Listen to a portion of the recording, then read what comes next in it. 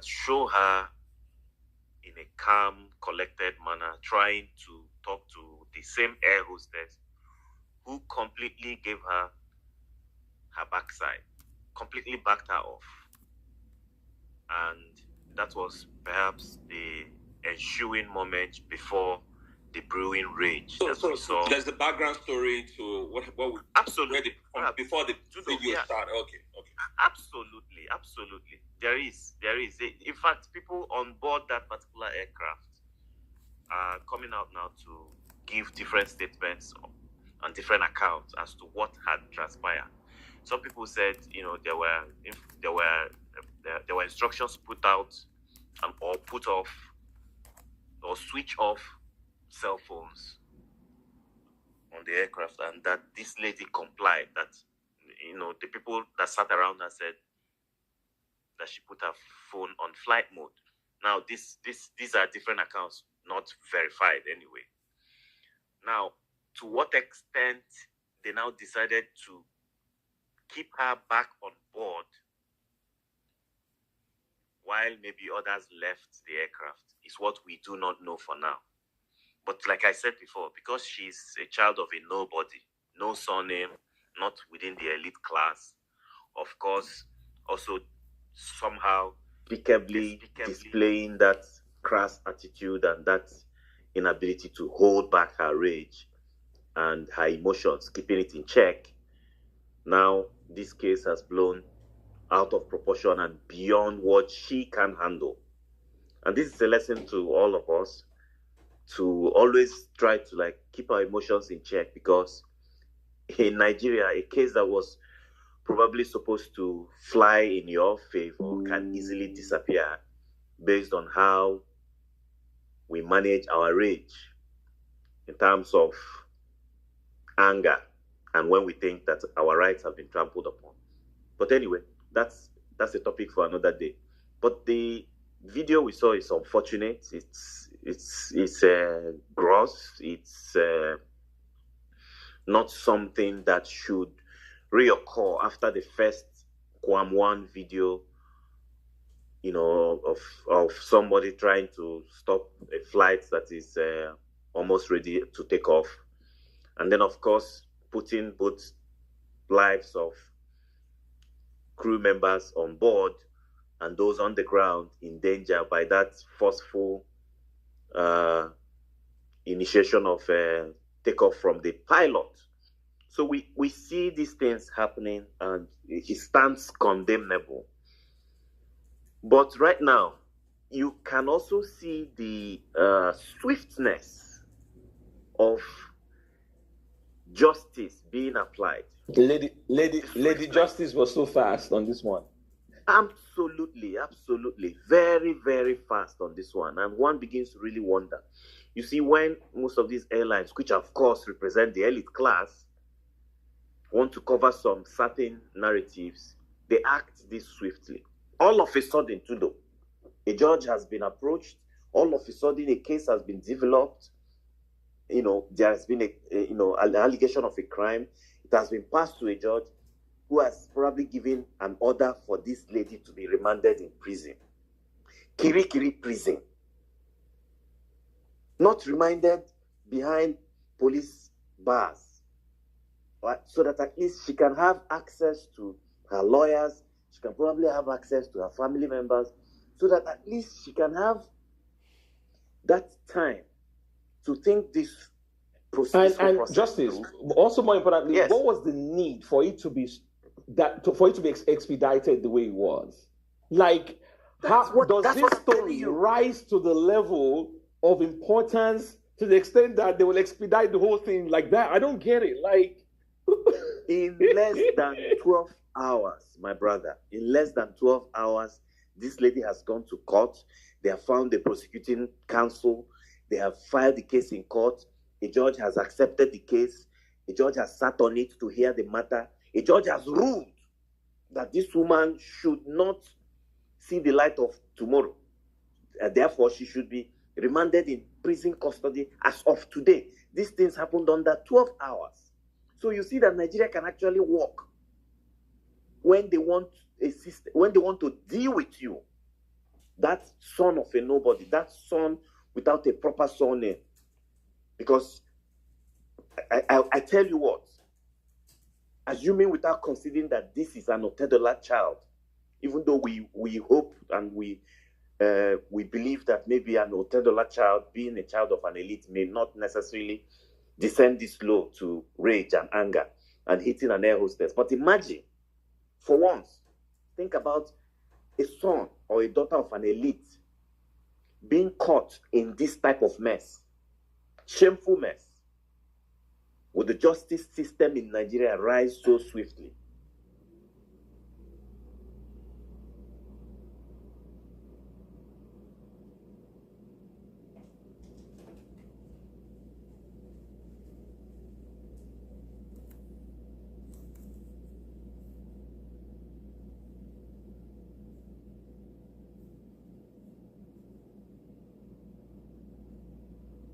That is good for the goose and the other part that is good for the gander. But there is no basic, straightforward law for anyone in Nigeria. You have to have a surname first. So it's very unfortunate. That's one part. Then on the other part, begs seriously on professionalism and our approach to issues. Now, even if this lady is a terrorist, assuming again without considering that, she's being tried for terrorism or they found something really incriminating on board, but now this plane is on the ground and somehow she's being restricted from alighting the aircraft. Now, the area of professionalism here comes into play. Why was she dragged, for God's sake, on God's green earth that way? This lady would have been comfortably arrested, comfortably put together, and now professionally led out that aircraft. Why, just like Dunke said, why are we always savages? Why do we always behave like this?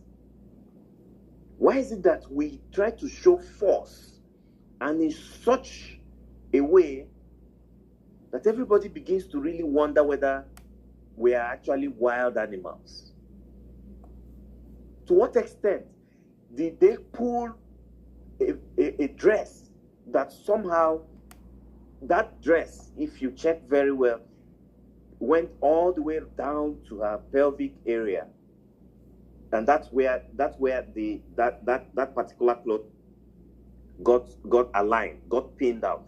So some people were like literally dragged that dress from her pelvic region upwards until her boobs were exposed to the eyes of the public. To what extent do we have that kind of fracas? Justice. To an extent that no, hold on, sir. I'm coming to No, I'll let you finish. I want to read Pio just tweeted, and he captured exactly what you were saying and what we've been talking about.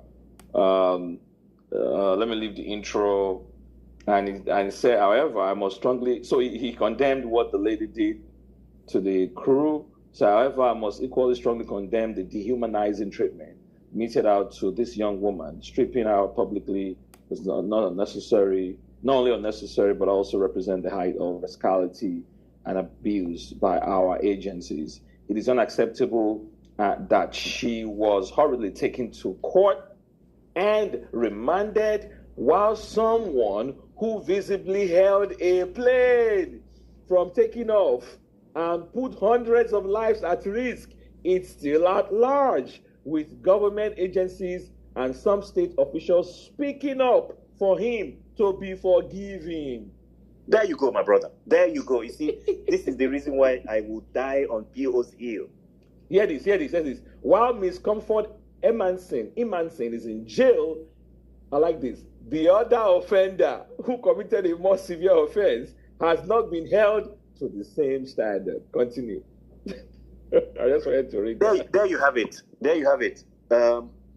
There's a reason why only sensible people support this man. And it shows you again that Peter O'Grady is fully aware of what is happening within the Nigerian space. Per second, per minute. This is a man that understands what is going on. And he doesn't shy away.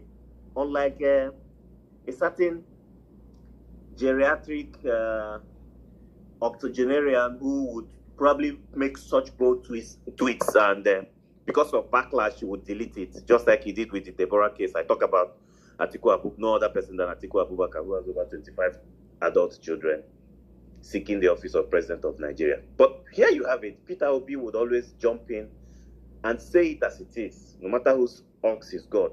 However, let me not digress so much. And talk about go ahead and wrap up in 2 minutes so we can go to others real quick. Yes. Why drag her in such dehumanizing, disrespectful way? Now, foreigners will see this video, just like they saw that of Kwam, and wonder what the hell is really happening in Nigeria. You know, this woman can very, very confidently file for assault, sexual assault. And this is a woman issue. Why involve so many men? I had so many testosterones around that place. Were they looking at the size of her boobs and probably wondering how beautiful it looks on the natural side, and then, of course, decided to rough handle her such a way to exposing it? A lot of questions. But Justice, to that point, even the women there, they were drag her. So, I mean... No. We heard those voices in the video as well, so I just want to say. In Sena Climes, my brother, when you have such a situation, the intelligent mind would bring female officers to handle female cases. For some reason. Or even if it's a male officer, it could have been de-escalated, is what we're saying. Yes. That resulting to that. Yes, don't degenerate to such animalistic behavior. Are you hungry for her boobs or something? Why pull off that shirt? I'm telling you that shirt has a pin. If you watch that video very well, that skirt is supposed to be locked up in the groin area. So somebody literally just yanked it off from her pelvic region all the way up to make sure that her boobs were exposed. And I can assure you, this is Nigeria, I can assure you, the people who did this knew fully well that she wasn't wearing a bra. And they wanted to expose her. Let's move on. This is unfortunate. It's very terrible. It is unfortunate. I've always said that these are men in authority. They are sexual sadists, in my opinion. That's just sad. So I agree with you. Yeah, let's take Abiodun real quick, and then we'll go to Miriam.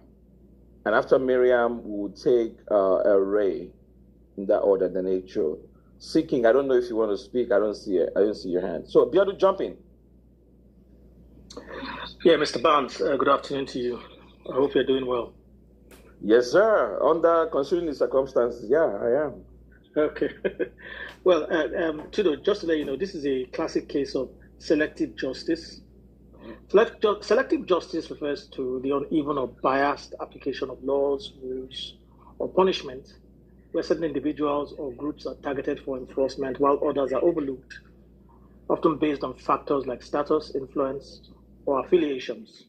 It undermines fairness and equality under the law, creating perceptions of favoritism or discrimination. For example, prosecuting minor offenses by less powerful individuals while ignoring similar or worse actions by those with wealth or connections illustrate selective justice.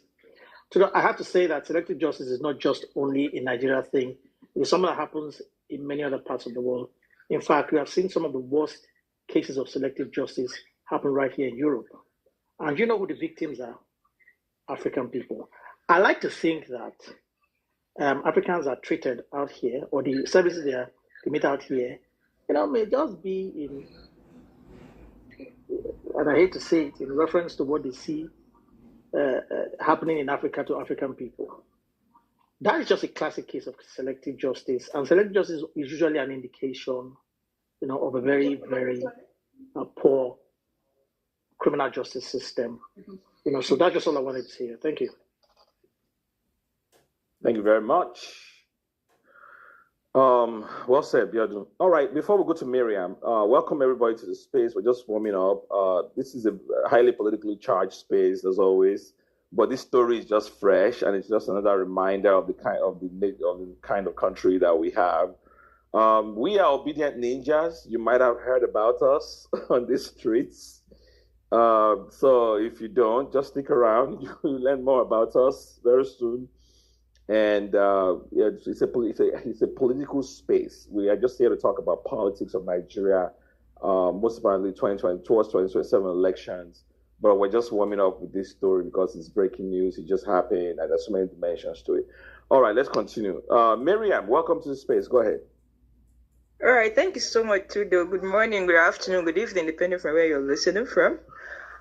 For me, I think right now, comfort should not be in Kiri. She should be in a center where somebody's like counseling her to see. Because from the video I watched, from what started to the escalation of that, she doesn't deal. The way she started manhandling roughly did not start from the beginning of the video. And this is something that needs to call for alarm. Somebody should sit and ask her. Maybe she has gone through a trauma. I think somebody was like, some Nigerians women are into like, they have some mental issue. So she's supposed to be like exam, not be in Kiri if Nigeria is truly working. Because I don't see why, because everything that just happened there, if it's someone that would like watch the video from where it begins, not from where they start manhandling her, I think she needs some attention. She needs someone to talk to and give her some advice. So I think the Kiri is not where the comfort is supposed to be sincere. And as we all know, Nigerians work in who be your father, who you know. If you don't know anybody, that's Oyo for you. We're here when people are talking about the Nepo and the Lapo kids. And let's say this is just the reality that we're facing here in Nigeria. And we just hope and pray that, not pray, we just have to we pray and put on our effort to be sure that everything is overturned and for the better. Thank you so much for the opportunity. Oh, wow. All right. So, let me ask you though, why do you think that she was quickly remanded in Kirikiri prison? Why is that? Well, because she's a daughter of a nobody, and because she's an ordinary citizen. That's what happens in Nigeria. We all know, and we have seen it, and we have witnessed it. Because if she is a daughter of someone now, and because when she was shouting, "Do you know my father? Do you know who I am?" and she called one influential person, I'm very sure those people they would have started apologizing to her. So the selective justice that we have in Nigeria. So who are you? Who do you know? Who know? That's how they handle you in Nigeria. So I think that's right. Thank you, Miriam. Well said. No, well said. I think as Nigerians, we have to come together collectively and say this was wrong. So my analysis earlier was that in this case could have been handled. First of all, you can share the blame. There's enough blame to go around from the moment it started to when she got off, and now she was taken to the court, charged almost immediately, brought before a judge, and now she winds up in Kirikiri prison. And I'm wondering, in fact, Ibom Air actually banned her for life. I read that somewhere. So I think Ibom needs to take all of those guys involved and all their workers for training in de-escalation. Because that was embarrassing what they did to this lady. That was wrong. And I don't know if these people care about how the international community see us. Like how the other countries, how they see us as a country. Why do you resort to this brutish force all the time? Police will do it. Army will do it. Traffic people will do it. Now, citizens are doing it to themselves. You give a Nigerian small power, they will show you who be your father. That is wrong. It is not your place to be dragging somebody like that. You don't have any right to do that. What they should have done is to call on security. Security will come, they will cuff her, they will take her off the plane, and then IBOM can decide, look, you are a flight risk or whatever. we don't want to have you we don't want your business anymore. So right? Even take your business elsewhere. And sorry, Justice. And then the prosecutor can say, does this rise to the level that we can charge this case? Okay, fine her. FAN can fine her. NCAA can fine her. Civil Aviation Authority can fine her. And then we all move on to more important things. How does this case rise to the level of importance to the extent that that is this swiftness with which she was dragged before the judge, and then how does the judge determine? Okay, because we have to assume, like I said before, we have to assume the judge didn't know about the case. How does he determine? Let's see. Does she have a background? No. Possibly. So now you are a flight risk. All right. I determine as the judge. So I'm going to seize your passport, or seize the passport and say, okay, go home on bail, and then set another date for hearing. Because one thing we know about the Nigerian courts, they are so backed up, backlogged. They don't have time for frivolous cases like this. We know that for a fact. If you know anybody in the justice system in Nigeria, they will tell you that. They don't have time for nonsense cases like this. So for that judge to say, this is the case I would like to take. By the way, I'm not going to release you on your own recognizance. I am going to lock your ass up in Kirikiri. What did she do to deserve Kirikiri? This is ridiculous. And it's another example of how shambolic the Nigerian system has become. And it's really sad. I just want to say that. All right. Seeking before a ray. Seeking, are you there? Yes, I am. Yeah, guys, we're still going to delve into the politics of everything, but we're just unpacking this story for now. Seeking, go ahead. Yeah. My brother, this is a very difficult one.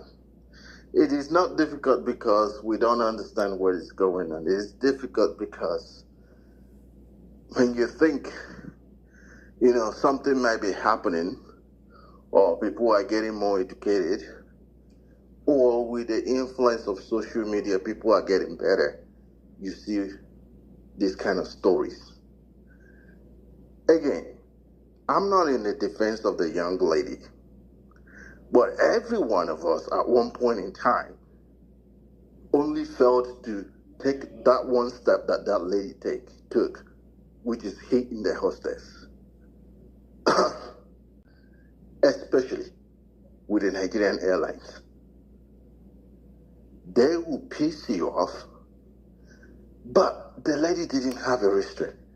And where it concerns me is we are all talking about what the lady could have done. Yes, I agree.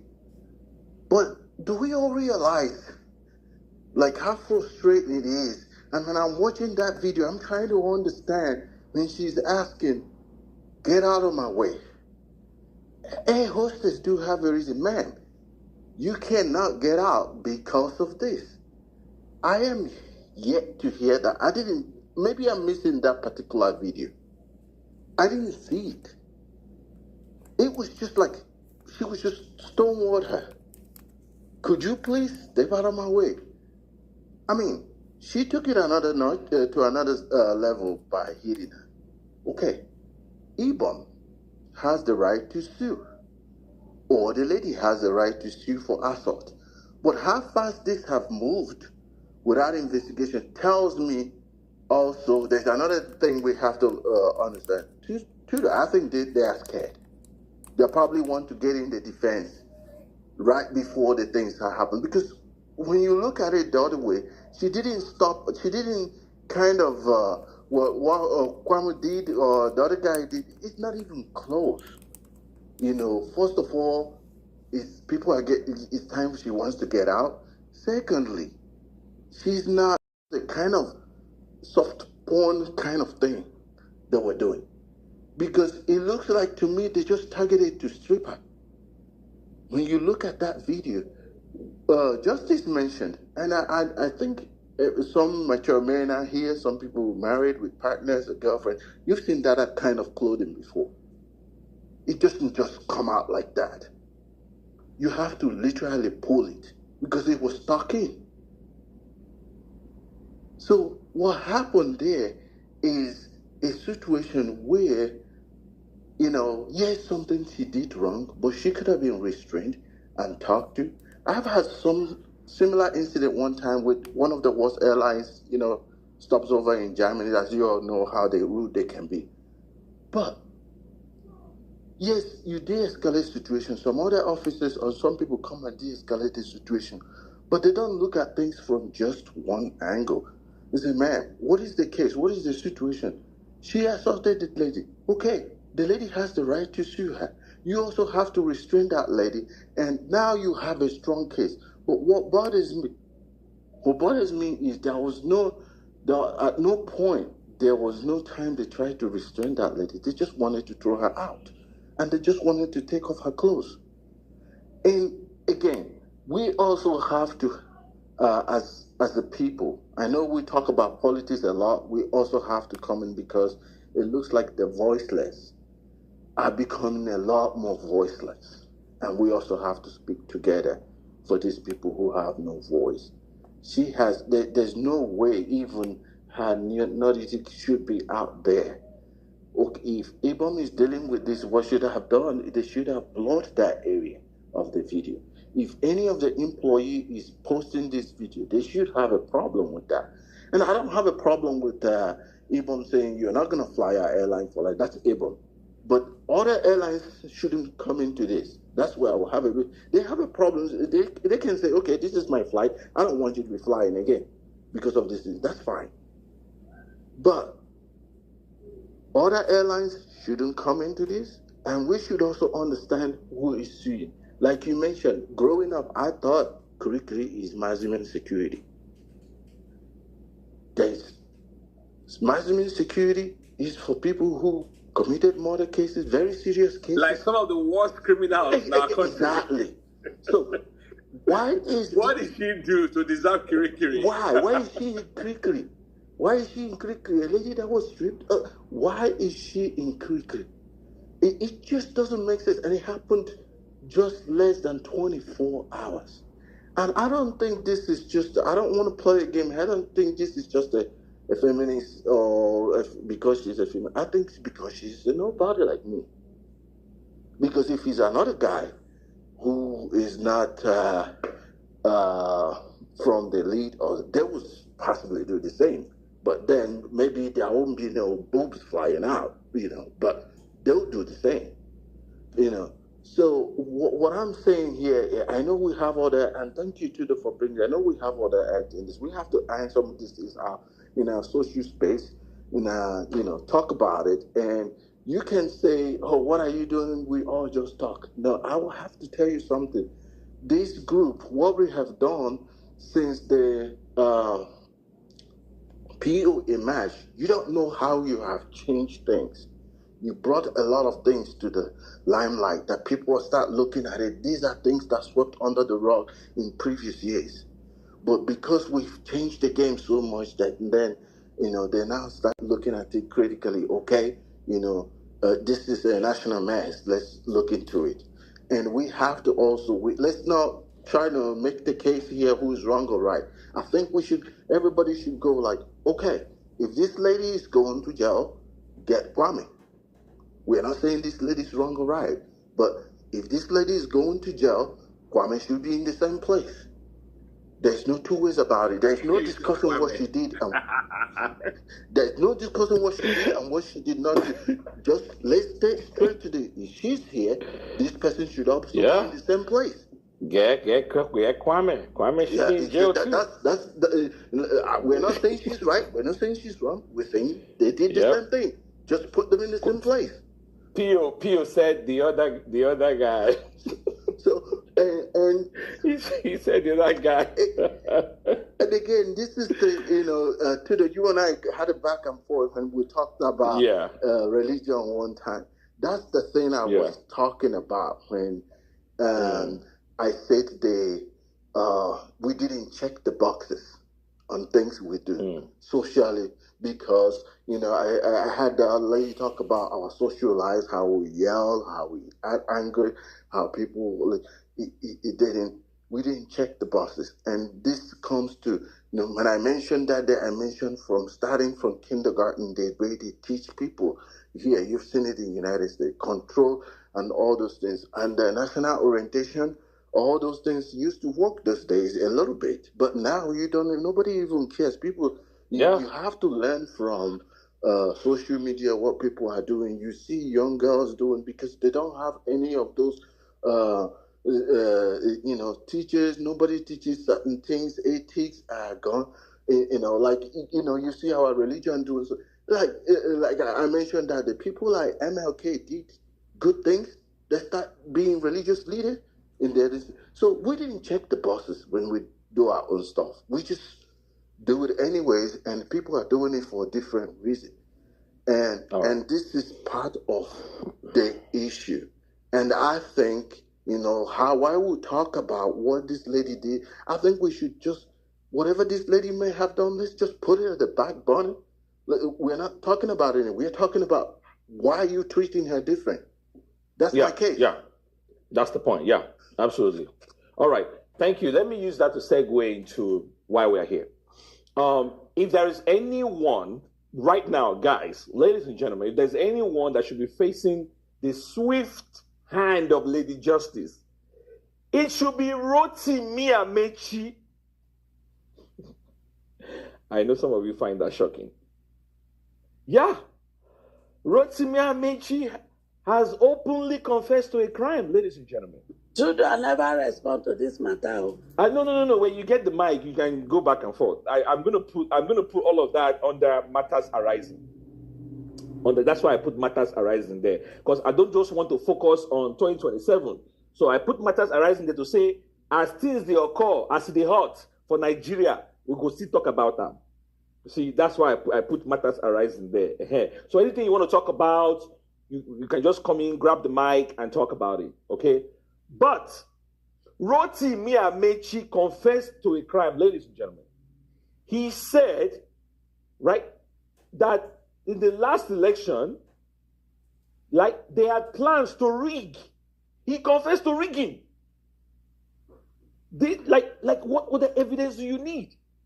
This man was the Director General of the Buhari and Oshibajo campaign, 2014 and 2019. Yeah. He was the campaign director. I hope I'm right. Yeah, I'm right. Sorry. Yeah, you can put it over there. Thank you. So this man openly confessed to a crime. Openly confessed to a crime. Oh my goodness. I don't know. I'm thinking in my head. So I said 2019. The two times that Buhari and Oshibajo ran, he was the one that ran the campaign, right? He was the one that ran the campaign. And then he became a minister under Buhari, right? And then Buhari did his 8 years, left, and Tinubu came in. This man is confessing to a crime. And why we don't see that as a problem is shocking to me. It's shocking to me. Why is the EFCC not inviting this guy? Oh, you alleged something. You said something. Do you want to tell us more? What do you know about that? Right? That is one. Then number two, EFCC is busy chasing Yahoo boys. They went to Obasanjo's library hotel to go and gather some Yahoo boys over there. They said, and then they lined them up. They said it was a sting operation, according to them. That was what they said. It was a sting operation. Like commando. They went in there like commandos, guns blazing, guys. They started shooting, all like in that place. Now, Obasanjo, the library director, people, they are demanding apology. they said they had information that these boys were camped in that hotel and they were doing their operation from there. That was when they, like, why are we like this in this country?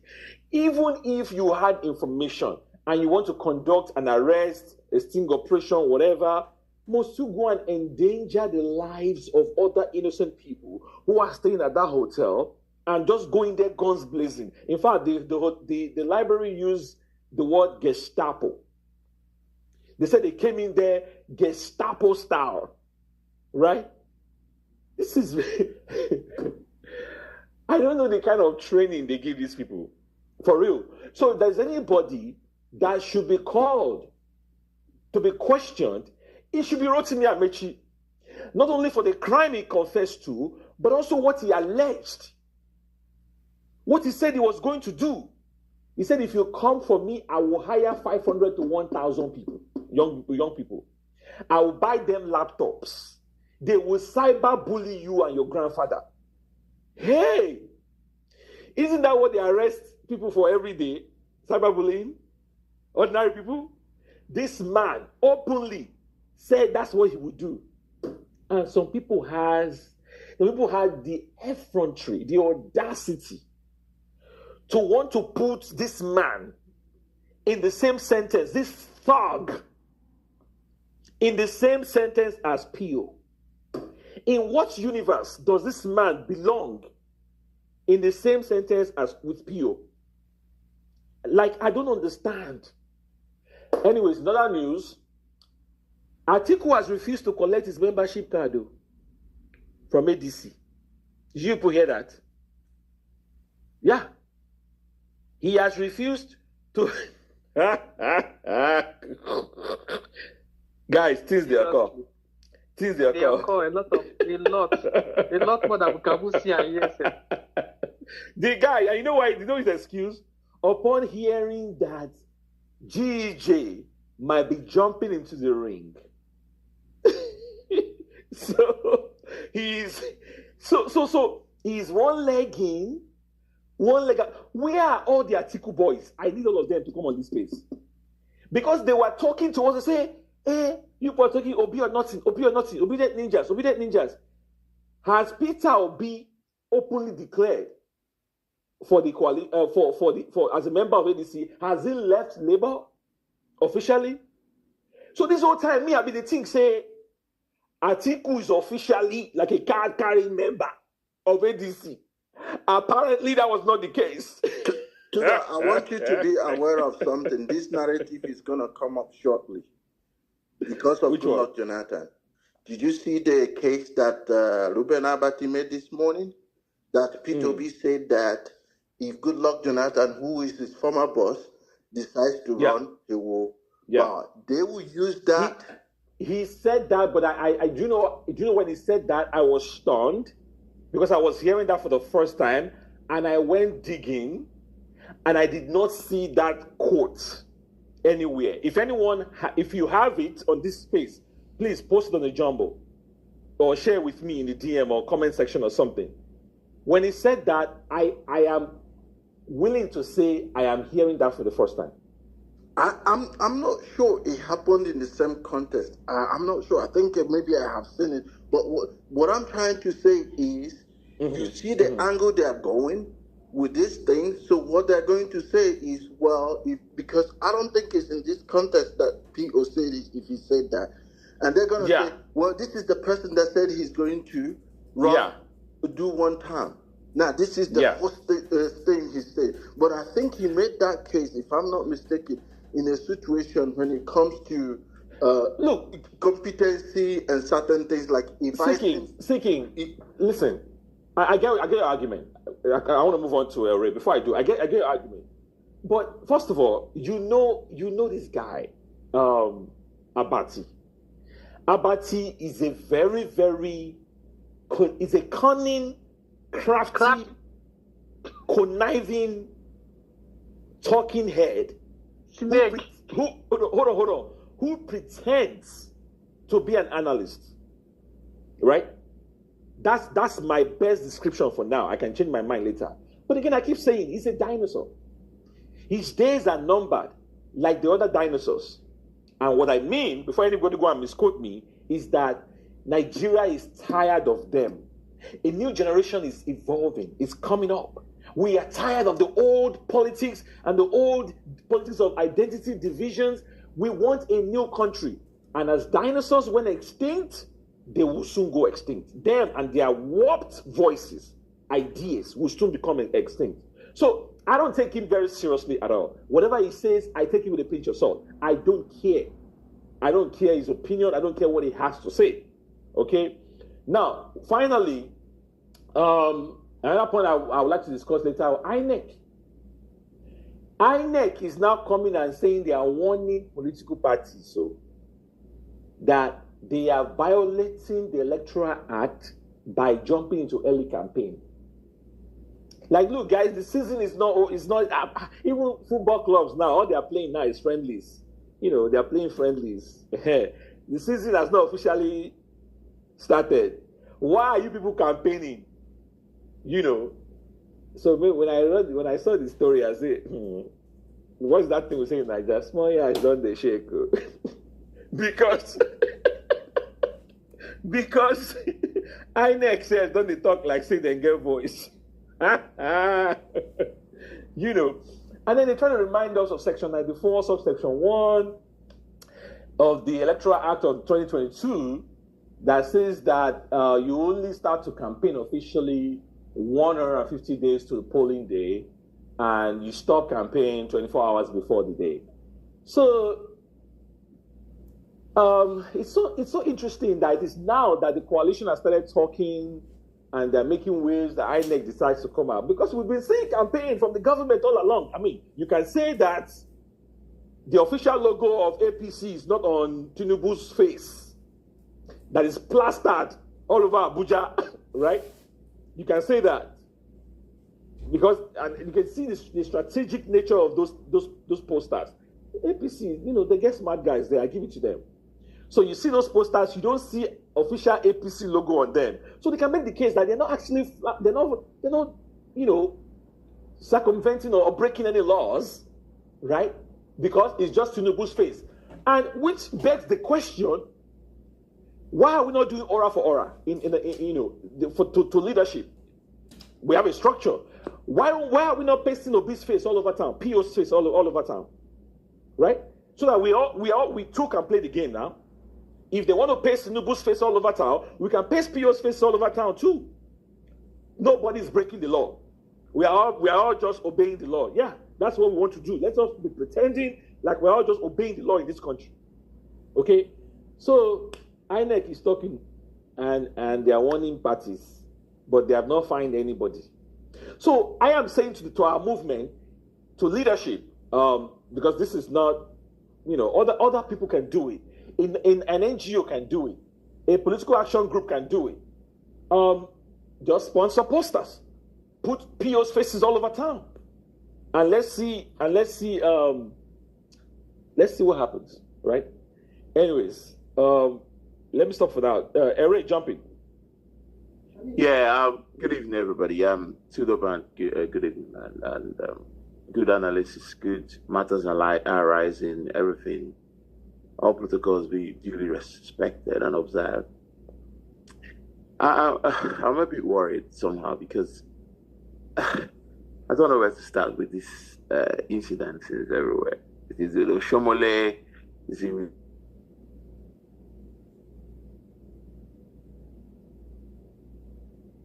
and for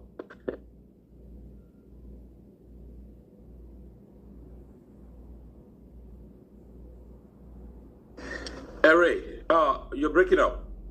Are you there? Can anyone hear me?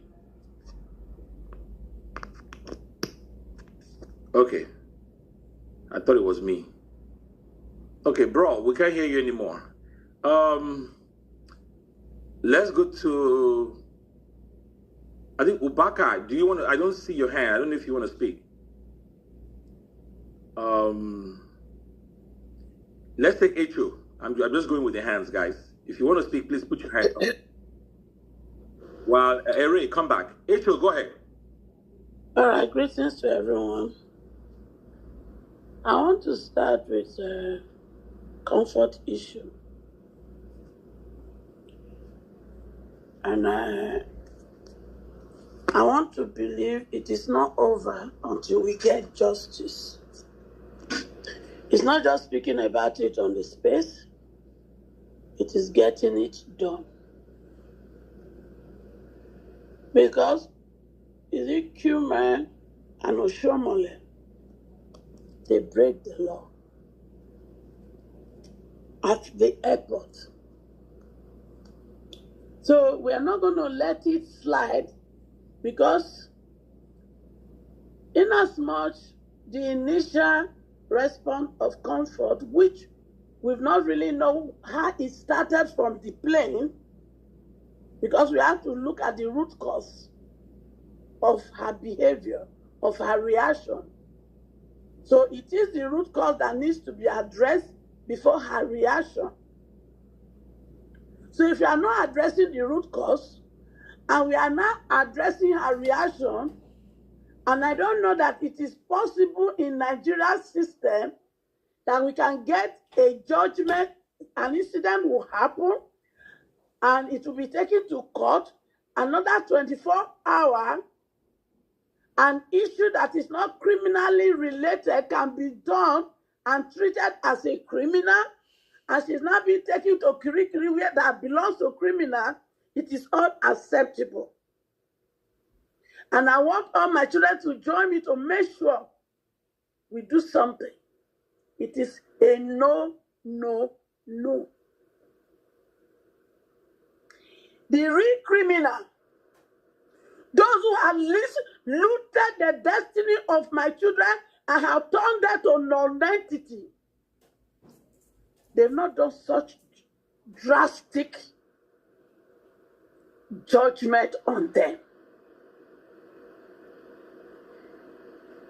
Those they have made the environment for them all conducive that they cannot even use their talent and smartness to fulfill destiny, and they call them Yahoo Yahoo. They are being treated this way. And people like Yaya Bello, who has looted his state dry, use the money to pay school fees for his children in advance, is being treated as king. We keep quiet. We'll be keeping quiet. We'll be letting go. For this one, we will not let it slide. Never. Not under my watch, not under you people's watch. Because it can be any of you tomorrow. It can be any of your relatives tomorrow that belongs to the oppressed population of which me and you belong. So this will not go like that. It has been going before, but it has come to a point in our journey to a new Nigeria. We will use this to tell the country, to tell the leader, to tell those who are involved that we have reason. And injustice for one is injustice for all. You did it when Shogora was picked up, and he was released speedily. We are going to do it for comfort. So Oshomole Adam and Q-Man must be brought to justice because they committed the same crime in the airport. So until they do that, we are not going to keep quiet over comfort. And I also want to ask a question. Nigerian men, is it some, let me use some, let me not generalize, but a high percentage of them see us women as their punching bag, where they now exercise their strength. But whereas when they come to their fellow men, they will behave as if they are ice water. So this treatment this man meant for my daughter is unacceptable, and me as the mother figure will not stand to keep quiet and let it slide. They humiliated her. They assaulted her. And they put her nakedness of her upper body that was supposed to be sacred to her in the public. And to them, they've done a good job. When it comes to men like them, they will behave like an ice fish. It's not going to stand. It's not going to happen. It needs to be addressed. It needs to be called upon. And those who are at home that needs to take action, take action. We're not going to let it go. This will never slide. Not under my watch, not under you people's watch.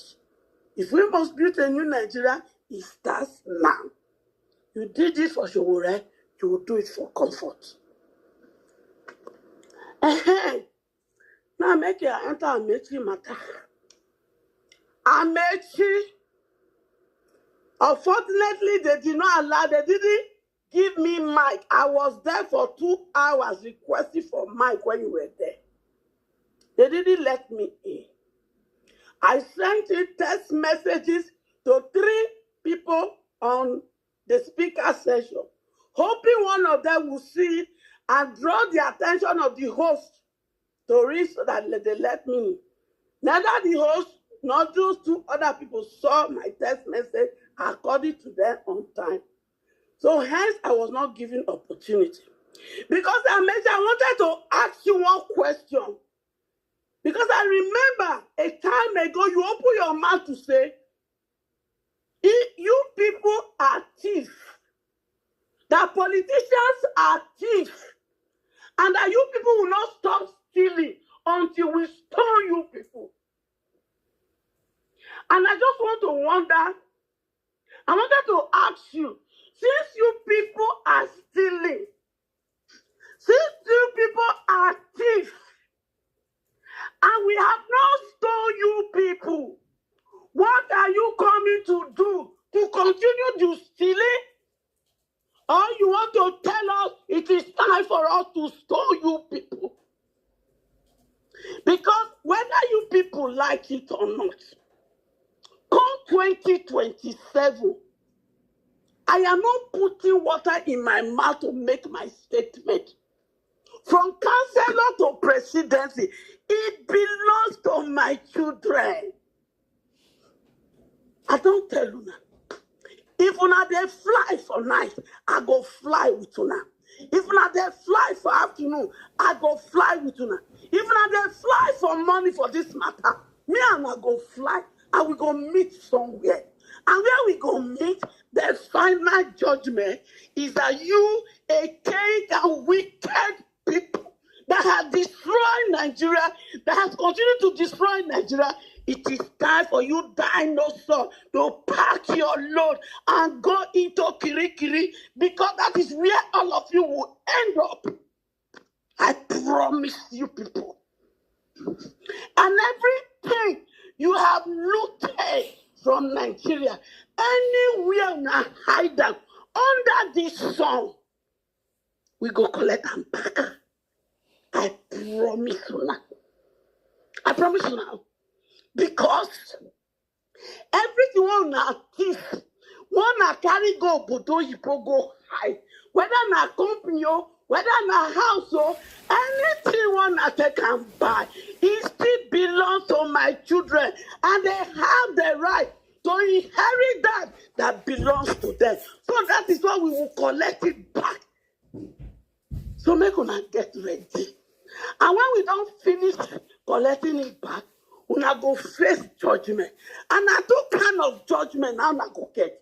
Some go buy, and some we go put them inside those prison one I put my children. Because those my children, when they there, especially the innocent one, I will ask for presidential pardon for all of them.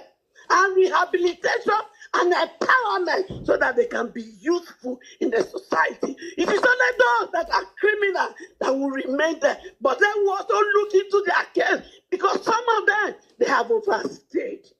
And those of you that looted those dry, your judgment, some of you will be by after collecting all that belongs to my children. And some of you will be kept in those prisons, and your daily home work will be taken, will take all of you because POC will go to agriculture. Now some of now most of una now we go carry go farm from morning till evening.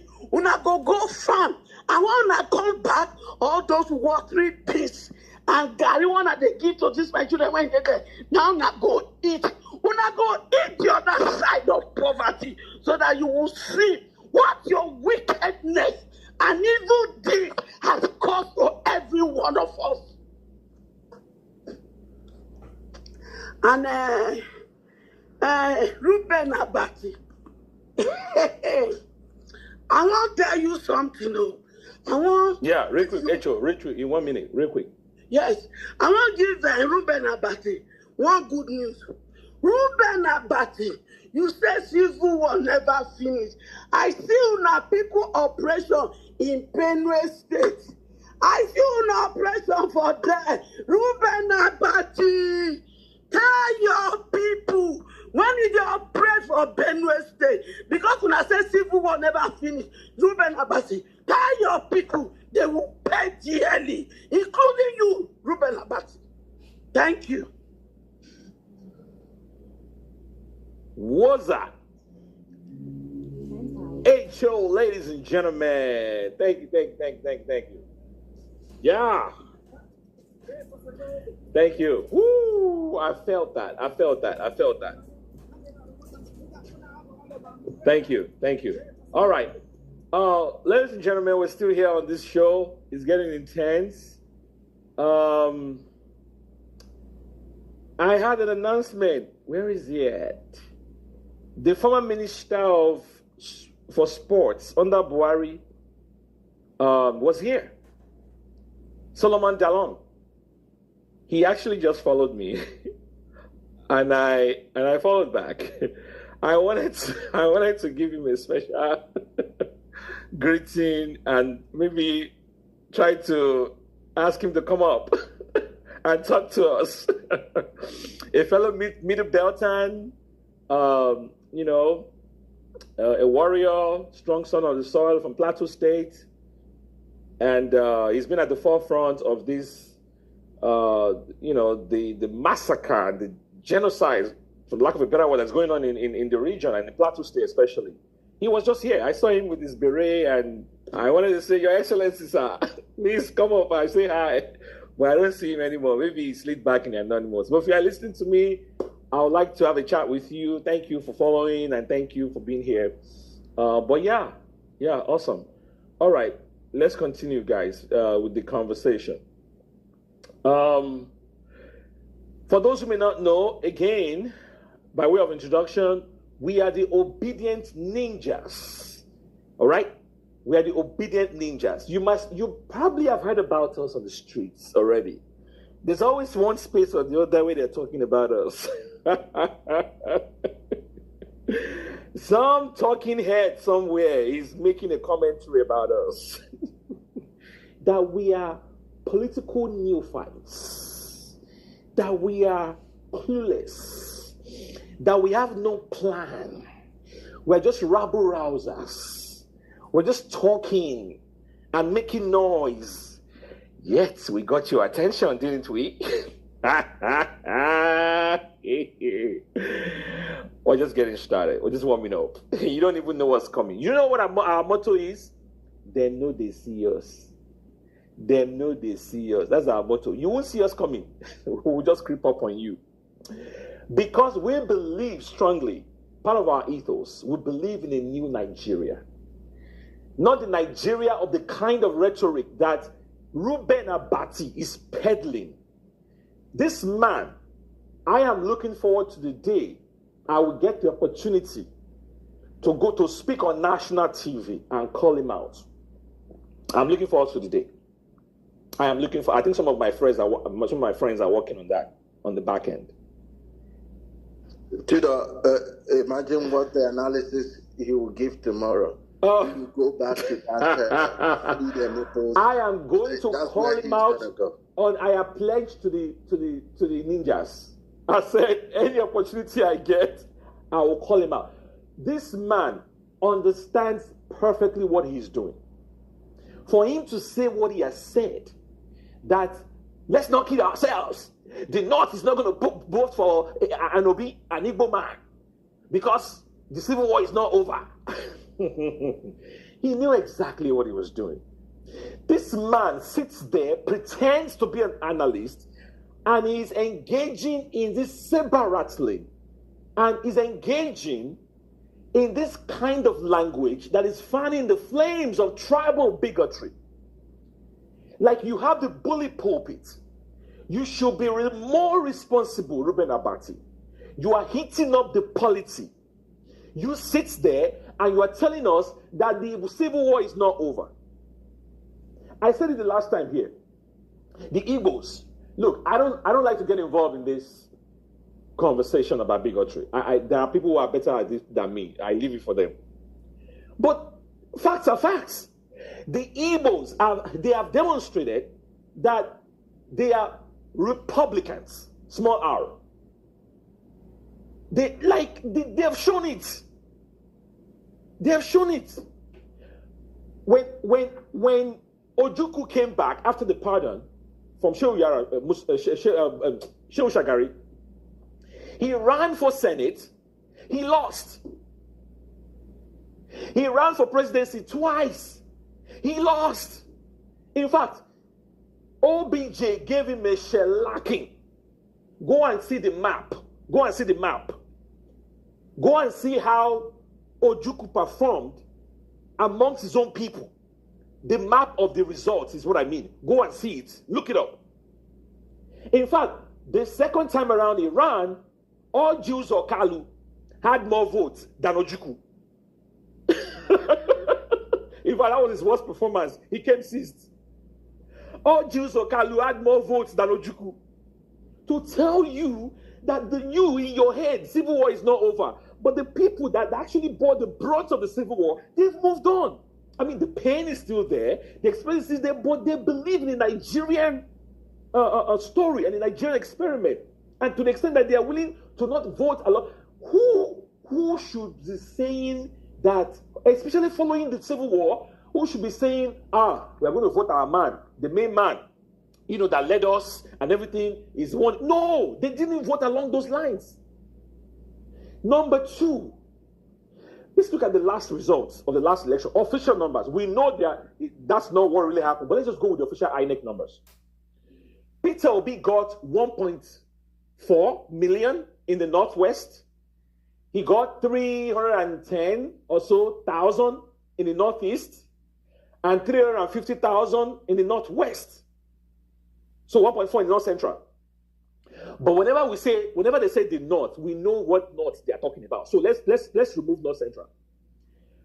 So Northeast, Northwest, combined 600,000 votes. Are you honestly telling me that come 2027, Peter Obi will not do way more than 600,000 votes? He can't get more than that. With the work this man has been putting in since the last election, he's been traversing that region. He's been engaging. He's been giving money, supporting poor people and downtrodden people, speaking truth to power, talking about how the economy of the Northwest, of the northern region can be reformed, right? Engaging political leaders, traditional leaders, everybody. The goodwill that this man has been garnering politically and even amongst the ordinary people, women and children, young people, old people coming out, embracing this man. You are telling me all of that will not show up in political capital. Is that what you're telling me? When people are bigoted, it is easy to see them. So it is highly irresponsible for a Reuben Abati to use his bully pulpit on Arise TV and say what he said. We do not need people fanning the embers of tribal bigotry in our country. No, we don't need that. And that's the thing with these guys. They sit in their echo chambers and they want to pretend like they understand Nigeria more than the rest of us. But the people have continually showed them that the people power is more than the people in power. The power of the people is greater than the people in power. And we're going to show them again. So I am looking forward to that debate. If there is a God in this universe, please make it happen. Make it happen. Because I'm going to call that nigger. He's full of shit. All right. Tudo, just to point at something. I don't Real know quick, if you paid attention. we'll go back to Ere. Yeah. Yeah, sorry. I don't know if you put that. They said Atiku Abubakar is a statesman. Do you, if you know the guy on space, that one of the number one bigots, Saruki goes by what's happened, right? That guy has a tweet. In his Twitter space, he said he nominated number one Nigerians from Hausa, and the cow came before the Igbos. This is the same person Atiku Abubakar gave a call when he had tweets. You shouldn't have anything to do with this animal if you're a statesman. All right. Thank you. And I mentioned earlier, by the way, speaking of Atiku, guys, real quick, he has not picked up his ADC membership card. I was dancing shocky when I heard that news this morning. I was doing my leg work because PDP people, they've been accusing us for saying Obi or nothing. They say, look at it. Peter Obi has not officially left Labour Party, right? He's one leg in, one leg out.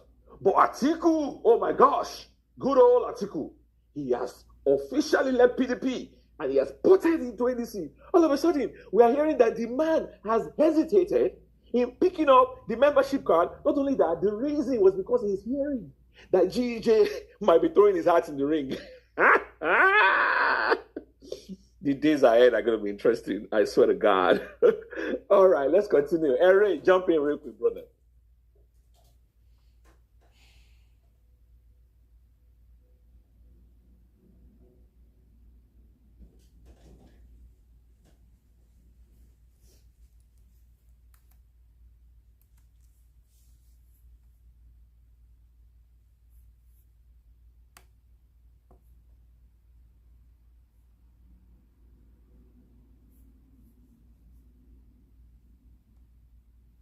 Human to forgive the lady is divine.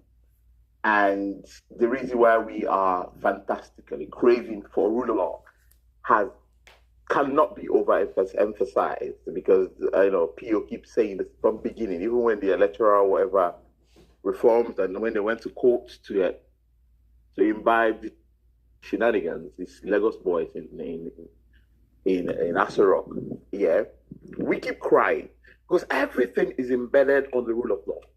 Now, when that thing happened, I didn't see a force or someone from the police force or Air Force or anything coming to say, okay, young lady, especially they normally send a young lady to be able to, attend to a lady, committing issues or whatever. No one came. Now people took laws into their hands because there's no law to abide to. Now, I was still saying that this is as a result of no rule of law. If there was a law protects the criminal, law protects the innocent, and law makes sure the law takes its course. Now, Abu Salab or whatever he is, he did that terrorism during this thing in the US. He's still serving terms. That's the law. That's what the law says, and the law carried it out. Quam 1, to err is human, to forgive is divine. That's what's said by government agencies, carefully defending offenders. How can you see a government agency defending offenders being lopsided and everything? So that's why I think why we crave for PO, and it's you can't overemphasize the essence of the rule of law, because there's no law. That's why people takes laws into their hands. Those people in Hy-Vee should be condemned as well, should be put to jail. They assaulted a lady. The video was there, even the health test. If the lady is a terrorist or has a bomb or everything, why are you blocking the exit? Your job is to evacuate everybody, make sure a safe passage is there. You have the identity of this lady. She boarded with a passport. You have her address. You can always go and revisit it and go and rearrest her for her actions. But then make everywhere safe. That's hazard. You're blocking a lady. You're triggering her. You're doing everything. You still exposed and assaulted her. Plus, then you now aggravated her to assault. So look at that. Are you professional in your deeds or actions? You know, we're all going dumb in that country, to be honest. And it's crazy. Every day you wake up, open your listing, you see another sad story of Nigeria, not representing who we are and what we represent wherever we are. It's terrible. And this is more reason, this matters arising. This is the more reason we crave for PO. Because we need to set the country on a pedestal, on runway. He's not going to do everything in 4 years or 5 years. No. I don't expect him to do everything. Decade of how many years? At least set somebody that is right thinking to make necessary sacrifices, set that country on a pedestal. Then organize institutions that can lead into a safe transition to a people's will, where what he finished in 4 years can be continued from whoever that is going to come and continue for ways. At least he has something to fall on for. For me, I really like Nigeria traumatizes me every day. Every day I read the news, every day. It's only sane people always know the essence of what PO is fighting. Yesterday he said it's a burden. It's a burden. Somebody trusting is like a bank. You put your money in a bank. You trust a bank to hold your money, no stories and everything. So even if he's being elected, it's also a servant. It's like he's going to serve. It's a body given to him to perform. But now we're doing it tenors, and it's our will and our own turn and everybody's turn. And look at us, Man, we keep fighting. We can't stop. Tudo, I think the reason why all these things is happening is because we are not fighting enough. Nigerians are very, very stupid. I'm sorry to say that. In a same country, all the airports in Nigeria would have been occupied today. 2 people committed the same offense. Let's even say the second video of that girl trying to leave that plane did not surface. 2 people committed the same offense. One is in Kirikiri and another one is outside doing a video to apologize, and Nigerians are sitting on their asses doing nothing. I don't know where they will push us. I don't know the level they will push us for us to start acting. Let's even say these 2 people are terrorists. So you catch 2 terrorists. One is Yoruba and a celebrity, and you let him go. The other one, you lock them up. Meaning you can be a terrorist if you can do anything you want as long as you have someone in government. What are we waiting for them to start shooting us along the way before we can act? Pastor Mozo pulled a gun. These people came out and claimed he pulled a taser. Kwam did his own. They apologized on his behalf. Then now Kwam 2, as they call her, has learned from Kwam 1 and did her own. And her arraignment did not even take hours. She's in prison already. You don't then, pointing to the video she released by herself, you don't hijack an airline and try to leave the airline. If she's hijacking the airline, she won't be trying to leave. I don't know where they will push us. Nigeria doesn't have a wall because they keep pushing us and we are not reaching that wall. Nigerians living in Nigeria, from everything I'm seeing, I'm not hopeful for 2027. Because in 2027, these people will do worse and will sit on our asses and do nothing. I'm very, very sorry to say that. I'm kind of losing hope. I'm starting to see the reason why some people said I won't talk about Nigeria again, because it's heartbreaking seeing how Nigerians allow nonsense to happen. You will still see people come up here to defend the nonsense that has happened within few days now.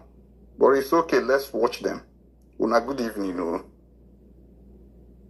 Well, the people that are going to talk, we're on Big Border Nigeria. Is a problem. It's a very big problem. Big Brother Nigeria. There's a space morning and night and day on Big Brother. It's a big problem. It's a very big problem. What we do there, waste our God-forsaken time talking about people is a problem. We pay people to be nude in TV. I tire. No, the funny thing is that they can't even afford to watch Big Brother. They are just using the snippets they see online now to talk about it.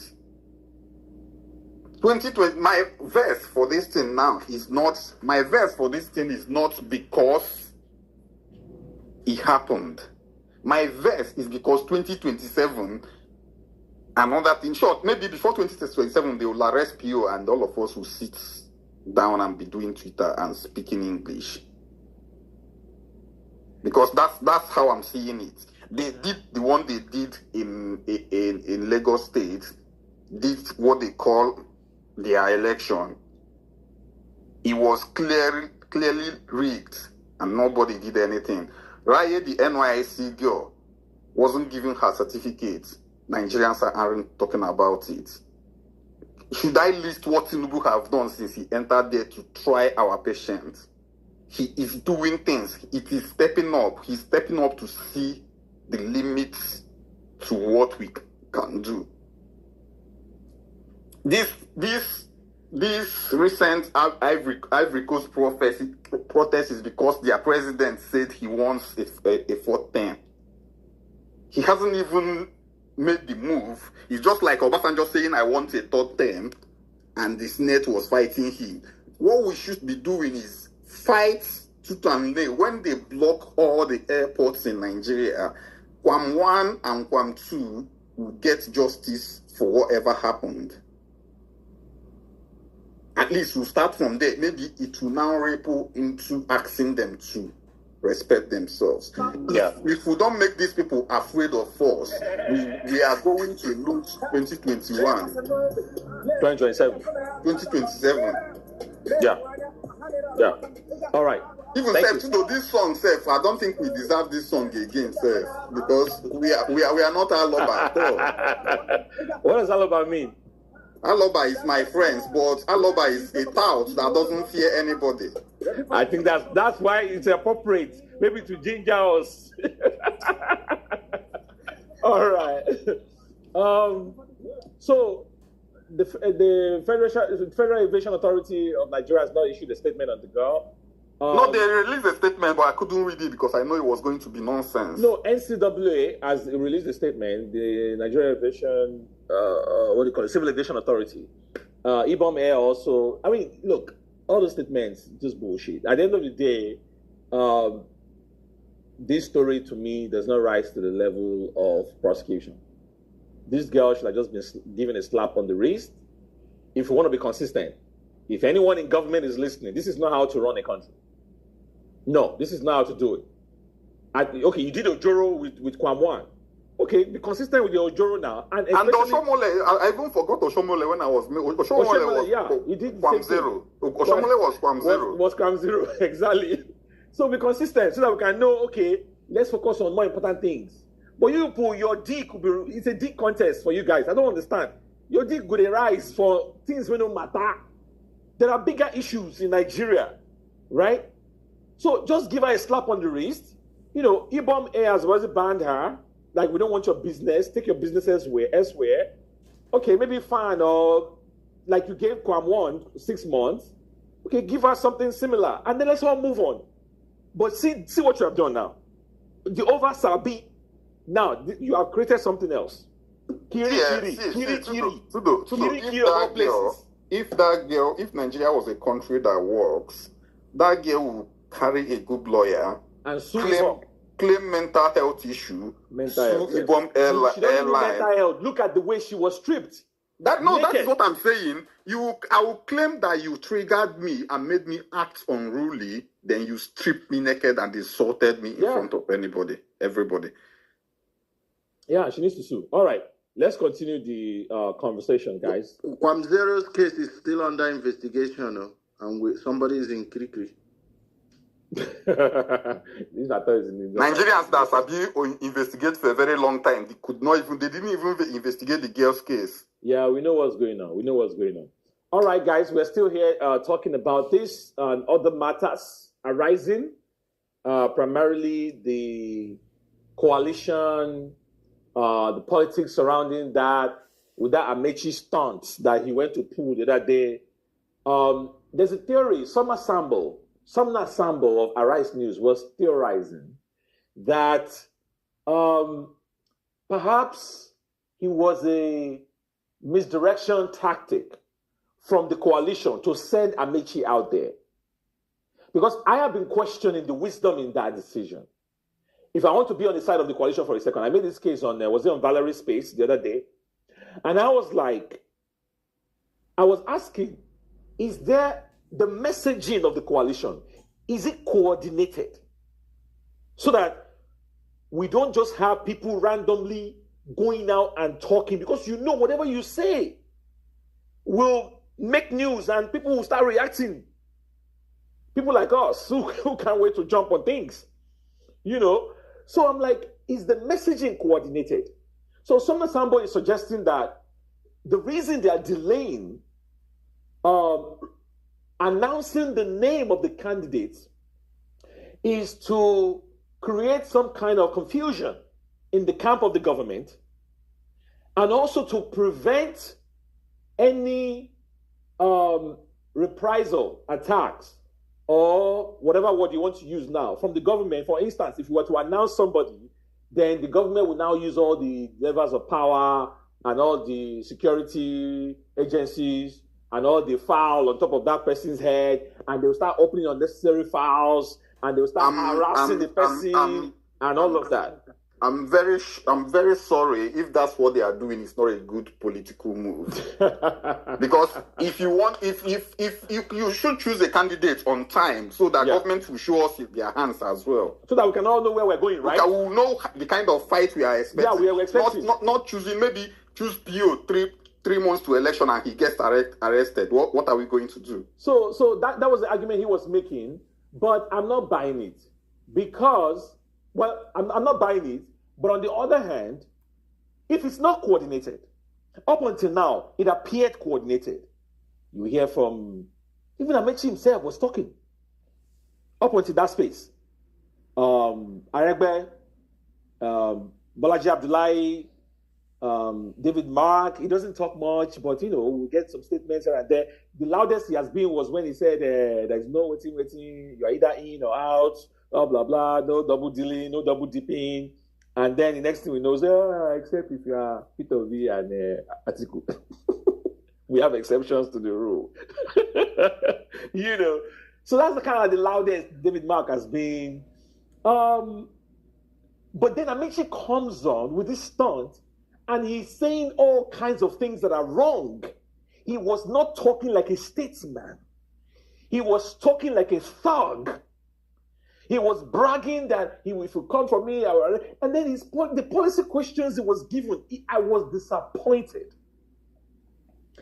And I'm like, don't anybody that puts Amechi in the same universe as Peter Obi, the thunder that will fire that person, that thunder is still doing press up.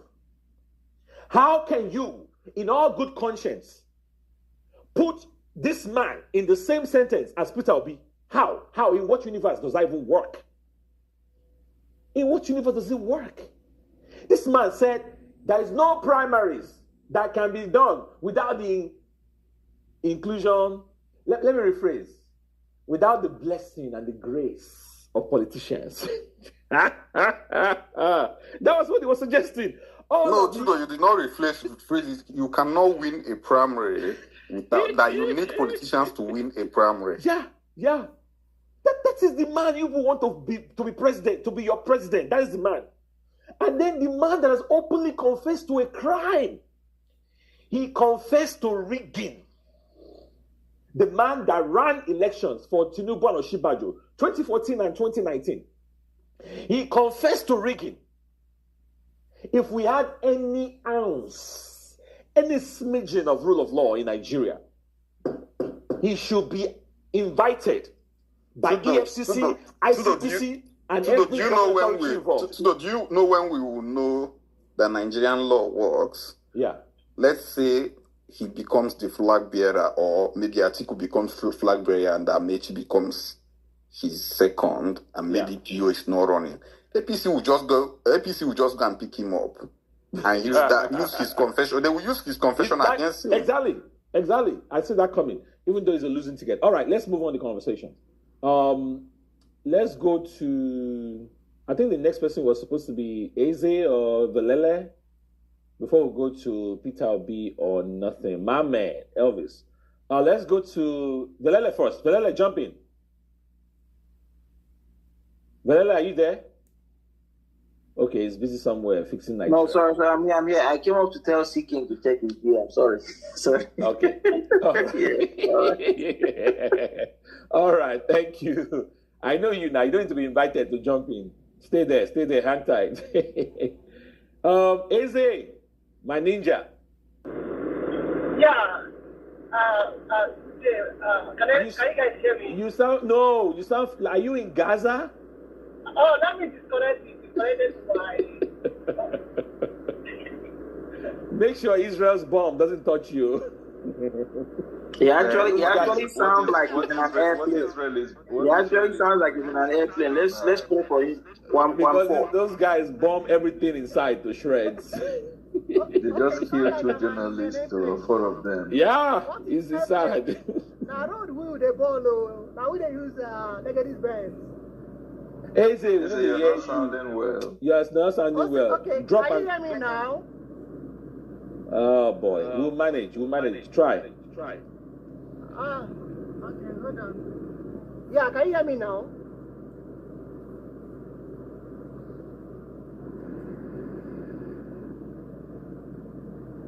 Maybe you should drop. Maybe you should drop and come back. Okay. Yeah. All right. Elvis, please go ahead. Yeah, my brothers, everybody in the house had a great you now. Very, very nice. Let me just say it like this, the way you were saying something. We should not underrate what the campaign P2B or nothing has done on the coalition. Say this P2B or nothing campaign has actually created a headache for the coalition.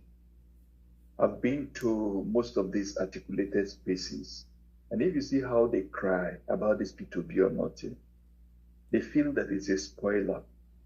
And it has sent a very strong message to that gathering that it is if they not give P2B that they will lose the Obidient movement.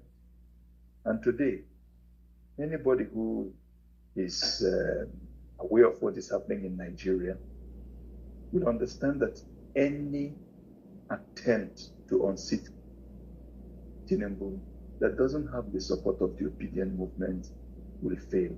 Let me put it like the way Fela Kuti will put it. He said, blind man with a ride horse, he must fall. Clearly. So, thanks to people like you and others who are on this page, who has been powering the P2P or nothing, I think it's right now we galvanize it again, make it to trend, make it to be the topic. So let it be very clear that it is P2B or nothing. Because as the days passes on, as events unfolds, as things happen in Nigeria, you're beginning to understand that we are actually the people who have the vision and the value. Really, vision and value. Because right now, who is it that has the capacity, the competence, and the value, and the compassion to lead Nigeria and unite us and bring us to actually start working as a nation? But before I forget, Big King, please add him, add him to our group. I was trying to look for his Twitter handle the other day. I couldn't. He's no more here, so that we add him. But I will also want to appeal to the House to retweet P2B's statement about this unfortunate and this horrible drama we witness in Ibom Air. If you ask me, most of these things are distractions, but we cannot avoid not to talk about them.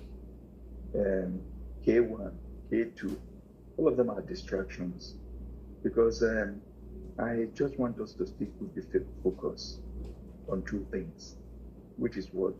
Amplifying the failure of this government, the momental failure, the supreme dereliction. They don't fail, pata. I think that's the thing we should be doing. And the other thing we should be doing is what? Amplifying also P2B's politics. You know, the Chinese would say Xi Jinping's thought, Mao Zedong's thought. You have Charles de Gaulle's thought. You have FDR's thought. That is what we have. We have P2B's politics.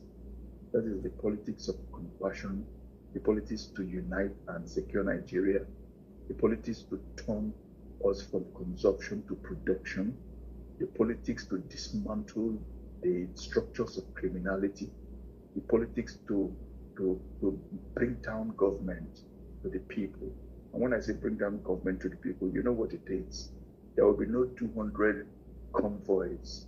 There will be no renovating convention center with 33 billion when teachers are not paid.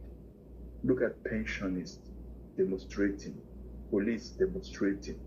Look at the kind of shamefulness while a senator takes home almost 130 million, drives in a bulletproof car.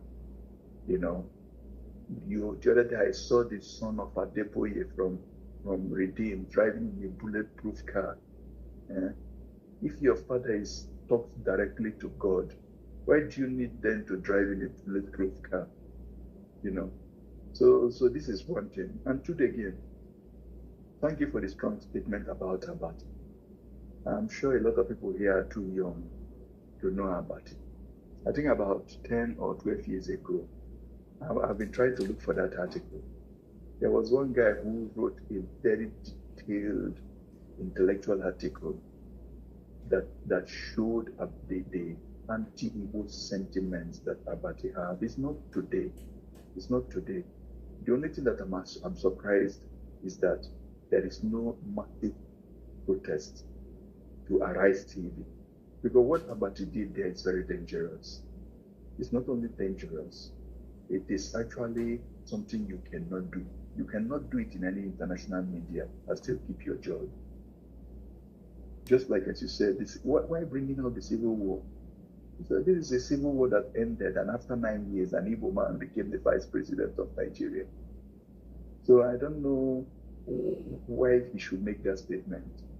But it's just, again, who is afraid of P2B? Who is afraid of P2B? And sometimes it boils down again to that Nigeria has an Igbo problem. But I think we should tackle Abati, and I'm looking forward to seeing you debating soon. Amechi, if you have not listened to the latest Dele Farah to me, Valele, can you mute your mic? Yes. Valele, you're having a hot mic. Yeah, Valerie. Go ahead, Peter. Valerie, thank you. If you've not listened to the latest from Dele Farah to me, his interview on Channel TV, and just listen to him. The guy just used one sentence, take finish Amechi. He says that Amechi built a train as a minister of transport that should go from Ibadan to Lagos. Takes almost 3 hours. And when he was speaking, I just remembered that you can take a train from Beijing to Shanghai, a journey that is like from Lagos to Port Harcourt. You can do it in 4.5 hours. And from Ibadan to, in those days when Ibadan, Lagos Expressway was good, you need 3 hours with the Ayeye train. And the guy embezzled billions. Yeah. How many billions? Dede Farotimi said. Dede Farotimi said, is that the man who comes out and tells us that if he's the appointed president that he will stop corruption in 1 month? So it just shows you that people don't take him serious. I actually like, in a way, I've seen Amechi. When you listen to Amechi, like as you rightly told, the guy talks like a political tout. He's not even cohesive. He's selective in what he answers. The way he has talked, he talks in a way that shows you that he does not have respect for the Nigerian youth. So somebody who will hire 1,000 Nigerian jobless youths to insult his opponent, is that somebody you want to make president? Nigerian youth, please. It means he feels that you guys are so jobless that he can give you a laptop and you start insulting people. You know, if that's the level, forget Amechi. I also actually like it in a way that he came out to expose himself. But it just shows the psychophancy of Nigerians. Look at how Nigerians are actually, some of them on that space was coming to you know this place singing in Nigeria. Talk to him as if he deserves a respect. But anyway, Amechi will never get the ticket. We know who owns the ticket is P2B. If coalition carry and go up, carry and go down, if they want to actually be taken serious, they should be able to come out with a timetable right now. They should come out with a program so that we know. And maybe we should also start inviting PO. Udo, I think we should invite Udo to PO to your space. We should, so that we know what we can live with his yes or no. So that you have contact with people who are close to him. Let's get him to come and and give some answers to certain things that has been said, so that we know which direction we're going. And as we do like that, when we do like that, let's just keep on pressing their neck. I think what we're doing and giving results. We're giving results. I was so happy this confused man, they call Kaduna, Omotoyo, although he's my friend too. We talked behind the scenes in Twitter. I don't know him personally. But now he's flashing our emblem, Obidient, Obidient ninjas. He's giving us a contemporary tweet. Although the other day he called us that we are a fanatic group, I told him, no, sir, we are not. We're a radical group. There's a difference between being fanatic and radicals. And that's what we need. And of course, I agree with Dele Farotimi. We need a revolution. And that's what we're asking for. Really, me, personally, I'm asking for a revolution to revolve. But first, let me borrow from Stephen. I think he's on this space. I saw him. He used to say we need a ballot-based revolution. But if ballot-based revolution is impossible, we need other kind of... I was gonna say, do you mean political revolution or the kind that Omoyele is asking for? I need a ballot-based revolution, and it could happen. If Senegalese people, they are not as smarter than us. There are people who have spoiled it, and you see, we keep answering them with issue-based answer. We answer them very, very well. We answer them very, very well. Look at what, me and you were talking on this tweet the other day on this page when I pointed out what Murtala Mohammed did in 6 weeks. As an Igbo man, I am not a fan of Murtala Mohammed, what he did, But when he was elected into power, the kind of, he did it in an authoritarian way, but he showed leadership, no matter how you turn it. And now people came out with a tweet showing what the right-wing president in Argentina is doing in 2 years. Is it not 2 years since Asiwaju Tinubu came and snatched the mandate? Is Nigerians better off? So I'm not shaking about that. And then lastly, my own advice to young Obedience is that let's also sometimes take it a little bit easy, on Obedience who have backslided or who are not very sure about this Obi or nothing, or who come to our spaces and try to have different views we do not subscribe to. Let's be the Democrats. Let's practice the fundamental human rights. That's the freedom of speech, the freedom to worship, the freedom to disagree, the freedom to be a minority. Because what makes you a Democrat is that others can say things you do not like and you still respect them, that you listen to them. Because sometimes listening is also for you to put yourself in their viewpoints. And you can see that some people who did not believe in this P2B or nothing, we have won them over through political arguments. That's how you win people over. But if they just come and you start characterizing them as snakely sellers and this and that and that, some of them, we might push them away. And that's where I'll end this evening. Thank you very much, Tudo. All right. Yeah. Thank you, sir. Well said, well said, well said. And maybe let's talk on the back end with the website and how far we are coming. Yes, our Benin guy told me today that he's still waiting for the details from Godwin. And I think Godwin is here. So okay. But anyway. Yeah, we can coordinate on the back end. All right. Thank you, guys. So let me breaking news, Tambuwal has been whisked away by EFCC. Sorry, Eze, are you ready now? Eze Danino. Yeah. No, just say what that Tambuwal, this thing is more important. No, because I know I'll come back because Eze told me he had a short window to make a submission before he had to do something. Eze, right? Yes. Thank you very much. Yeah. Okay. I no one make you talk. Hear me now. It's a ninja. It's still a crack, but go ahead. Just try. We can hear you. Go. Okay. So, I mean, no apology, and then this ninja stuff has, in fact, it pained a lot of people. They are like you could say they call themselves ninja. I'm looking at maybe this has what kind of brutal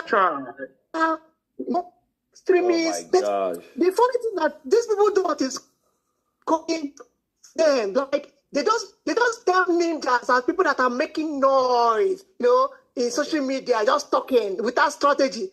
I like what directing me. Like I love it when people direct me. When they're laughing with you understand? All right, Izzy, we can barely hear what you're saying. I think your village people are winning right now in this contest. Sorry, bro.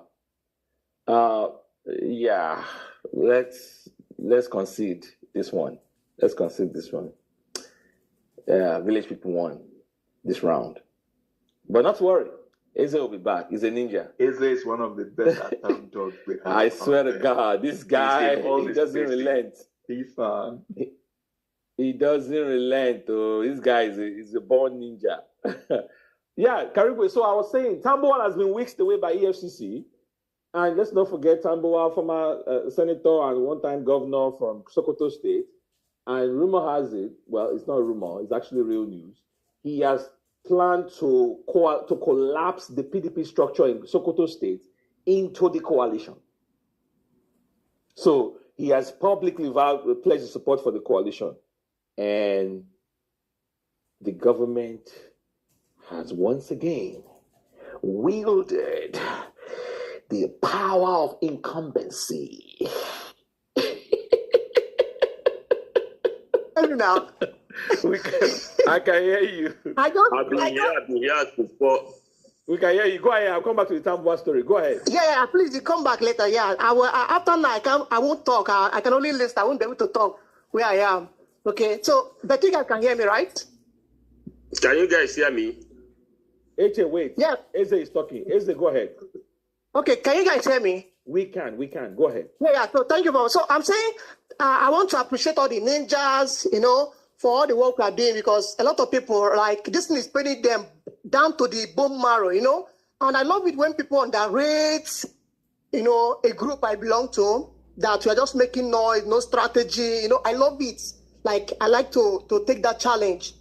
So, I want to commend us, and then talking about, what is his name? Amechi. I don't know, maybe after now someone can help me answer if he was able to say why the East-West Road was not fixed for 8 years, because I usually drive from Port Harcourt to Bayelsa. I do supply some hospitals, some pharmacy outlets in Bayelsa from Port Harcourt. So, and when that flood happened and the road, was cut off, I was thinking that this man is coming to fix it. During that period, I could not go to Bayelsa. Like, I was affected because my customer, I could not supply drug to them, not just about the money they are making for me, but I sincerely want to serve my patients, and I want my patient to get well, but they could not access this from us. So I don't know if he was able to answer why that road was not fixed during that 8 years. I would really want to know. Then I also want to appreciate him for owning up that P2B won River State, which I believe El-Rufai, Atiku, all those allies, they actually have the true results of who won, and I think they won't make a mistake in the coalition. Then I will end this. I will end with this quickly. So this is just like a preamble in a research that what we call preamble before the main thing. So we are looking at trying to help our students. Before now, in final year students, different universities, they contract their project work, their thesis, and get paid for it.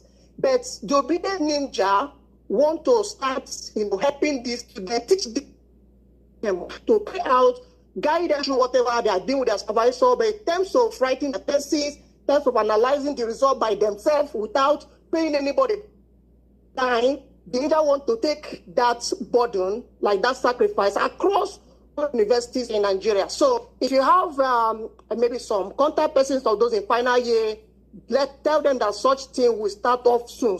Very soon we will kick off with that. We'll be doing that through Zoom, and they can join and learn a lot of things with respect to their thesis and their writing, and also data analysis. I will stop for now.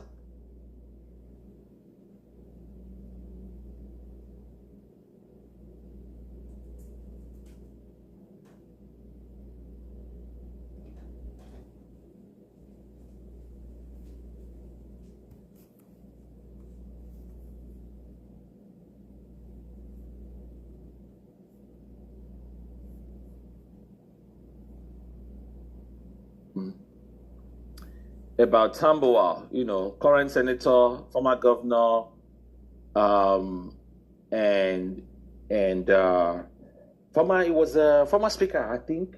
Did he former speaker of the House at some point? I think so. Yeah, he was former speaker of the House at some point. So 2011 to 2015, thereabout. So this man is a big man. For those who don't know, let me just put it that way.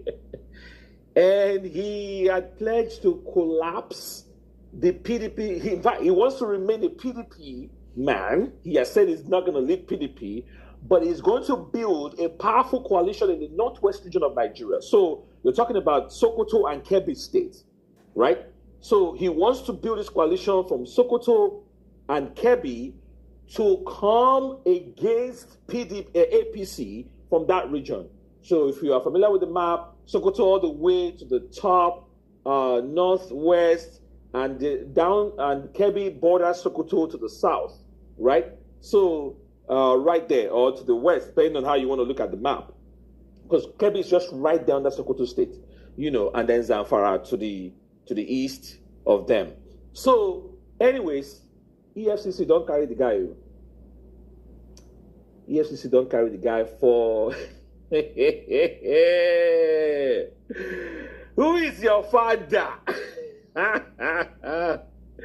EFCC don't carry the guy.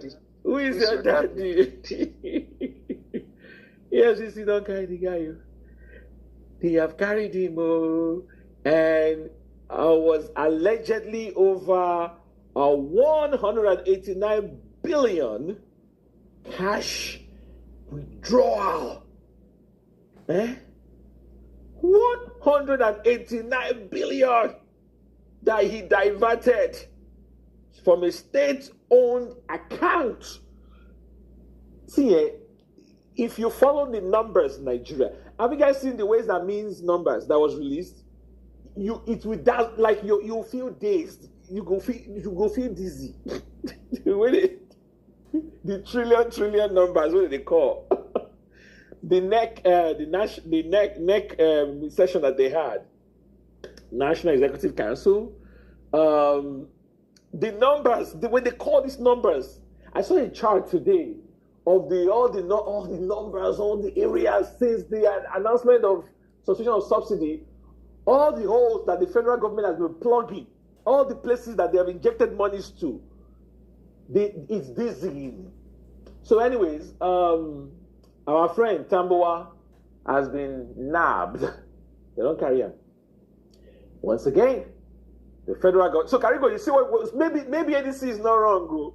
Maybe ADC is not wrong in saying. Although ADC is wrong, that thing that these people need to do anything they are going to do now, so that we'll have at least 1 year to fight them, then 1 year to do our campaign. But the same you say Nigerians do the fight for shit. That is it. Now we need to know that we can fight. Then it will show Nigerians that this is the reason why PO started considering that coalition at the first place.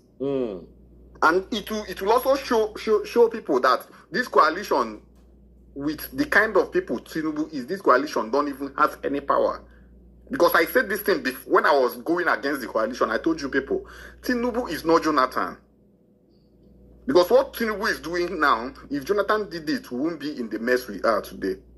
Yeah. Tinubu is not Jonathan. Tinubu will fight dirty. So if you're waiting to see his hands, you are delaying the time you used to fight him. Yeah. All right. So that's the news. Yeah. Who? Sorry. Oh, Ere, real quick. Yeah, go ahead.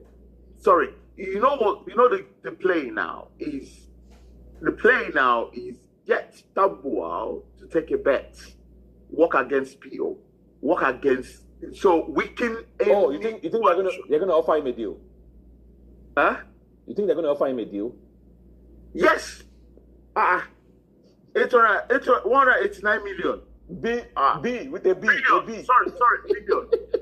What are you talking about? You think Tambuwal is going to release that money? It is a chess.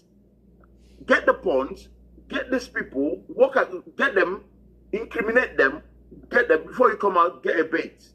The more people are going to be arrested, and more of them are going to be in the coalition. Watch. More of them are going to be in the coalition. Now because we're going to have a lot of Trojan horses operating. Yes, because there's a way they want to pay. That is why I keep saying. They want to weaken the coalition. They want to weaken that is why I keep saying, with or without the coalition, a non-radical Nigerians will lose the election in 2020. Yeah, that is going to be the difference maker. I agree. So Nigerians are the ones. Whatever game the coalition will play, or the coalition is playing, it is the people that will make the difference. Just you saw clips from the Ivory Coast protest. Yeah. Imagine a protest in Nigeria like that. Tinubu will be in France by now. Yeah. Tinubu, all of them will disappear. Yeah, Ivory Coast is an interesting story because Tinubu will not hand over anything. You see, that's NSAS, how he left Nigeria. No. See, he will not hand. He will just run and come out.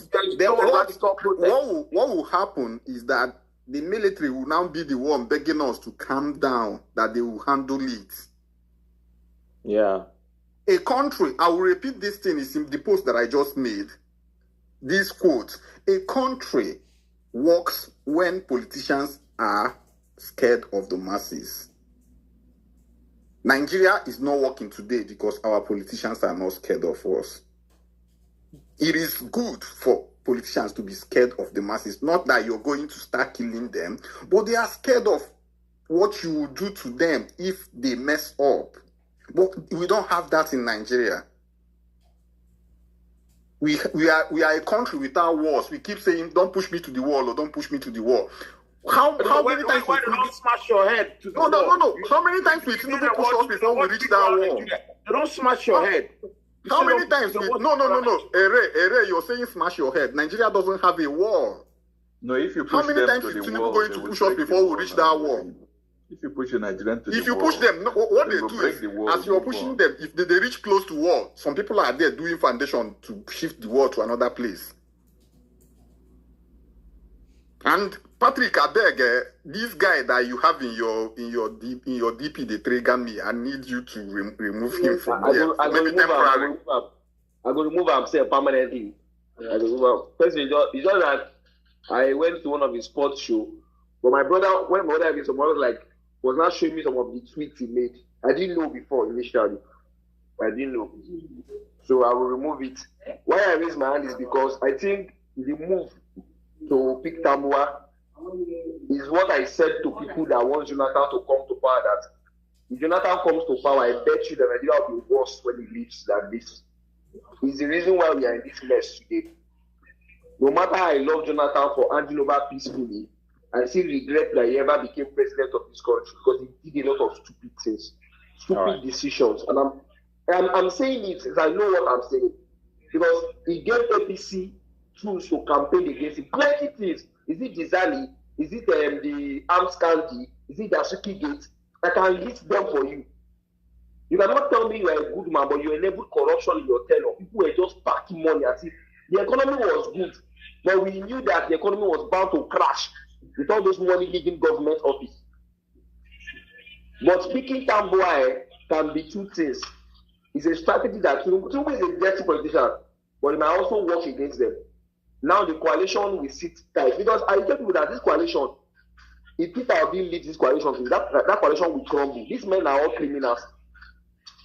2023 election, they would have picked up Peter Obi. But because this man is clean, Tinubu is that kind of person. He's very clean.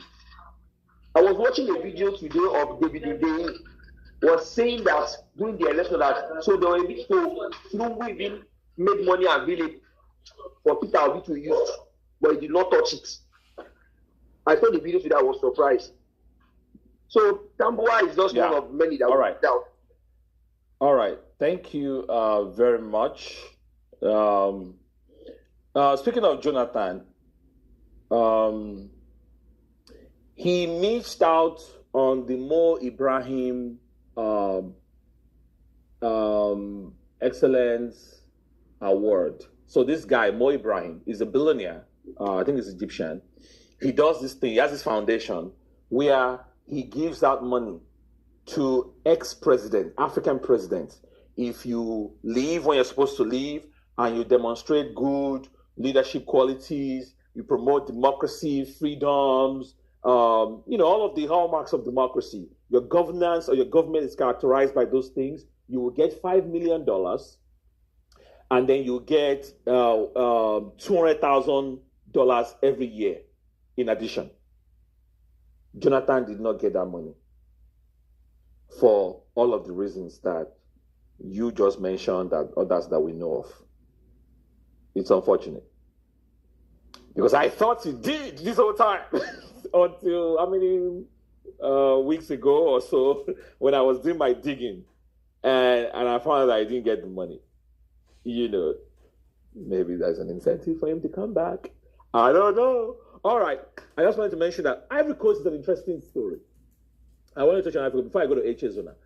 Ivory Coast, Alassane Ouattara is the current guy. This guy, he has tweaked. Let's just entertain ourselves with the Ivory Coast story for a second. He has tweaked their constitution. The last time he ran, he wasn't supposed to. And then now he wants to go again. There's an interesting candidate. They have like a man that we could put in the same boat as Peter Obi. Tidjane Thiam, right? Tidjane Thiam is an internationally acclaimed guy, Ivorian, related to former President Félix Houphouët-Boigny. He ran, what's that bank again? That Swiss bank. Financial guy, guru, well accomplished globally, right? Just look him up, Tidjane Thiam. He's actually running to be president, but the current government has been doing so many things. They wanted to ban him. I think they did. They went to court. They're just trying to prevent the guy. Of course, much younger, intelligent, smart guy, accomplished everything. But the Ouattara story is interesting because 2010, Alassane Ouattara came in, right? After running against the incumbent president at the time, which is Laurent Gbagbo. Now, you guys are going to love this story if you don't know about it already. Laurent Gbagbo refused to concede the election. You know what happened next? France stepped in.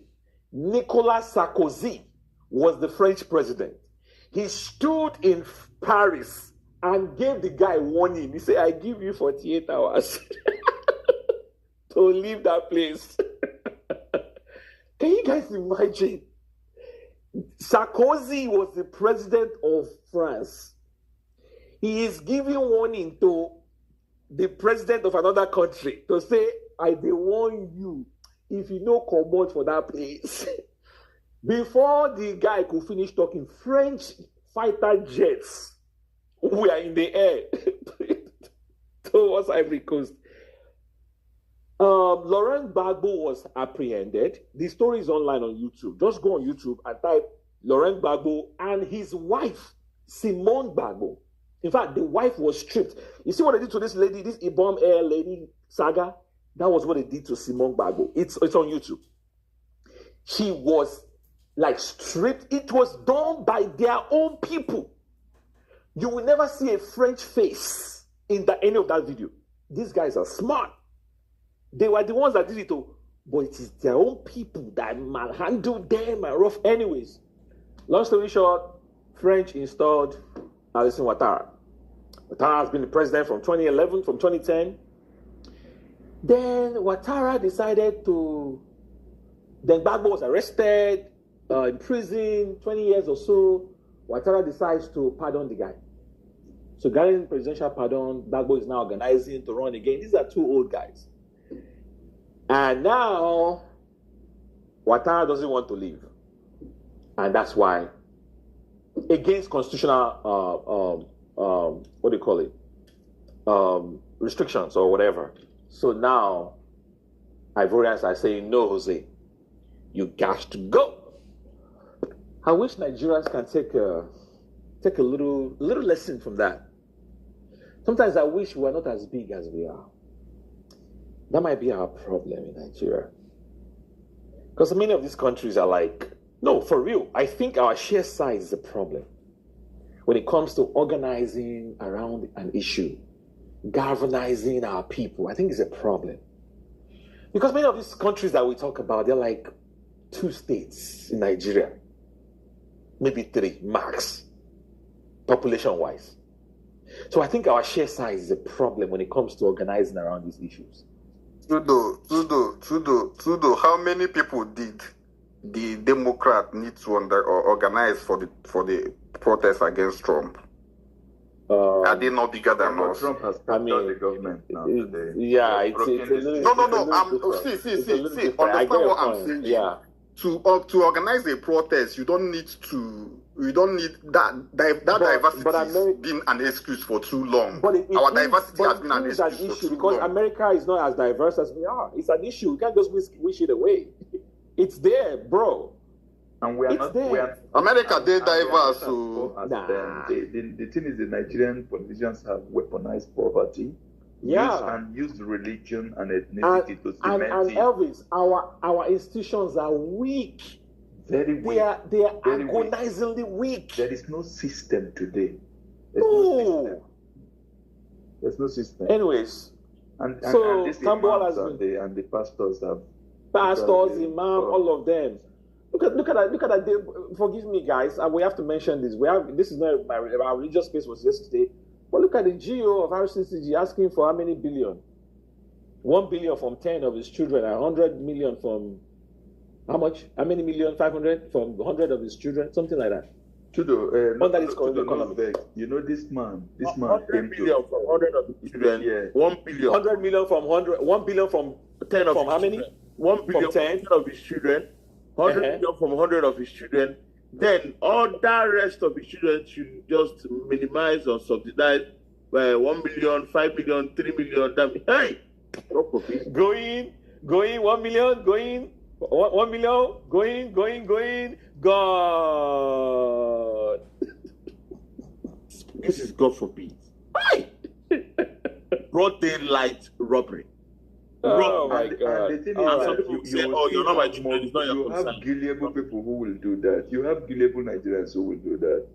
This guy came to know Oslo some years ago, because we have this RSGG's redeemed there. And that time, most of us go there because of the social and cultural thing. Then we had that at the boys came in. And the RCCG people, the pastor Duke, may his soul rest in peace, he later died. A very nice guy. He was our pastor then. And we didn't have a church in Oslo. They used one kind of hall like that. So when he came, and he decided to take the pulpit at the boy, which is both and then he said, I don't know whether if he doesn't, we thought he was coming to England. He didn't know he came to Scandinavia. He said that he's mandating all of us here to be paying 1,000 euros every month for the next, whether not 3 years or what, to build that church, to build the house of church for God. And that time I used to be a councilman. Then I raised up my hand. I say, I know that, with all due respect, that I know that this is not what one should say in a church, and being our guest also is not nice, But that I want to tell him that, sir, with all due respect, that the people you see here, they run two economies. They run very high economy in Oslo, Norway. Some of them pay 48% of their tax. And they also run economy at home. And that I'm very sure you came with a private jet here. And that you run a multi-billion church. You're not a poor man. I will expect that you came here, you declare that I will build a church from your pocket. You don't come here and ask us to pay 1,000. My brother Tudo, that church changed that day. And when he was going, we all lined up to shake him. When he got to me, I shook him, we looked each other into the eyes. And I sure said the guy, man, tell me, say, man, this guy, you understand this is my game. Game recognized game. These people are just stealing in the name of God. If you want to listen, stealing in the name of the Lord. That's what they are doing in Nigeria, and they capture people. As we talk now, Karido, if you go to their churches now in Nigeria, you see people shouting in the Holy Spirit, shaking like this. But if it comes to protest, you will not see them at all, because they've captured them. They've broken their minds. They've compromised them. They have corrupted them. And that is the only thing that can liberate Nigeria, is actually what we are doing. There's no other thing. That's how I look at it. All right. Thank you, sir. Where is the HS donor? Oh, he dropped? Yeah, just play that song complete. I want to get right off. Maybe to ginger you, right? Yeah, maybe to ginger me. All right, let's see. Utilities here, pharmacies. If you guys want to speak, just put your hand up, then I'll call you. All right? Because Nigeria is there's so much going on in that country, man. You can hardly keep up. You can hardly keep up. Utility, do you want to speak? All right, go ahead. Utility. Okay, can you hear me? Yes. Okay. I want to say something about Abondi. A lot of genuine Lagosians actually were praising this guy. They he has entered the coalition. Yeah. I think they cornered the guy. They cornered the guy with something again. That's why the guy began to, because he tweeted yesterday was like, he's not wanting to run. He support the government of Ahmed Bola Tinubu, and he will support in 2027. I'm like, so Lagosians, genuine Lagosians actually loved him before. At times then, in the price of a new knowledge, someone can do with absolute knowledge. You understand? So they're like, the genuine Lagos actually love what the guy did. Were like, I even you too. Like they get something against you. So they cornered you. So these are, they've been able to buy all those politicians, all of them very soon. All of them, they now start singing the praise of this same person. They criminalize this same person that everybody were saying that is a bad guy. You see the reason why this old orders of people who actually in the government, they need to do away with get rid of all of them. And a new order to come into place. And I believe people to give every system, every parastatus in this country to the youth. Everybody, the names, all those names that I've been hearing. Because I was thinking about it lately. I said, if they can corner this guy body, David Mark is from Benue State. I was telling somebody. We never hear that guy talk about the insecurity, the killing, the everything like that. This guy, so you are in this country.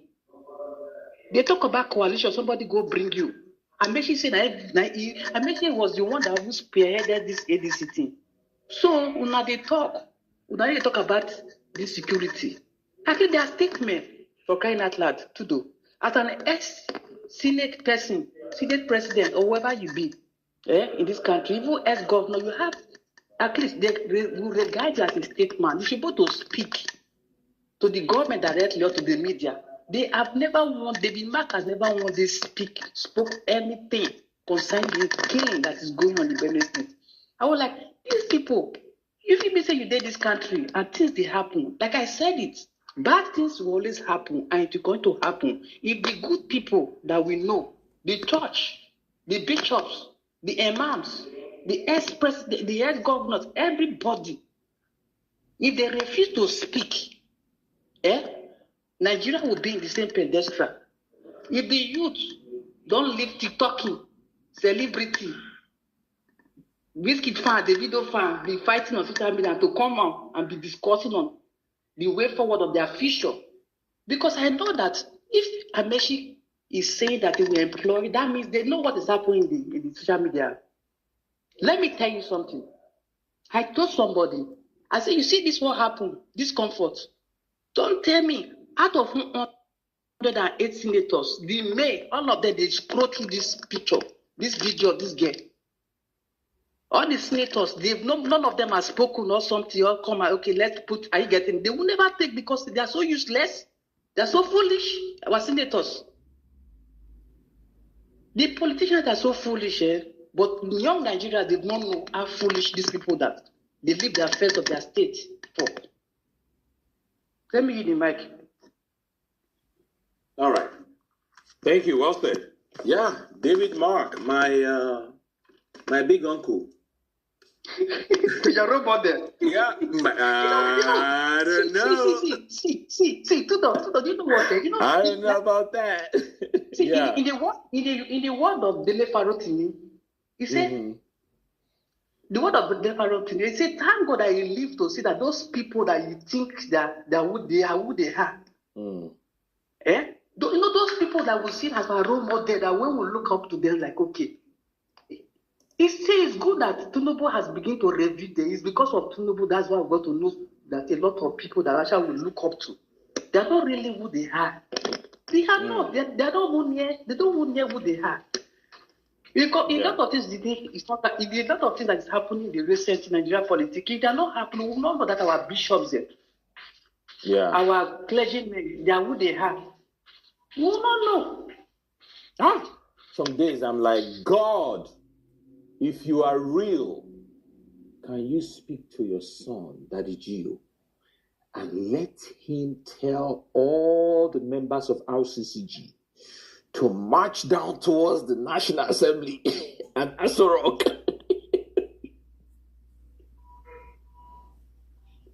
So that man says that thing on Sunday. Hey! On Monday, you will hear on Monday you hear that EFCC has gone to arrest him. For what? Do you know they will have some say? That is, people still don't understand some. That's why I'm angry at this delay that the coalition is delaying. They need to declare what they want to do so that Nigerians will know. So that Nigerians will know that we are on our own. Carry everybody. Because let me tell you something. Imagine carrying the Geo. What do the members will do? That is what Tudo. I have read enough about Pablo Escobar to know how this Tinubu will be thinking. lead and silver. That's what he will be doing to people. He's not Jonathan. He's not somebody that he doesn't do his own in a subtle way. He will come out and do it, and you will see that this is what he's going to do. And he doesn't talk, or he will bow for you. And he has voice that is talking for him. He will bow down for you. He will act like he's hungry. He has people that are working for him. We need to show our hands so that they show their hands, and we would prepare for what will happen in 2027.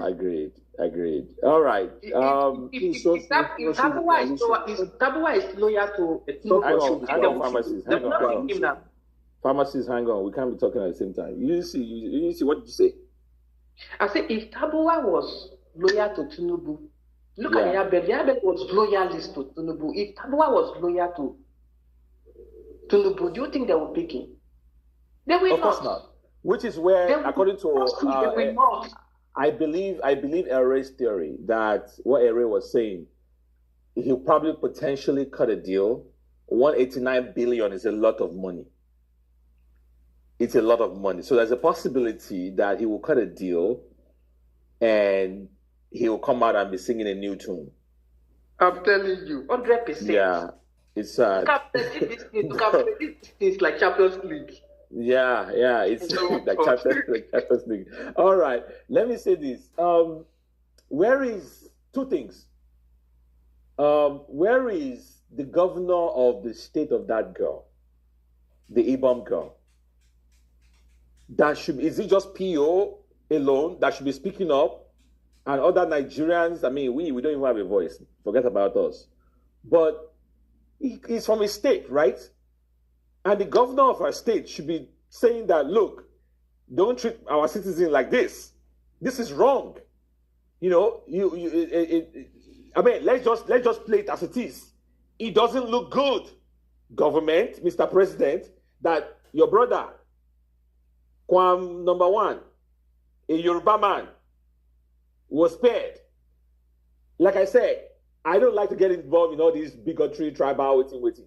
Because me, I'm a minority. I'm the minority of minorities in Nigeria. I don't even belong. Sudo, there's something you're forgetting. Sudo, there's something you're forgetting. Ibom Air is a government airline owned by the governor. So, oh my God. Okay, no, managed by the governor. So, the governor is the first person that started punishing the girl. Before the federal got involved. Before the federal government even. All right. So that case is closed. On Tambuwa, so PDP came out recently, huffing and puffing that if you are in the party and you are doing quote anti-party activities, you will be thrown out like a bad habit. All right. So here is a Tambuwa who has pledged allegiance to the coalition, who has said publicly that he's going to collapse the PDP structure in Sokoto and work with Kebbi people to move towards ADC while remaining in PDP. They don't do anything. Aregbe, what am I calling? Governor of Osun State. Governor of Osun State is what I meant to say. Davido's uncle has also said, in fact, not only their support for Tinubu come 2027, they pledged their support for Tinubu come 2027. PDP has not said anything. And then there is the devil himself. You know who I'm talking about. That one has even openly challenged them and said, if they born you well, come and try it. Yendeba. If they born you well. Tudo, I'm back. You're back? All right. Take it away. I'm actually done. Okay, thank you. Thank you very much. I greet everybody. Reverend Peter, pharmacist, everybody. I greet all of you guys. Tudo, I greet you especially. So, I've been fighting a kind of a kind of war this morning. It has not been easy. So, many people have been fighting against Obi or nothing or Obidient. So I faced them today. Where did they fight the war? But that's the story. Where did they fight the war? Where did they fight the war? Ask Kolade, ask Valerie, ask who again? Many people there were on the space then, from 2 spaces from this one to this one. I bought, it's not a small thing, but that is just by the way. And people that have been, there's too much noise. Please, CTS, mute your mic, CTS. CTS, your mic. Oh, sorry. Yeah. Eche, go ahead. You have to mute your mic. Okay. Eche, go ahead. Okay. And the funny part is that those that have been coming for me, they are the same people claiming to be obedient here. You understand me? They have been attacking me, trying to tell me why would I be saying Obi or nothing, or even if I don't say, why would I be supporting people saying Obi or nothing? Why would I be supporting Obidient Ninja? You understand me? So, but that is story for another day. I want to touch on this issue of what happened with this girl. To be honest with you, I went under some comments, some posts, some people's timeline, and there's something I understand. Go and check people that supported or defended this KD Ultimate. Was it 4 or 5 days ago? Go and check their comment on this girl's issue. Many people sat on the fence. They said nothing about this, the issue of this KD Ultimate 4 days or 5 days ago. Go and check what they've been saying since morning today. And the funny part is that when they do all these things, they think that the power will remain the same or with the same person forever. You defended this evil because maybe it suits you. You like it, or you like the person involved. You defended it. Then because this one, you didn't like him, or you didn't like her, you didn't like the person involved in this one, you attack this one, you abuse, because you did all manner of things. Keep on exposing you are evil. You are a kind of the kind of heart you have. But I don't want to dwell on that. I want to say something about some influencers here, because we are going into 2026, and I want to tell you guys this thing. APC, they are going to come for you. They are going to come. Some of us here, to be honest, they are going to come. You understand me? But ask yourself, even if you sell your integrity for 1 million every month or 5 million every month, which they're not going to. The payment, they're not going to sustain the payment. Wait a second. You have it on good authority that they are going to try to pay us.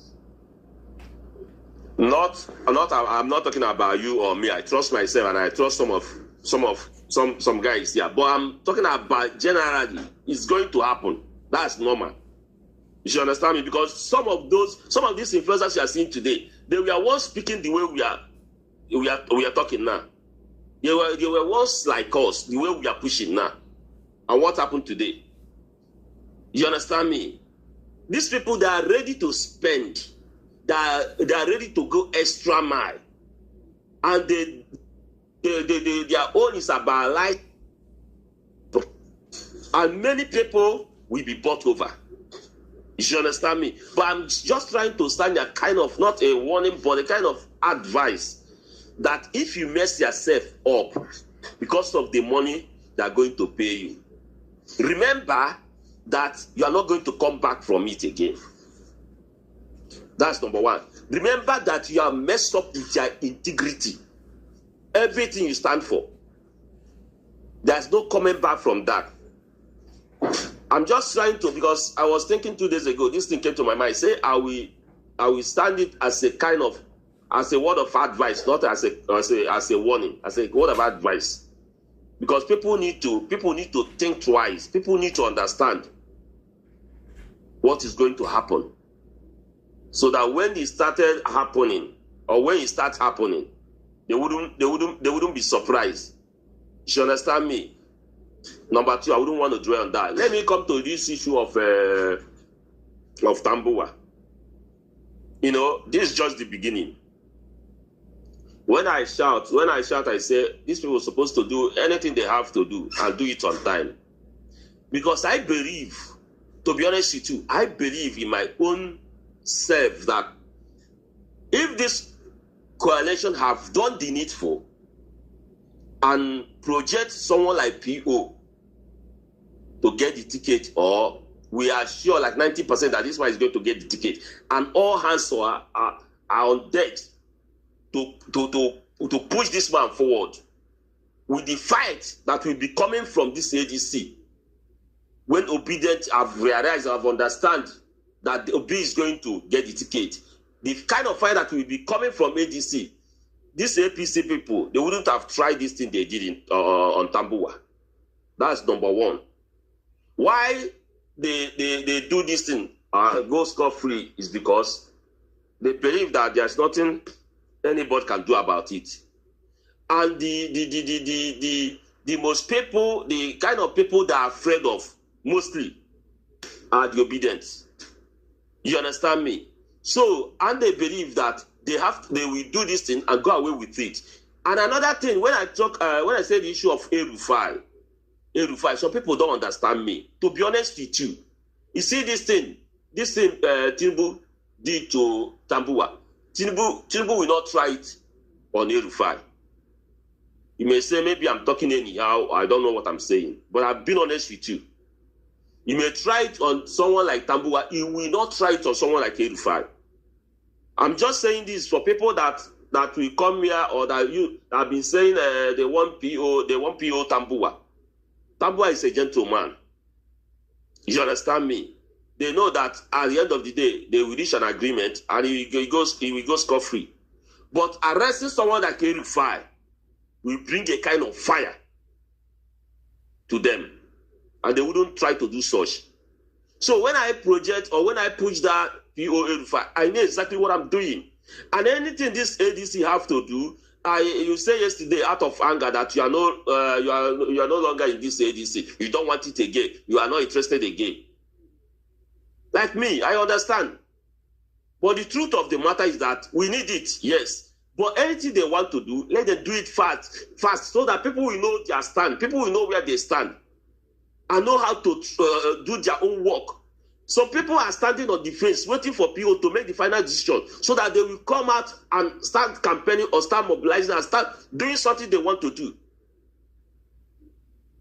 I say, some people say, no, if you're obedient, you have to be doing your own part. Yes, but there are some millions of obedient that don't have the kind of heart or mindset you have. They are just the kind of confused right now, waiting for people to take the move so that they will start what they want to do. So I will just say it here that if you are closer to PO, to be honest with you, I believe ADC, they didn't start, it's not that they started the campaign, not LP, not PDP, rather APC started the campaign. You understand me? Since they have started the campaign, PO have to do what he have to do, so that people will mount, men will mount, and people will go to work. You understand me? People will start doing something we need to do. All of us are just a kind of big, though you may not believe, but we're kind of, hanging. Our hope is just hanging. Yeah, on the earth, which is not supposed to be like that. We're just waiting, which is why we decided to launch the Ninjas to say, let's go work. Let's be working while we are waiting for the outcome of those conversations. We cannot just be waiting on leadership. We cannot just be waiting on the coalition. Let's be making noise by ourselves. Let's be making moves. And believe me, a lot of amazing people are doing amazing things as we speak, and we're going to do that. So, but continue. They are keeping us on suspense, and this thing you said now, some of Obidient have come out to counter that. They say we shouldn't be making this noise, that we should allow them. Then I said no.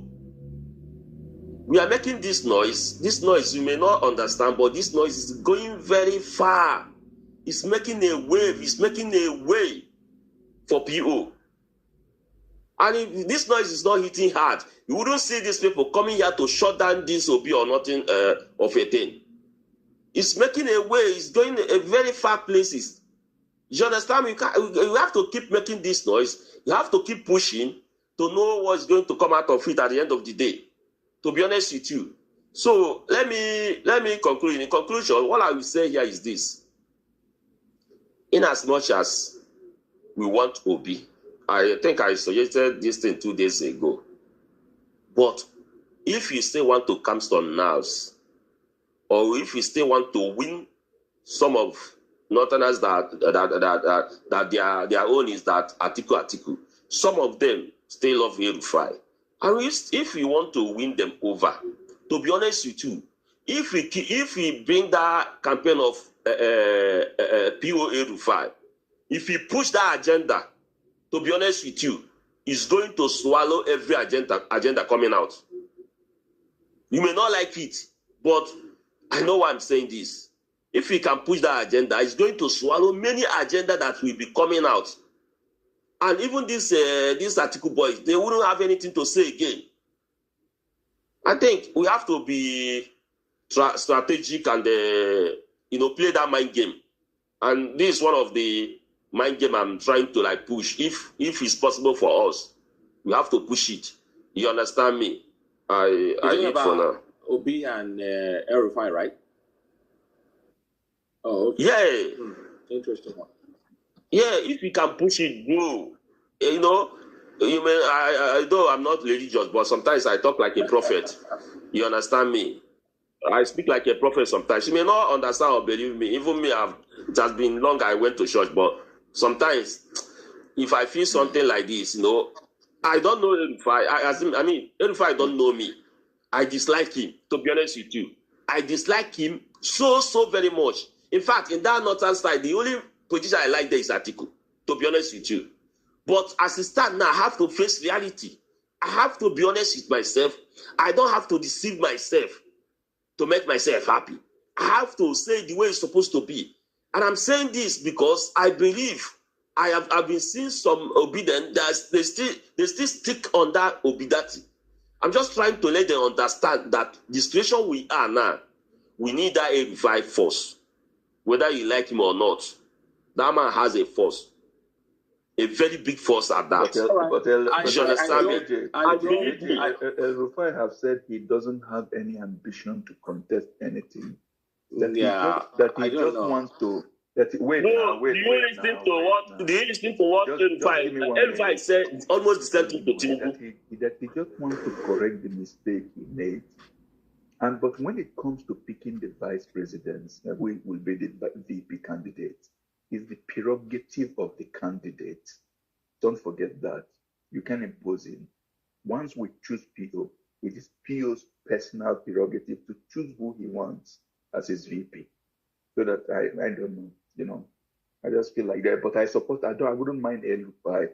Can I answer you? I wouldn't mind El-Rufai ticket either. So because I feel he has the clout, especially the one leading the CPC faction now.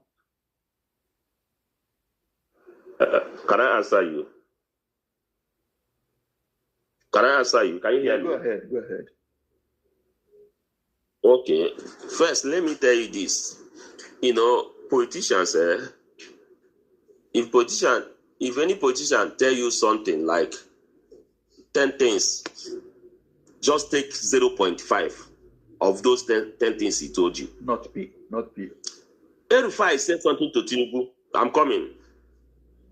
El-Rufai said something to Tinubu when Tinubu won the APC ticket.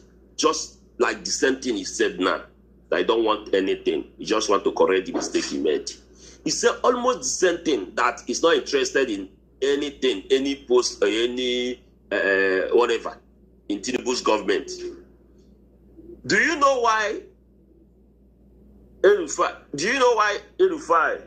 got angry, or El-Rufai? Do you know why El-Rufai had been raving a kind of mad against Tinubu's government? Because of that ministerial position. And this is the same man that say he don't want any post, he don't want anything. Do you know why? Let me be honest with you. Do you know why El-Rufai has been pushing for PO to get the ticket?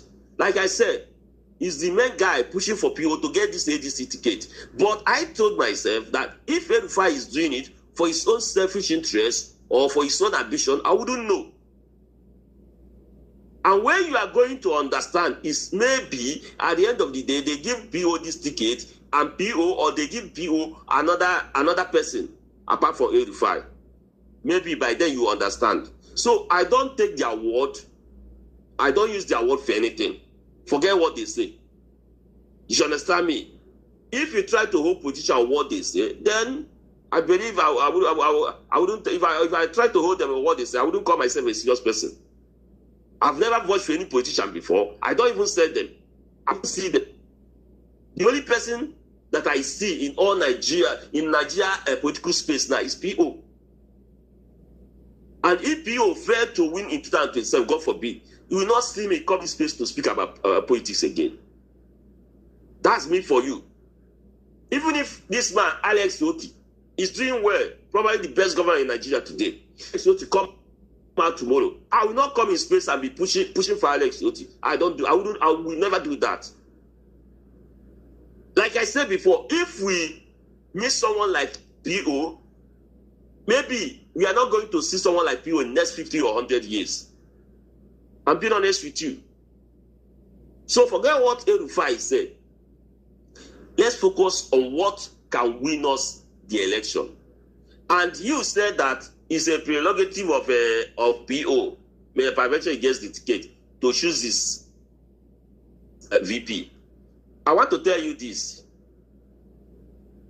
Do you know that PO listens to Obidient more than any other person, any other people? If Obidient come out tomorrow and tell PO, okay, get it, become Articles VP, let's move forward, PO will do it. To be honest with you. But PO know that what Obidient want is for him to get the ticket. So if majority of Obidient come out tomorrow and tell PO, we need El-Rufai because El-Rufai is the person that can be able to win this ticket with you, I believe PO will listen to Obidient. Why I've been pushing for this El-Rufai? Because I see it. Maybe some people will not believe me, but I see it. The only sure ticket to defeat this man, Nasoro. What do you mean you see it? How?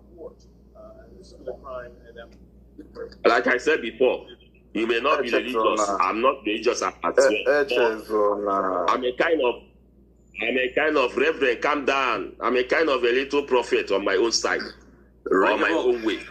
You understand me? I'm trying to prophesy to you as well now, as Reverend Wabi.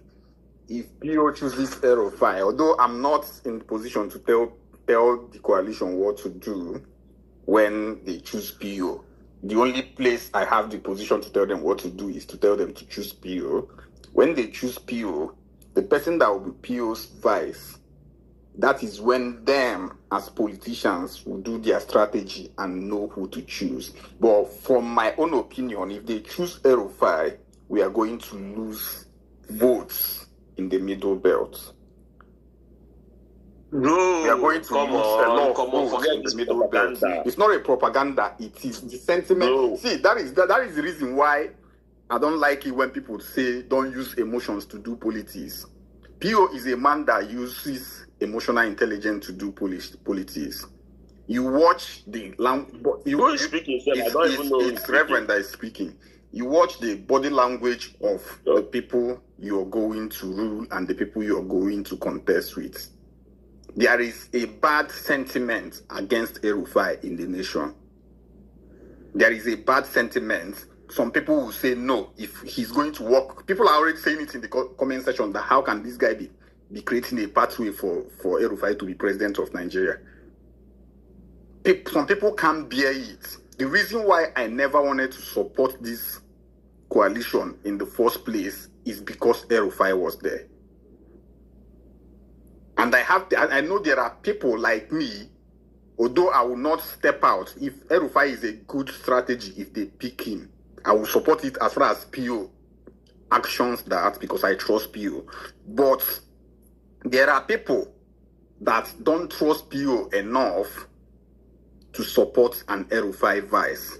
It's just me throwing it out there. It's not that I'm saying this is not going to happen. If it happens, it's a good strategy for us to get votes in the core north. But what about the sentiment of the people in the middle belt? Because you have to watch the emotion. You have to watch the emotion of the people that is going to vote for you as well. People vote emotionally. Can I answer you? Let me answer you. They kill how many today in Benue State?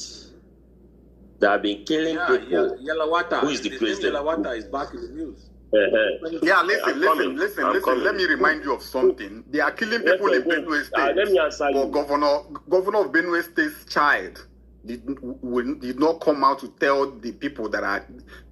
El-Rufai's son came out to tell Southern Kaduna people that they will continue killing them. He mocked them with that killing. Are you people trying to say you've forgotten that? The post is still there. Blue, let me be honest with you. You don't hate El-Rufai more than me. I swear to God. I'll be honest with you. You know, I said something here a month ago. One guy, when I raised the issue of El-Rufai, one guy said, you know, they will use this EFCC, blah, blah, blah. I say no. Tinubu knows his limit, to be honest with you. And I believe when El-Rufai fell out with Tinubu, they raised the issue of 400 billion naira corruption on his head. They're supposed to have arrested him since now. They're supposed to have arrested him. And today we are hearing that they arrested Tambuwa. See, to be honest with you, I understand what you are trying to say. I understand everything. And as I believe that the most important thing people will be eager to see is PO being the flag bearer. That's the most important thing. People will be eager to see. You understand me? This El-Rufai issue, you know what I'm calculating? I know all these politicians you are seeing, all of them, they are dangerous, apart from PO. All of them, they are dangerous, they are poisonous. You understand me? I know that tweet of El-Rufai story didn't help matter, it's not helping matter. I understand everything. All of us are human beings. But at a time, I believe that we want to win this election. We don't want to dwell on what has happened. We want to win an election. And if you want to win an election, you have to push your best candidate that can be able to win an election for you. See what is happening. Some people have been pushing for Tambuwa. Today they have arrested Tambuwa. You understand me? But they're supposed to have arrested this El-Rufai since now. Why haven't they done so? Don't rule it out, though. You understand me? It will come. Bro, to be honest with you, I don't bet, but if you want, I can bet it. You see, one thing, let me be honest with you. One thing about Tinubu. Tinubu is a very smart man. You understand me? You see someone like Peter Obi, no matter what happens, Tinubu will never... He's a smart man. He will not make the mistakes he's making. I'm sorry. This guy is just a... I understand. I understand. Don't subscribe to his smartness. Okay. He's a typical corrupt Nigerian politician. What I'm saying is this. I'm saying, Peter, wait. What I'm saying is this. You will never dare to arrest PO, Atiku, and El-Rufai as it stands now. To be honest with you. And there's something you said, and I've been saying this before. I said this, and I hit the mic. I said that I see one of Obidient lady doing me thumb down. I understand. But I want to tell you this. I believe many of the obedient ladies that are too religious, they understand. They don't like evil. They still fight as the demon. You understand me? Who are you trying to? Which obedient lady? Hello? I said one of obedient lady here, Dunke or what? Dunke. She don't like what I'm saying about Edify. I think she dislikes it. You know, many of them they still fight demons. But I want to clarify something. A lot of people don't like it. Let me clarify something. As a middle let me clarify something. I don't like it. Oh, I understand. Let me clarify something, please. What I'm trying to say is this. Wait, I'm coming. Wait, so what I'm trying to say is this. Listen and listen good. Just hold on. 1 minute. One minute now. Coming up. You have figured them. Okay, 1 minute. 1 minute. I like it. 1 minute. I want to tell you something. And I think this thing I want to say now is in the Bible. Sometimes God don't seek permission from you to do something. Sometimes God used the most foolish things of a man. I don't know how they say that in the Bible. You understand me? Wait, it has been long I read the Bible. Wait, I'm coming. I don't know why, instead of being triggered, I'm just laughing. Wait, now I'm one of you guys. Wait, I'm coming. You see, God used this Erufai to put Tinubu, whether people accept it or not. God used Erufai to put Tinubu there. You understand me? God can still use Erufai to remove Tinubu and push or put PO there. You don't have to take permission from anybody. God uses the devil to accomplish some things for Bible. You don't have to take permission from anybody. You may dislike him. Yes. Okay, I want to ask you, if God is not propelling PO to become president in 2027, let me be honest with you, Tinubu wouldn't have done this mistake he did by not giving this Erufai post. I'll be honest with you. Because no matter what's happened, I believe that's the most costliest mistake he did in this his government. And anybody that advised him about not giving this man this ministerial post, he's supposed to have sacked that man. You may not like it. What if not giving Erufai post is a plan for him to plant Erufai in the camp of the opposition? No, bro, come on. I don't think this. We're not supposed to be talking like this by now. Forget. If you're going to catch a criminal, you have to think like a criminal as well. And that is what I'm doing. No. We are past this level. No, bro, we are past this level. There's nothing like that. Okay. I want to ask you. If Tinubu should be able I want to ask you. If someone like Tinubu should be able to enter in a kind of agreement, all right. Kind of agreement is very fine. 80, outside. Let's hear. Hold on now. Let's hear from other people. Hold on. We don't hear you. Okay, see, I have a long list. You wanted to finish me. I be one of you now. I have a long line. Now, solution they bring to make an option. Listen, Erufai, now because you be ninja, we make some of the baddest ninjas are coming up. You don't enter market. No, see, I do. The reason we make Dunke don't come up, they raise hand. Imagine Dunke is up there and raise hand. Some of the baddest ninjas. Oh, give me the heat.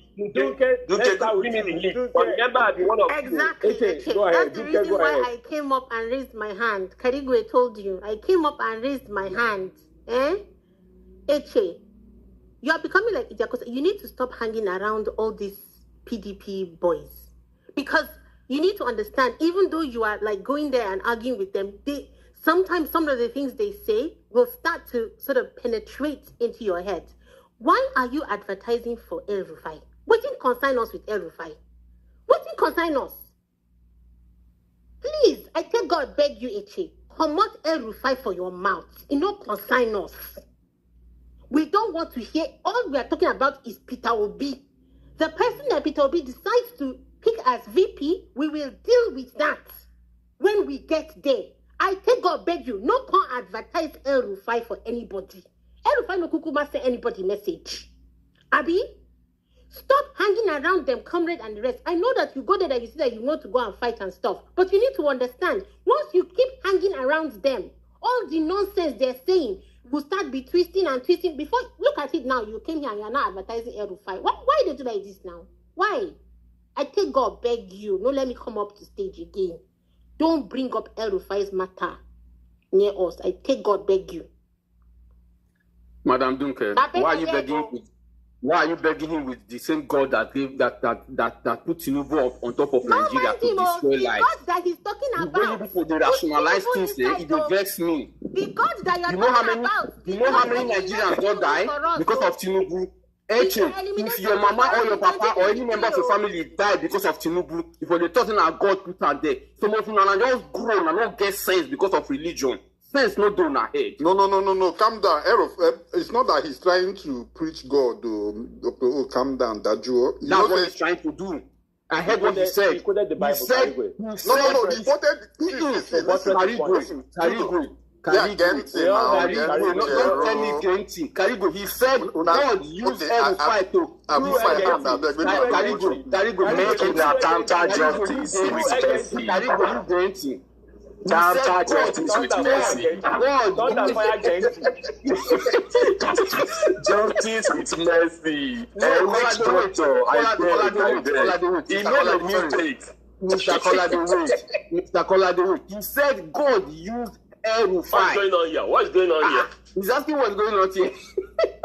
The guy that had vision. He said God used El-Rufai to make Tinubu president. Does he know the cost of that statement upon the lives in Nigeria today? Does he know the cost?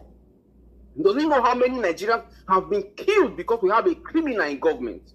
Does he know the impact on our economy? Does he know the inflation rate? Does he know everything? Why are you saying God? All these religious people, now they vex me every day when I listen to them. And Reverend Kanigwe, don't tell me Genti. All right. Enough of all the Kanigwe. Zuzurupo, Gawa. You know, she say I don't apologize. I no one made a chop my ear beg. When Echezona was talking, instead of getting triggered, I was laughing. I just started laughing too. I think it was a defense mechanism for me not to get angry. Because that's when I was, Dr. O, you remember when we were still not told about this coalition stuff? El-Rufai was our problem. So when he started preaching that El-Rufai, like, see, Echezona, like Dunke told you, the people you hang out with influences you one way or the other. You might think you're not with them, but you have started sounding like them unknowingly. The message they are passing, that's what I normally say this on our religious space. I am not here to convince you today, but I'm very, very sure all the things I'm saying on spaces about God, Quran, about your Bible, Quran and Torah, whenever you pick out that book to read them, my messages will start ringing in your head. All those questions I ask will start ringing in your head. So when you hang out with people like Comrade, subconsciously, you will start sounding like them without knowing it. Like Dunke told you, let's pressure ADC to pick PO. When they pick PO, whomever PO decides to choose, like I said before, if they will now do their politics and pick their vice based on political strategy. Picking PO for us, we don't need strategy. We have made that condition. If they pick PO, they can now go back. If they want to do primaries and use primaries to pick their vice, it is their business. Anybody that PO accepts as vice, we will trust that PO knows the reason why he accepts it. But let us not be the one to suggest to PO so that tomorrow people will not say Obidient movements are the one that told PO to go with El-Rufai, and this is the reason why I left the movement. So it will be that the person is leaving the movement because they don't no longer trust PO's decision, not because of the Obidient movement. All right, Karigwe. All right, guys. Let's see. I want to take a female now. Woo! Let's see. Don't get dropped. Let me bring. Oh, Emera dropped. Let me bring that back up. Hang on, guys. Where is Emera? Are you there? Tudo, am I audible? Yes, ma'am, you are. Welcome. It's been a minute. I know it's been a minute. Your president has been hitting us back to back, so I've been occupied. Good evening, everybody. Where to even begin from? So I think that it's very important when we are making these permutations that we are aware of the long-term consequences of what we are proposing. Looking at the Nigerian map and the way we voted last election, one could say comfortably, I think everybody will agree with me when we say that the Middle Belt is one of Peter Obi's strongholds, right? Southeast. 1.4 million in the last election, the entire Northwest region. Thank you. And this is including the rigging that they did, or? Not central, you mean to say to the not central, not northwest. Northwest, you don't carry going to go northwest. Northeast 515. You don't carry going to go northwest because I just say Bauchi na southeast today now. Because they say they don't know Peter Obi for north. When he go Bauchi, they na southeast today. Yeah, that's what I meant to say. Hemera, all right, go ahead. So you know that by any logical conclusion, that would be a place where Tinubu would be willing and be hungry to enter and cause commotion. And these rhetorics that we are making, I don't know if you're thinking about the long-term consequences, because me, I'm not from the Middle Belt, I'm from the South. But if I'm from the Middle Belt and I'm hearing these things that people are saying, if by any chance Peter Obi picks, what's his name, El-Rufai, I would rather donate money so that Tinubu would win than to have El-Rufai be vice president. Have we forgotten what this man said to Chineke in less than 10 years now? Are we talking of the rhetorics when he was campaigning for Buhari? Are we talking about his rhetorics as the governor of Kaduna and what he did to the people of Southern Kaduna? Are we talking of his rhetorics during the time of Tinubu? This is the person who we are booty clapping for in the year of our Lord 2025. And not only are we doing this, we are using God's name to do, as in you are just setting God up for drags for no reason. Peter Obi has not even joined the coalition officially. They have not selected him. Tamara, actually, God like bad boys. Which kind, how have we come to the stage where why can't God use Tinubu as he's there like that? Why does he even need El-Rufai? He can just use Tinubu. The heart of the king is in the hands of the Lord. Dr. O, you know they just like God. Allow him to talk now. It's very, very annoying. Some of us are from the south and the southeast. You know that if they brought somebody who had done something to you or whose parents had done something to your parents during the Civil War, you would not agree for that person to be your president, and yet you want somebody to stomach it talking about long term and what? It's just like me and Igbo man now vote for somebody that uses go on as I don't want to be sentimental, but let us acknowledge that many of us are sentimental. The sum total of Nigeria's problem rests on religion and tribalism. Know this, and as you're doing your permutations, put that into your equation, and don't be scaring away the people who you're supposed to be bringing to. You're supposed to be consolidating your base, not driving them away by making permutations that you've not even gotten to, literally 10 steps ahead. First of all, figure out how to get Peter Obi nominated first before you're thinking of who is speaking as vice candidate. Thank you. I'm done. All right. Thank you, Emera. Where is Kolade? He dropped? I thought he was here. All right. Let's go to H.A. H.A., what do you want to talk? I've listened to people speak. You've not listened to people now. Wait. You know, the truth of... Hold on. Just 30 seconds. I'll give you enough time, please. No, I don't need enough time. Just 30 seconds. Okay. You know, one thing with me, I push this man because I believe that they are the best ticket for this thing. But as I listen to people speak, and I think that maybe I made a quick judgment and a wrong judgment on my own part. So please, I apologize. You understand me? I apologize because one thing with me is that if I'm doing something and people see it like I'm not doing the right thing. As a human being, I need to apologize and, retrace my steps. So for those of you that my pushing off to err is human, but on behalf of this council of elders, is critical. I'm sorry. Now wait, on behalf of this council of elders, these are the items that we will bring to appease the God for what you said. Number one, a virgin 2 years old fly. Number two, a blind bat. It can be the one in Aso Villa. I don't care. Don't make sure it's blind. Number three.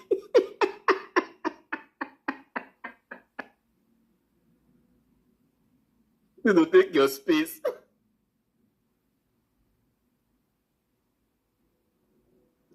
Wait, who dropped H's on now? Tudo. Yeah, no, maybe he went down. Why did he go down? Is he scared of the items that he's supposed to bring? He's coming back. Hold on. Please bring him back up. He must provide his items. Scared the bejesus out of the guy. A 2 years old virgin male fly.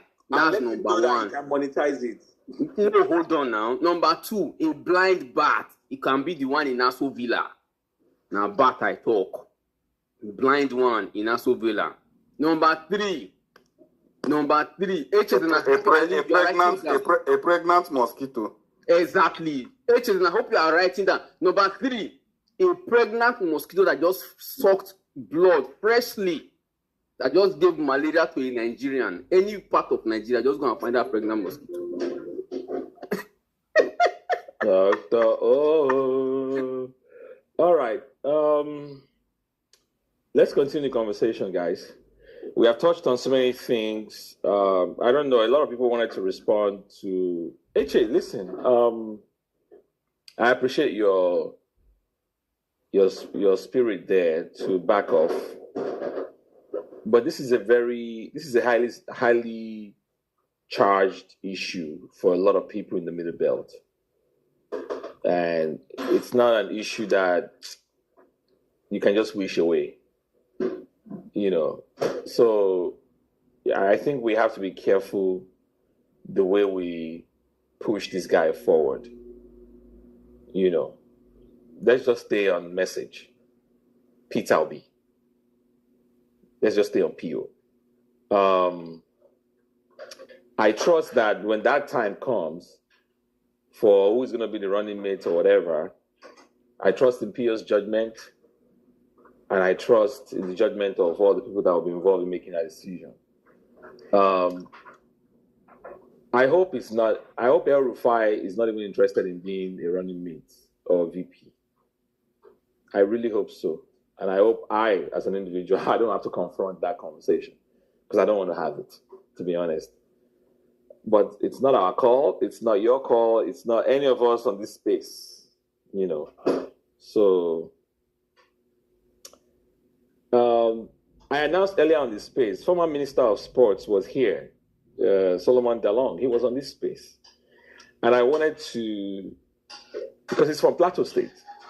And I was waiting for H.O. to finish because he was here, he followed me, and I followed back. And I was just waiting for H.O. to finish so that I can recognize him and then say, hey, sir, if you want to come up, let's have a chat. Because he's from Plateau State and he has been at the forefront of. What do you want to chat with him? Yeah, with the whole headsman and everything. Tudo. Yeah? Tudo, he was a minister under Buhari. Did you ever hear him speak? Well, when his people were being slaughtered? That's not what I want to talk to him about. So I want to talk about, he's speaking now, and that's all that matters to me.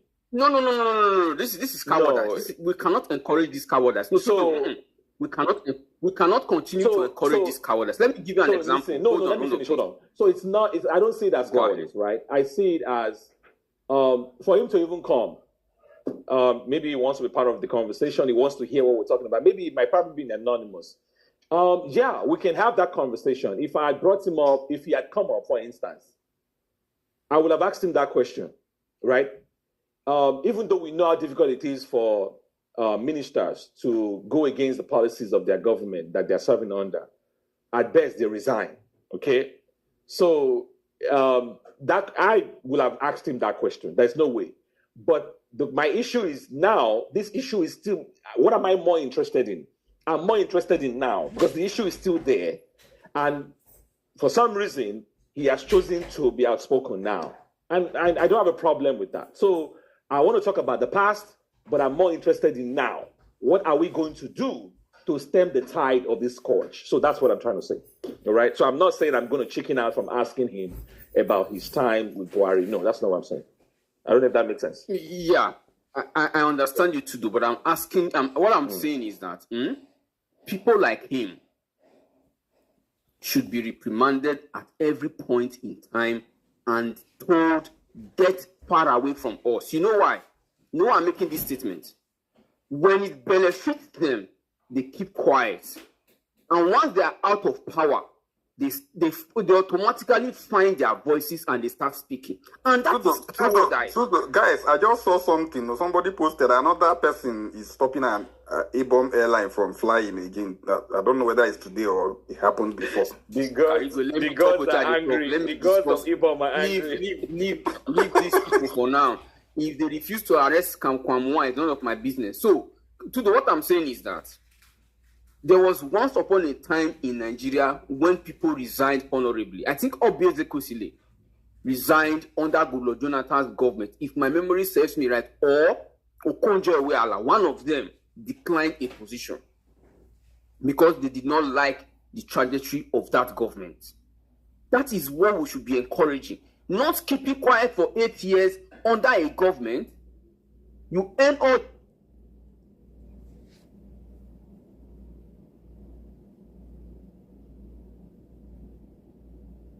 all of a sudden you have found your voice. This is why I am pissed off with the so-called youths who brought Amechi to come and bobo them, and they are now projecting him. A man who was minister for 8 years and could not say him to do. If you are employed or if you are hired by a president and your people, for example, are being slaughtered, and you never uttered a word, I do not think I want to listen to you. For 8 years under Buhari, Plateau State was a killing field. I did not find any news. Benue State was a killing field as well. The so-called David Mark today, that has all of a sudden found his voice, never spoke a word. Somebody said it on this place. He never said anything. Solomon Dalong did not say anything. Amechi did not say anything. El-Rufai was grandstanding in our faces for 8 years. We did not forget those history. People lost their lives that you and I cannot create. Or maybe if we have 5 minutes sex, whatever happens afterward, many of us don't know. Many of us don't know. We have sex and we enjoy it and baby pops out. Yes, that is what we know. But that life, we don't know how it comes about. Except, at least to a large extent, in terms of biology, we know the other aspect, but the real life we don't know. These people kept quiet for 8 years. Nigerians were being slaughtered left, right, center. They cannot all of a sudden find their voices. They cannot. They should go back to where they came from. That is why I am pissed off when I see people saying El-Rufai for vice president. You people, is it the general population in Nigeria, they have dementia? And the question I ask every day, if your family member was among those that was slaughtered in Plateau, in Benue, in Zamfara, in Nasarawa, in what's it called, Borno, in Taraba, just name it, in every part of Nigeria, will you be supporting those who stood and who kept quiet while those things were happening because they were in government and benefiting from it? No. So Solomon Dalong, I do not want to be in a room with him. I do not. All right, thanks. Elvis, you are waving. Pharmacist, you are actually going next. Let Elvis speak. I think he wants to say something real quick. Elvis, jump in. Yeah. Elvis is our grand wizard in the Obidient Ninjas movement. Yes, I'm the grand wizard of the our elder in the movement. Dr. O. Yes, Dr. O, please, with full respect, I disagree with you. Solomon Dalong left actually Buhari's government the first time, he was one of the few to go. It's because he also started speaking out. He showed some independence in that government, was saying things. And I knew when he started doing it, that his times were numbered and they pushed him out. He was actually replaced. And since then, he was replaced. Yes. And since then, so it's not true that he's been for 8 years. And since then, he's been very consistent. He's a Jakun man, very proud guy. But, and that is why I feel that we should, we are building a coalition. What is coalition? Coalition is also you're building bridges with those who you don't agree with, we can, that's why I decided that I'm very happy now we've landed on this consensus that let's focus on PO. Whoever PO should choose is his own prerogative. It's like that always in the democratic, in this presidential system. When you choose the presidential candidate, the presidential candidate chooses who they want, although they will listen to us. But when people like Solomon Dalong, who we know have been very active critics of this government, comes out often. Our enemy's enemy, sometimes it could be our friend. We should give him a platform. We need both lower ninjas. We need also people we should recruit in that way. So that is why I just came up, my brother. If not, I understand your sentiments, but this is what it is. In trying to unseat APC, we'll continue building alliances. If people come to us like this, let their sins be forgiven. I don't know. I don't take it in a religious context, but look at it from a political context. Thank you. The money spent is properly spent. Look, can I come in now? Sorry, my own is just 1 minute to respond to this. Hold on. Mr. Elvis, thank you for that admonition. Let me borrow from the Bible as well. And yes, I just confirmed now. He was in office until 2019 before he was replaced. He did not resign. He did not sack himself. They sacked him.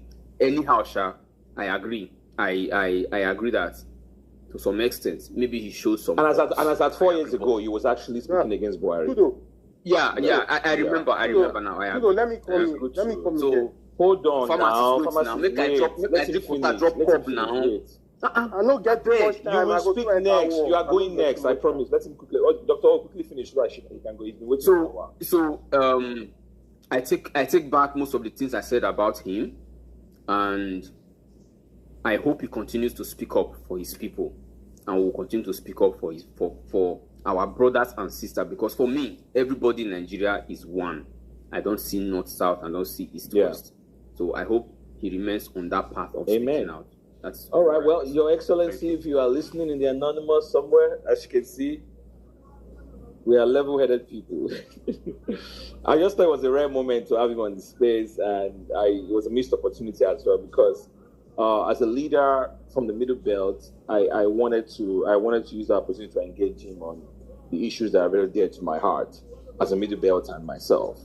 But anyways, maybe another time. All right, Sarah. Our ninja, the Ninja Zero.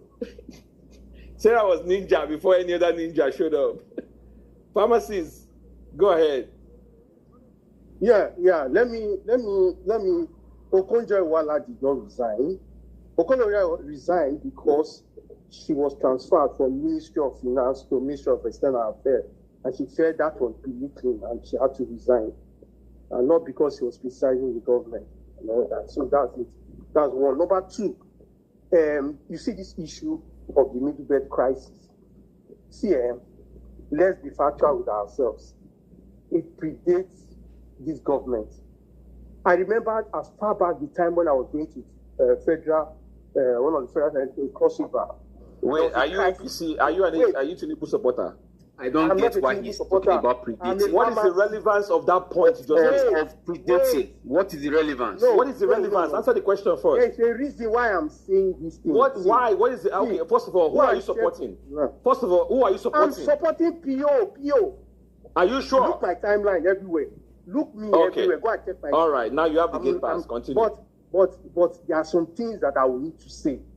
And all that I did. Look, This thing has predated, and that is why anybody that is saying Peter Obi Erufai, which Erufai, please, I don't. This is what I want, Peter Obi Erufai, and I don't buy it. If the APC wants to bring tokenism, we'll bring it. If they want to bring fanaticism, we'll bring the fanaticism, and nobody will tell me who like now. Do you know about the Zango Kataf crisis that led to the sentencing to death of Zamani Lepot in the 90s? It's the same thing, the same crisis that had been predating Nigeria. Is it today? The 1990s coup that Jijogoka plotted against the Babangida regime, was it not because of part of this thing, so ostracized part of the North? Is it not because of the same killing? Let's be factual with ourselves. This crisis has predated Nigeria for so long. So because the crisis predated Nigeria, we should allow you to continue. Now, wait. We should allow you to continue until you get to your village, wherever you have come. Is that what you are saying? I blame the government because the government should be proactive. Are you getting me? The government should be proactive. But I don't see any reason why anybody will tell me that an Erufai is one of these things. Because this thing has been happening since. It has been happening since. And now, let me go back to the coalition. People are always saying about the coalition. See, I was a coalition officer for Labour for this 2020 election. And I know what I saw in the coalition center. It is not a joke, it is a war. If you think it is not a war, if you think you just go there and sit down and they will call results for you, you are just joking. It is a war. So what happens in the field is quite different from what happened at the coalition center. And if you say, oh, why are we mingling with the likes of Erufai? Please, I'm begging everybody. This is what we need now to lift you. Because if you think that we just go to the field and do it alone, we're just wasting our time. We're just wasting our time. Just imagine that the coalition was in process. You think we will just change our results in Port Harcourt and there will not be war? Yeah, just imagine it. Imagine it. This guy just practically changed your result and nothing happened. Even BBC said everything. That in Obiako, Peter Obi scored 78,000 votes and they gave him 3,000. Nobody said anything. Do you think even if Pio was in the seat and that result goes up? Do you know what happened after the 2015 election? When Buhari entered, there was war between BK and Ameki. Serious fight. Go and check. And that is what would happen if this coalition takes place. And that's why they are all scared. So nobody should be preaching about coalition. These are a group of, look, I need them. At least to secure us. So that when we vote, we want to go and vote. But while you are shouting, vote or rig or go and die, you don't use it with your mouth. You need people that will stand by you. You need people that will stand at the coalition center. Say, if not die, let us all die here. And not by mouth, their mouth. And these are just one of the reasons why I just came in to speak and all that. So thank you very much.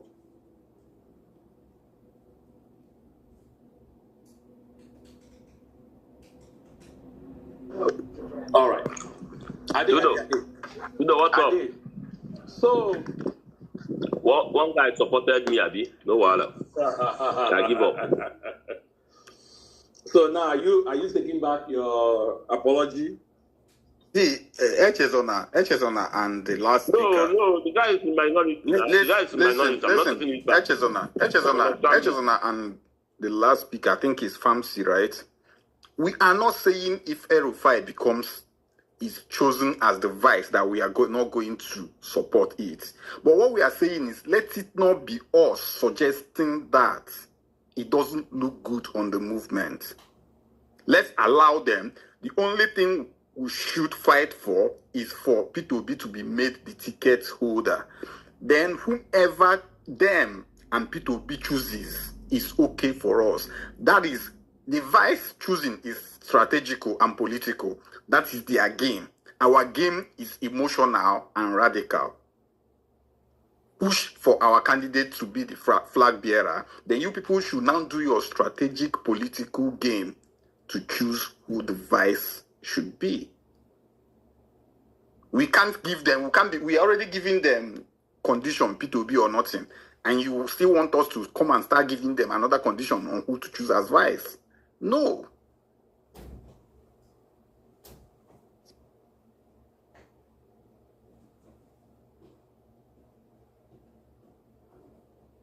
All right. Can you guys hear me?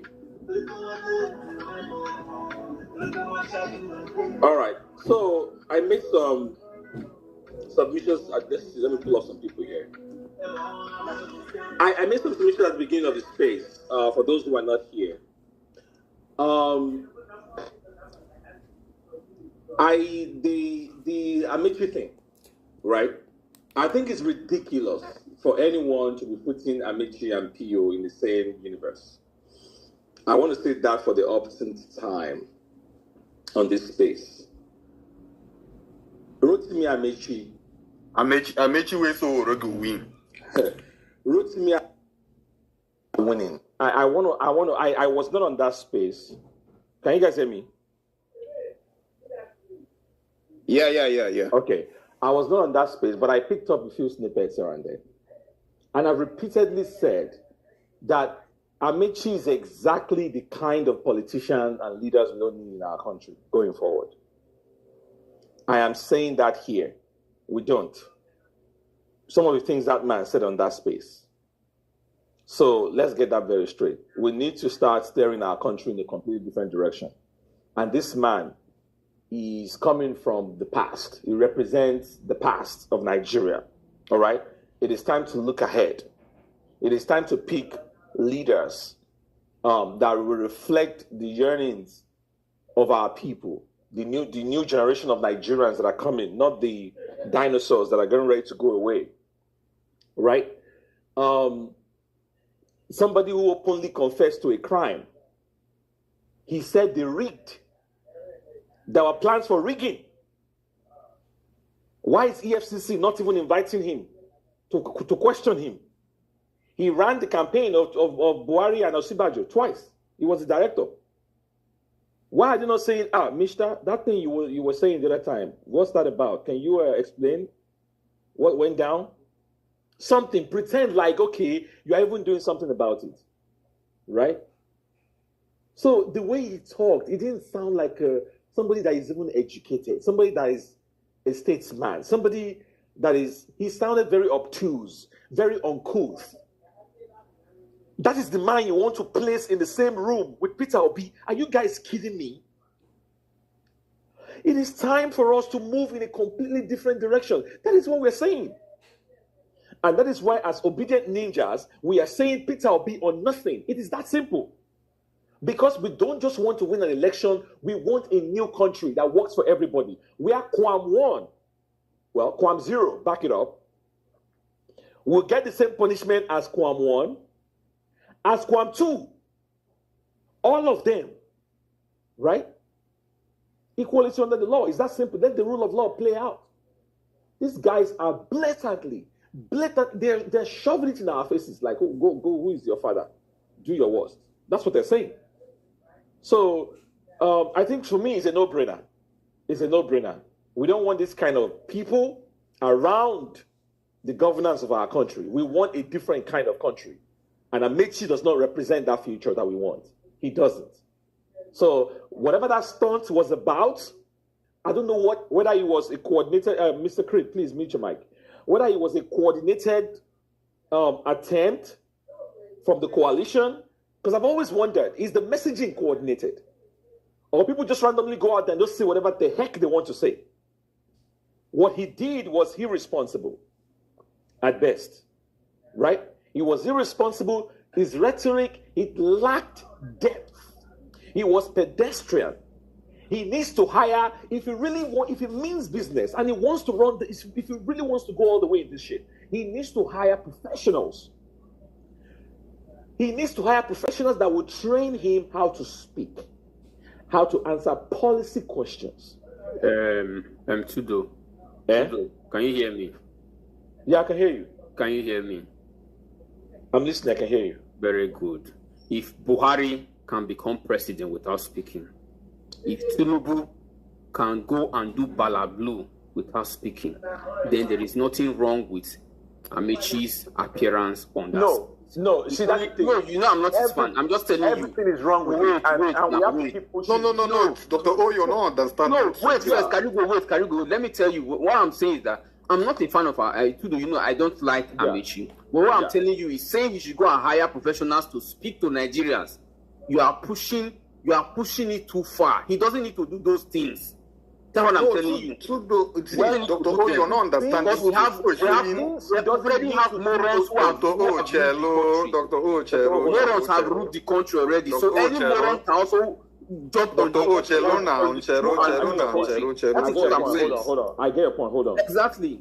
So hold on, Karikwe, what did you want to say? Real quick? I wanted to tell him that what you're saying is that the new Nigerian we want is not a Nigerian where you can come and speak like that. You're not talking about the old part. In the old Nigeria, Amechi is smart enough to be the president. Right now, we don't have a new Nigeria. We are still in the old Nigeria. That's what I'm telling you. But that is why we're pushing. Exactly. To Dr. O. So Amechi has no place anywhere. Part of my job as in the Obidient Ninjas movement and the PO or Nothing movement is as a pressure group is basically to shift opinions, to form opinions, to influence opinions, and then to apply pressure when necessary. So what I'm trying to say here is that for anyone who is making the mistake of putting Amechi and Peter Obi in the same sentence, you are smoking some weed that I don't even know what the source is. Because those two don't belong in the same universe. That is what I'm saying. Is Canada allowed? No. Is Canada allowed? That is, you have gone to Colorado without visa. Because that's what I'm trying to say.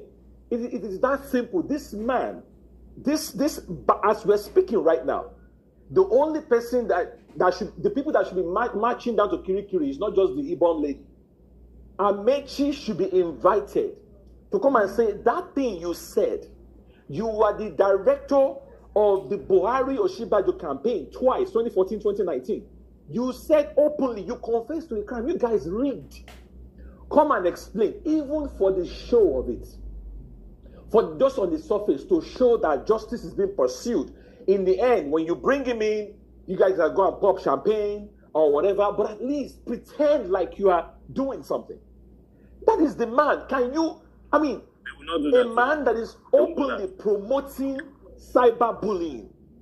He said, if you come from me, I will hire young people. Young people, is this so we that's what we deserve as young people of Nigeria, to be hired as cyberbullies. Right? People that will bully people. That's what we are good for as young people. Mr. Creed, you need to mute your mic. To be politically correct. All right, get the fuck out of the space. I have tried to meet you several times. You guys lack etiquette when you come on spaces. The way it works, you mute your mic, you put your hand up until you're called. I keep muting you, you keep unmuting. You are not a guest speaker here. Even if you were, you wait till you're called. Anywho, I was saying, there is no universe anywhere where Peter Obi and Amechi belongs in the same conversation. That's what I'm saying. Have you listened to Peter Obi? And then come and listen to Amechi. He sounds like a thug. Yes. Amechi sounds... I'm just going by what I heard. This man sounds like a thug. This is the person that wants to run our country. And I'm saying all of them are dinosaurs. Their days are numbered. They will become extinct. Nigerians are yearning for a new country. If change could be personified, ladies and gentlemen, if change could be personified, that personification is Peter Obi. Peter Obi is the one. Look at the way he's talking. He's a statesman. He offers policy ideas. You know, he talks intelligently. He's articulate, right? All these other people. It was a shame listening to, as a Nigerian, I felt embarrassed. Like I said, I wasn't on the space, but the snippets I heard, he wasn't eloquent. He wasn't sounding intelligent. He wasn't even acting. Yes. Like, it's really sad. Look, Wike is not in the conversation. I'm just going by the people that are in the conversation. Let's leave him out of this, please. I'm just going by the people that they are shoving in our faces as part of the coalition, whatever. So I am saying that, guys, you guys need to call yourself to order, right? I bought a Rolls Royce. Yes. You guys need to. No, Justice, hold on, please. You guys need to call yourself to order. This is serious. We're not playing here. We're not joking. Okay? You guys need to be serious. I don't know how much they have offered you people. Nobody paid me. In fact, I am giving out money like other people are doing in the movement to support people who are working and doing things because we believe in our country and we believe that our country can change. I am not doing any fundraiser. Nobody has paid me anything. But we are speaking passionately because we believe that we can have a new country that works for everybody, for the Kwamwans of this world, and from the other lady like a Nigeria that works for everybody, a level playing field where everybody can be somebody. That is what we are advocating for. And you guys think this is a joke. You think it's a joke. You want to elect an octogenarian, right? Somebody that you know will not be in charge. He will not be in charge. His cognitive functionalities will be so diminished that he will not be in charge. You know that. They'll be running roughshods around him. Is that what you want? And now this thug came on the space to say we hire young people and give them laptops to go and cyber bully people. When is Nigeria going to rise like a phoenix and take her place amongst the League of Nations? That is what we're saying here. But you people think it's a joke. It is Peter Obi or nothing. It is that simple. There's no going back. There's no going back. All right, Hemera, jump in real quick. Can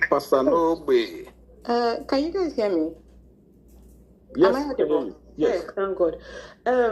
Just one quick comment about this Amici. This was the reason I wanted to come up, but the talk about Erifai distracted me. But this was the main reason I came up. There are some people that are worth conversations to do. Amici is not one of them. He really isn't. I'm from River State, right? There is a certain amount of bullishness that is required to govern River State, or that has been used to govern River State. That's why we have people like Amici as former governors, and we have people like Wike as former governors. There's a reason why. You need to be this, there is this belief that you need to be toutish and rough to, corral all the different interests and make sure everybody falls in line, which is good for local politics, right? It doesn't translate well to national politics. It was the mistake that Wike made. It was Amechi actually. Okay, before I continue, and so when people become governors of River State, the money, the fame, all of that gets into their head, and the next step after that is they usually aspire to be close enough to either run for presidency or close enough to position yourself as vice president, so that you can eventually run for president. Wike came close somehow. Amechi, this last election cycle, came pretty close. If Tinubu didn't do what he did, maybe we would have had the President Amechi by now, I don't know. But the goal usually for these people is to be close enough to the presidency to actually run for presidency at some point. So when you see somebody like Amechi doing what he's doing, he knows that when they're calling human beings and they are mentioning somebody like Peter Obi, they are not even in the same category. They have both been former governors, but one of them ran for presidency and got 6 million votes plus, right? One has not even come close to winning. Well, one came close to winning primary, but one has run for presidency and got 6 million plus votes. Amechi cannot say he has done that. Amechi is not even popular in Rivers. If you're counting the number of politicians that are important in Rivers State, maybe you count 1, 2, 3, maybe 4 ahead that you mentioned Amechi. Right? He knows this. When he finished, he ran away to Ghana. We all know this. So he has no power even within his own locality, not to talk of South or national level. He knows that he is nothing, and the only way to get his name out there is to attack somebody whose name is out there, and he's hoping that that person's supporters will fight back, and then people will be talking about Amechi. Mention one thing Amechi has done this year that has brought his name to the public sphere, if not this thing that he did, which day that he came on Twitter space and people are talking about him and Peter Obi. He is trying to put himself into the equation, and every conversation that we spend talking about this man is giving him what he wants, which in my calculation is to position himself where if Peter Obi is not, selected and Atiku becomes the nominee, he can be the vice president. That's my own calculation. So what he's doing is trying to put his name out there, and every conversation we have about this man is helping him achieve his purpose. He is not worth the conversation. So if I were to advise us, it's better to talk of Bibi Naja. If you don't talk about Bibi Naja before you talk about Amechi, he's not worth the effort, truly. That's it. All right. Thank you, Emira. Polade, jump in real quick before we move on. My brother, let me just quickly say this. The last speaker, what you said, maybe on a different platform. But on those platforms, so they have sent Amechi to he's sending me out of the game. So Amechi is not getting any positive publicity right here. So no, it's only Amin APC about what they can use to tie him down the way they just done to Tamboa. Before you know it now, you hear that police is investigating something. just on the lighter mode. So now, my people, okay, I think we should know. Okay, don't let me. Okay, let me just let it go. Let it go. I wanted to say this. Kolade, speak your mind. I've never known you to hold back. Bullet, my dog. Iche. Iche was the one who just triggered me to just come up the first time before I had to drop off to jump on a call. We should know when to be diplomatic. We should know when to talk and when to keep quiet. It is not everything we have to just push or advise. There are some advice that you just keep within inside you, it's so no kuni, it's can anybody translate that? It's a proverb, though. I know the meaning, but I can't translate. It's just gonna be inside of you. There's nothing you can do. You just keep turning and keep twisting and keep holding it up. There's nothing. It will just be inside of you, So please, let's just learn to be diplomatic. At times, you have to learn to also play politics. Play politics so that you don't come on a public space where people are angry, where people are just looking for who will cross their line, and you just come and you just collect goes. And I just keep happy. And again, let us read the mode. I just came to advise today. Advice. Let us read the mode. When you get to a place, read the mode properly. And for those who do not know, this space, this one here, as long as you see 3 people, if you see there's somebody called the native doctor, if you see the native doctor, please think twice when you want to talk. If you see Kaligwe, before you bring this your religion, this your religious belief. Pluto is still Libra, and if you want to talk, if you know that you are not sound enough, where you see one lady down there, she's wearing red, and instantly you head. please just waka. If you know that what you're saying, good. If you know that you're not intelligently sound to speak with facts, and also be upright, like moral. You are disciplined, you are upright, you stand for whatever. Please, when you see her, just don't bother just saying things. If she's not there, you can still come and still tamper justice with mercy. But if someone like that is there, they won't let you fly. They will definitely come and put you back in shape. So this evening, I won't make my own submission yet. I only came to advise, and I hope people will take that advice in good faith, so that they can enjoy this space and don't feel intimidated or don't feel bullied in quote by the submission or the correction from some people. Thank you. So back to you, Tudo. All right, my man, Colade, thank you very much. I mean, you know how we do it here. No holds barred. We give it to you as the heart. We make no bones about our position on this space. No apologies. It's already written for you on this topic, so that way you no mistakes about it, right? All right. Let us continue the conversation here. Ainsley, are you there? Are you there? Yeah. Just 1 minute. So sorry. Okay. So I wanted to react to this L5 stuff. So I have my colleague in Borno State, a pharmacist, and the first time I posted would be an L5 in my status. So he reached out to me and was like, "Wow, when did I change?" And started talking about L5 that, So he's an APC guy, like a core APC supporter. So it was like, while discussing the coalition, that if they present Obi and L5, that he personally will vote for that compared to Atiku and anybody else, he will go back with Abado, whether it's Tinubu. So that aside, all this presentation is going, but if we bring in the talk of L5 into this Obi or nothing, it will be too cumbersome. See the heat and the pressure we are causing already with Obi or nothing. If we bring that one, it will be another distraction. So let's remain focused on this. If they give us Obi, I know them in that table, we consider, can we do foregone alternative for the vote of the middle belt to the vote of the core north?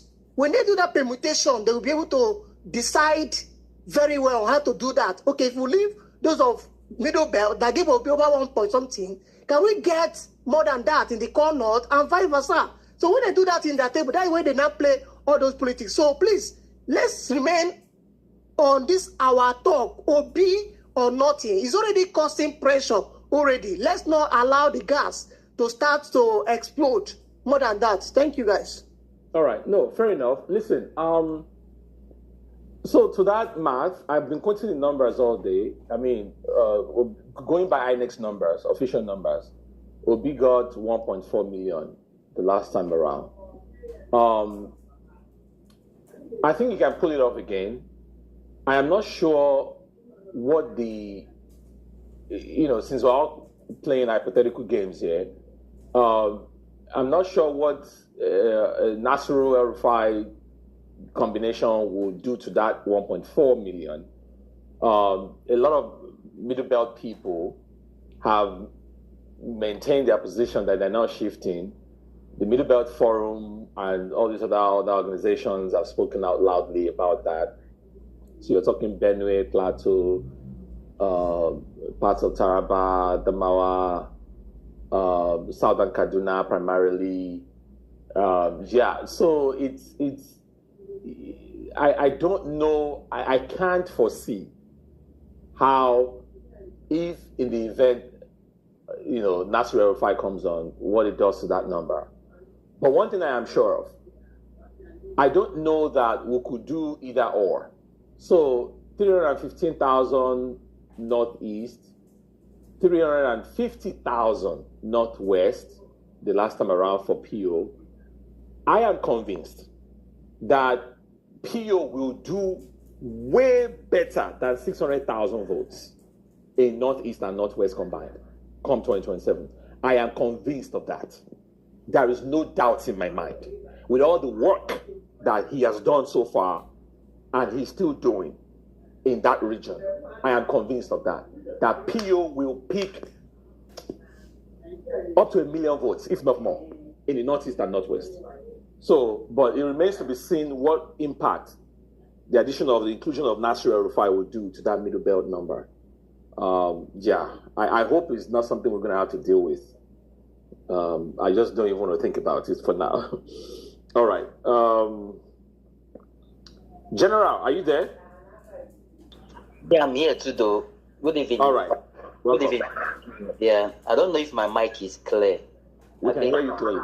I don't want to bore anybody's So, thanks for the space now. Thanks for having me back here. Today, I think a lot to say already, a lot of issues raised already. And one of which I would like to call your attention that the community of Yelwata, or is it the Benue indigenous now, protested today about killing of 3 different people in different locations now within and around Yelwata. That is after Mr. President's visit to Benue State. And that is the clarity of the powerless state or the colluded security architecture of Nigeria. Even after Mr. President visited Benue, the killing did not stop. The military were nowhere to be found. The police IG was battling with Showore the whole of the weekend. And that is where we are. Blind people also protested, I think today too, for their school to be reopened also. The school blind? Yeah, the blind. Blind? Yeah, Association of the Blind, Nigerian blind people now, protested for their school to be reopened. The only school they attend now for free also. And that is the country we are living today. But somehow, politics is stealing the whole center, or is at the center of everything. I don't know. I'm a ninja, by the way. And my loyalty is to Mr. Peter Obi, the man who has played clear politics in modern days. The man who has defined individual ideology in the catastrophic Nigerian terrain. The man who have decentralized Nigerian pattern of politics also. Today, we, the supporters or Nigerian voters or the electorate, can feel among or say we are part of the political class or we are in coalition, we are here or there because P2B ran for president. He gathered our voice and took it up there. And that is where, or somehow how we are finding our voice closer to the seat of power. But I want to tell us today, if we ever miss this opportunity of entering or getting close or entering Asorok through this man, it might take us another 50 years to find his kind. Yes, I'm saying this. Somehow, the Obidient and those who root for Obi or whatever should not think in their widest dream or their widest imagination that they are the only ones who learned lesson from the 2023 general election. Trust me, APC learned a lot of lesson. And trust me, they started implementing or correcting it from the first day Tinubu entered office. From settling of the National Assembly, sending prayers to their mail, to somehow ganging up and making sure somebody like Akpabio becomes Senate President, which I'm sure he might stay longer than somebody like David Mark if APC should continue. And building houses or lodges for judges. From there, employing their political cabals, those who work for them, almost all the former governors, the immediate past former governors, to become minister of this or minister of that. Even when the current Zamfara state governor wrote a petition to the federal government, to the EFCC and this and that, against the immediate past governor, Matawale, empowering bandits, raising arms against the state. Mr. President looked the other way. So they learned a lesson. They have been correcting it. They are working towards what will give them victory come 2027.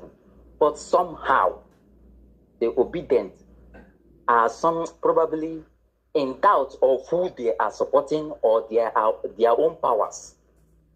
Let me say this. If somebody is agitating for pairing of P2B with this person and the other person, it shows that inside the person's deep conscience or mind, he is not certain that if P2B can be able to win 2027 general election without those people's support. It comes from the conviction or the belief that yes, P2B won 2023 general election, only that he had no resources or the capacity or the the machineries needed to gather his own vote to declare his win. That should be your conviction working with him towards 2027. P2B learned a very good lesson 2023 general election, and he has been working assiduously towards the next general election. There is something I love he said, which Sarah also have reiterated in different posts. Come rain, come sunshine, P2B will be on the ballot. It doesn't matter where on the ballot or which umbrella or what or how he's going to be on the ballot, but it is a promise. If you trust PO and you trust Sarah, who is one of the closest person to PO, who is on Twitter today, you shouldn't be nursing a scare. You shouldn't be nursing a fear in you. PO is going to be on the ballot. If he walks out of the coalition, if you believe in the PO dream, you should be walking out from there with your own vote. You should be walking out of there with whatever resources you plan to invest in 2027 general election. There shouldn't be no buts there. There shouldn't be nothing shaking your support. And trust me, the political ruling class don't give a fuck about Nigerian, you as a person. They only care about their very biological children and their wife and some of their mistress. I don't know how I will paint this reality so that it will be living on the minds of most Nigerians. The first family Nigerian politicians care about is their own biological children, their wife and their mistresses. They can do anything for them. But you see you, that good, small, good thing you desire, that small road, street lights, that CCTV, that security you demand, they will never do it. My own political godfather, or what is it called, mentor now, Dele Farotimi will say this: knowledge is not in short supply. It's even independent. Anybody can get knowledge from anywhere. But what is in short supply in Nigeria today is truth. The Nigerian ruling class have not accepted that they have run out of idea on how to channel Nigeria towards development direction. They don't know what to do. In fact, they can travel to London, travel to US, travel to where in the world.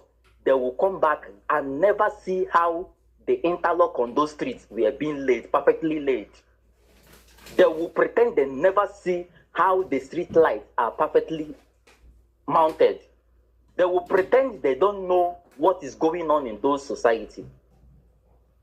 They have run out of that truth. They can't come out and tell you, yes, we don't know how to do it again. Collectively, they are confused. But do you know what concerns them? They will continue to plan and plan. In fact, they will plan 20 years ahead of time. Amechi touting about is not surprising, because when it comes to fighting for our nation, having a grip or holding a grip to our national resources and the state power, any politician can do anything to have it, even though when they know they are not qualified. Yes, he's a tout. Yes, nobody should take that away from him. So let me say, 30% of most politicians from River State are touts, including local government chairmen. They will boldly tell you that. Most of them display courtesan in the national media. They are not ashamed of it. Amechi is not even a problem in this coalition. But anybody on this space, please, can you Google what is coalition and merger and see the difference? These people who are mentioning coalition are not even ready for the word coalition. I'm not even sure they know what they are doing. Tudo, I don't know, but being very sincere with you, nothing, I mean absolute nothing, with my little elementary knowledge, being politically aware since 2008 till date, I can tell you nothing is coming out of this coalition. And I'm very, very 100% sure that PO knows this. But because you need that negotiation, he needs to also extend the handshake across the Niger to make them understand or see things in his own view. Probably some of them will drop their stupid ambition and key in into the hope of new Nigeria. That is why you see him mingling with them. He already have an alternative. The coalition is coming together of political parties and politicians, either to win election, to uphold opposition against the what is it called, the party in power or the people in power, or to balance the equation of politics. Trust me, this very coalition has no ideology. They have not even tell us what they've been discussing for the past 18 months, as they claim. Nothing. I mean, nothing. That coming, Atiku is in that coalition to know if he can convince PO to drop his ambition. PO is in that coalition to form politician friendship. The man leading the coalition is as confused and one of the elder statesmen that I have zero respect for, which is David Mark. He cannot unite even PDP, not to talk about uniting people from other different parties. I will tell you that for fact. Nothing is coming out from that place. And PO knows that. I am preparing to campaign and do what I did the last time, 2023, which is being able to at least point to two elderly people, which I can call statesmen, the people who are above 60 years, to vote for the first time of their life. I convince them to have a belief that actually we can change the pattern of leadership in our country without bloodshed through voting. That was what I did 2023. And that is what I'm preparing to do again. I am not here. In fact, when I speak about Nigeria or politics, I rate it above religion, I rate it above science and technology, and I rate it above every other ideology. It directly impacts in the economy, and the economy directly impacts in my own life. I don't joke with it. I don't care about how politicians feel. I don't massage their ego for them. Not your ambition, do whatever you do, but I will die in my own personal conviction and ideology. You shouldn't tell me what to believe in or the kind of politics to believe in at a time. They are confused, but they are not confused concerning themselves. They are interested in hijacking the oil well in the Niger Delta. They are interested in keeping the goats in the north fallow. They are interested in hijacking natural resources here and there.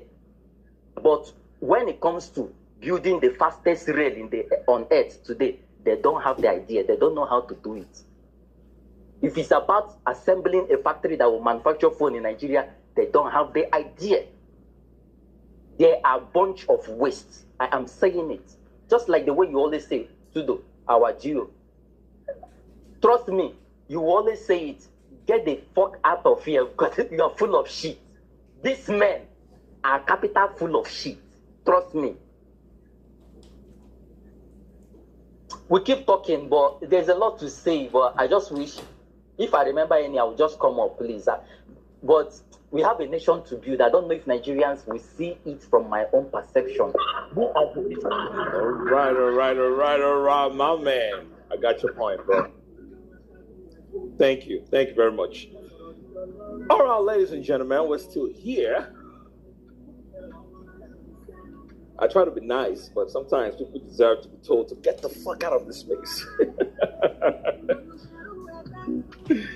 Oh my gosh. Nigeria, my beloved country.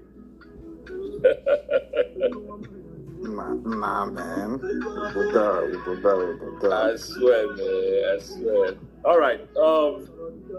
Let's see here. To this musical interlude, it's good to die. Yo, you back to the music. My own is that you've not given play album and give it time. Don't talk behind it and spoil it. What do you think is going on here? This is an FM radio station.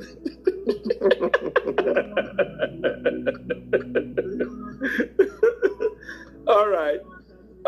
Guys, let's see. What was I gonna say? Thank you, bro. General, that was good.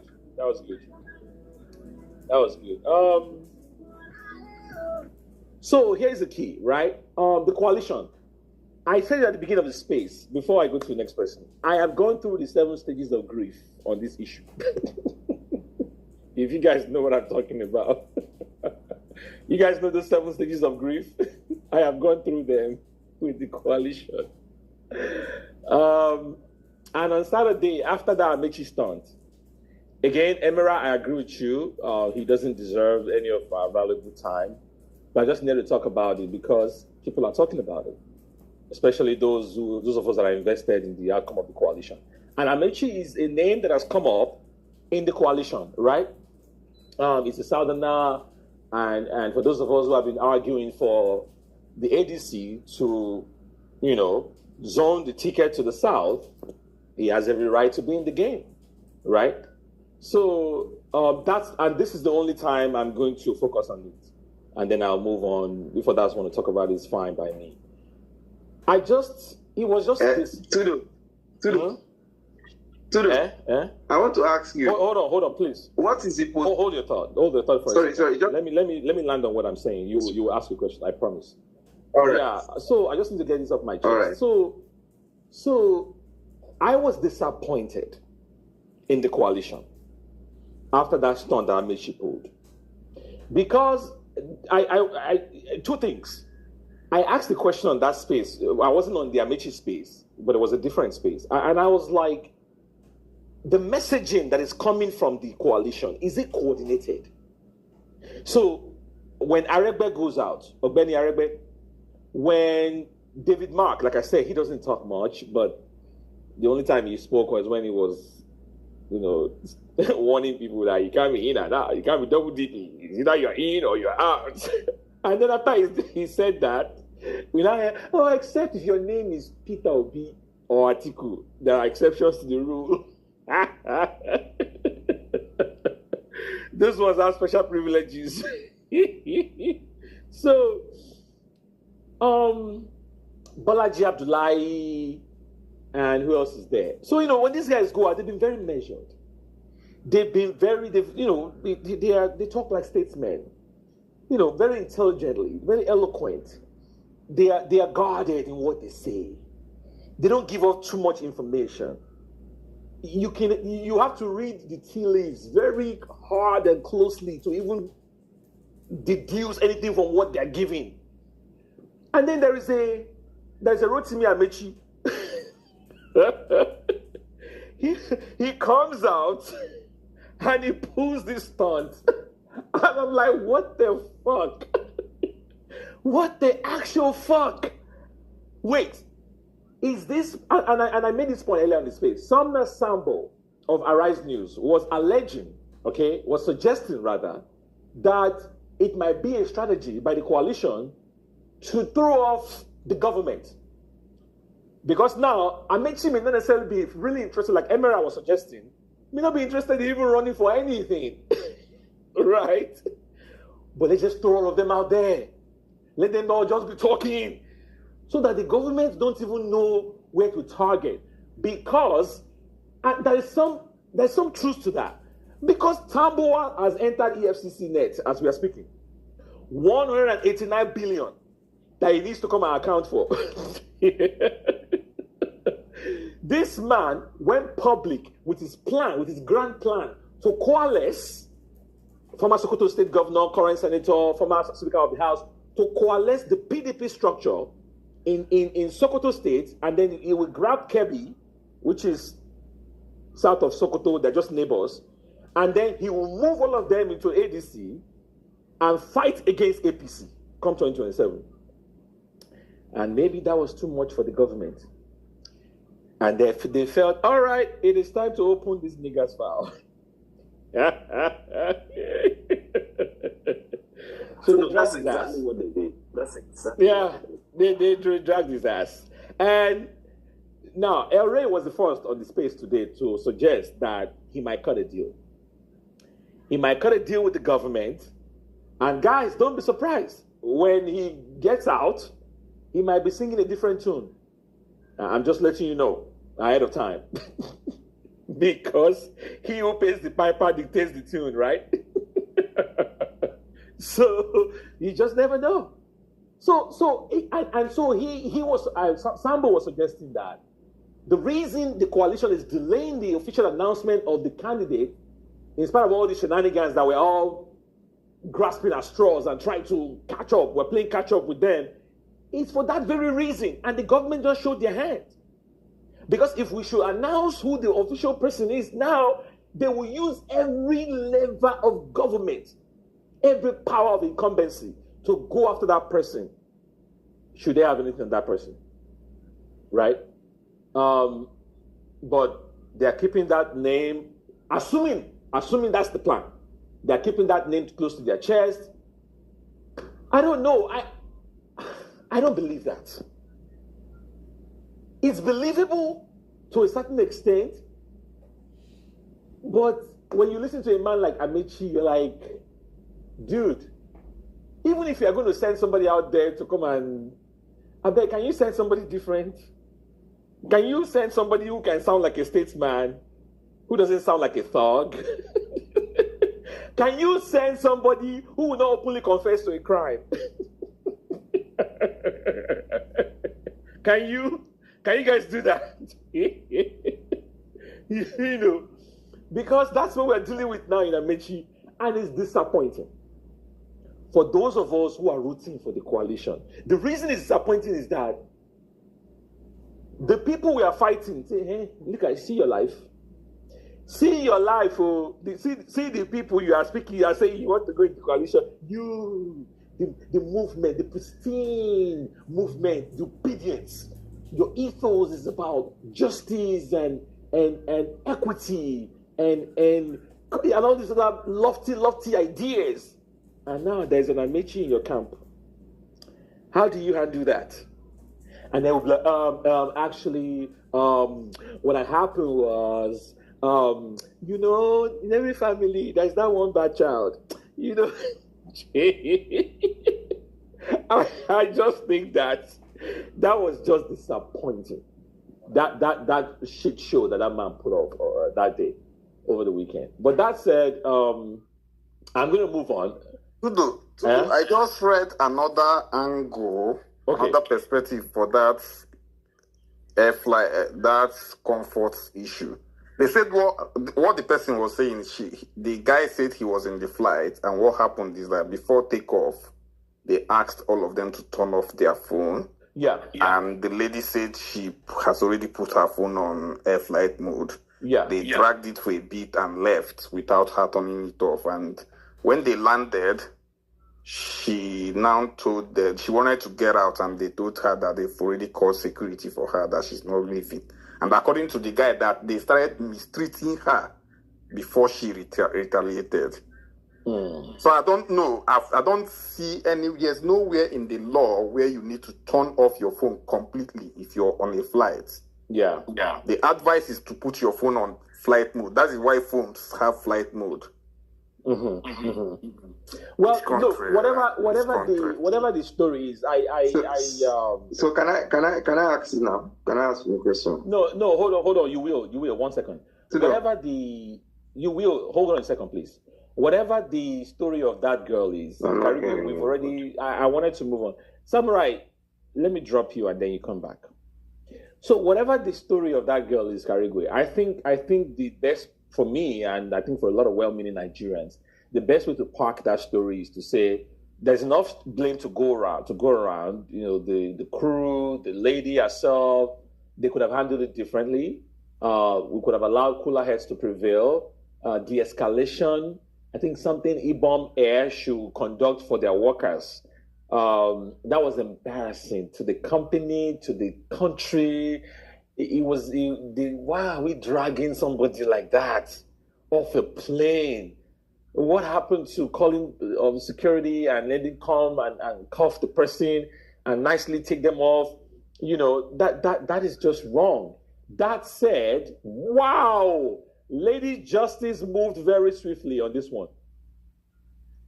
And for one, you know, they suspended the pilot for being unruly, abusing the color. Yeah. Pilot has suspended the association of whatever. They're asking that she should be reinstated.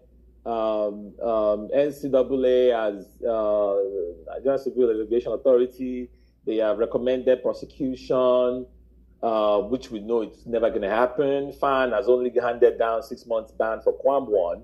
But Quam 2, though, my goodness, like I was saying, Karigwe, Lady Justice moves very quickly. They dragged her to court. How the judge, she was remanded in Kirikiri, of all places. Like what? Then giving life ban. And her offense was not as serious as Quam 1. Life ban is not from FAN. Life ban is from IBOM Air. So FAN, No. They said National Association of Air something operators. Yeah. So meaning all the airlines in Nigeria. But again, it's not the official government, which is FAAN. So I don't think they have said anything or handed down anything, which is ridiculous. My own point right now is this. So I took my time at the beginning of the space because I wanted to move on. I said that what is the crime that she committed that will warrant being locked up in Kirikiri? Right? What is the actual crime here? This is nothing but a misdemeanor. This is like, okay, give her a slap on the wrist like you did Quam 1, who actually endangered the lives of other people. Right? But Quam 2 here is just trying to be, okay, she's down already. You call her, look, everything okay, whatever. And the business said, we don't want your business anymore. Take your business away. You're banned for life. All right, maybe, give her like a fine or something, and everybody moves on. Right? Everybody moves on. But no, you have to drag her quickly to court. You brought her before the judge. And we know Nigerian courts are backed up like crazy. We know they don't have time for frivolous cases. This is a frivolous case. But they have the time to sneak her in there. And the judge looked at her and said, young lady, let me see what happened here. Wow, that's the story? Well, from what I can tell, you have any record? No record? No, zero? All right, listen, I tell you what, you are a flight risk. So I am not going to grant you bail for later hearing dates. I tell you what I'm going to do. I'm going to lock your ass up in Kirikiri. I'm not going to release you on your own recognizance. No. You belong in Kirikiri. Can somebody please make it make sense? Nigeria, my country. Quam 1 is chilling out there somewhere. Quam 2 is languishing in Kirikiri. What a country. They can't even say... Quam 0 is under investigation. Quam 0 is under okay. They can't even say that, guys, okay, my goodness, the universe is really pulling some shit against us right now. We barely got through Quam 1, and Quam 2 is happening. So let's be careful how we play this, right? Since we always give Quam 1 a slap on the wrist, not to incense the public, let's also give her a slap on the wrist. How about that? In fact, the government, the people will even praise us and say, see, we are very, very level-headed, we are equity and everything, and we are good. We will even get credit for this. No! Nobody in that room suggested that. And now she's in Kirikiri. For what? What did she do? And the people that belong in Kirikiri, that are openly confessing to a crime, nothing is happening to them. All right. Samurai, go ahead. Yeah. So I wanted to just ask, what is the relationship of a crayfish in a fresh fish pepper soup?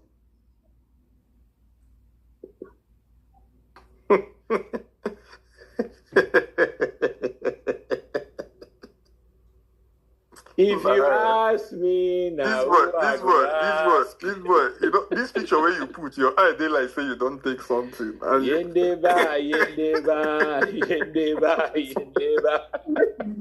How can you? God. When you're eating When you're eating fresh fish pepper soup,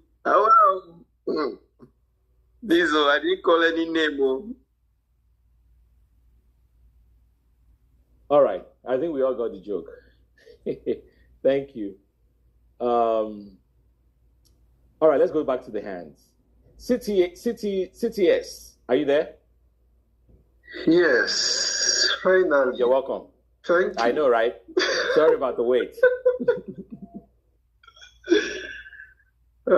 Thank you very much.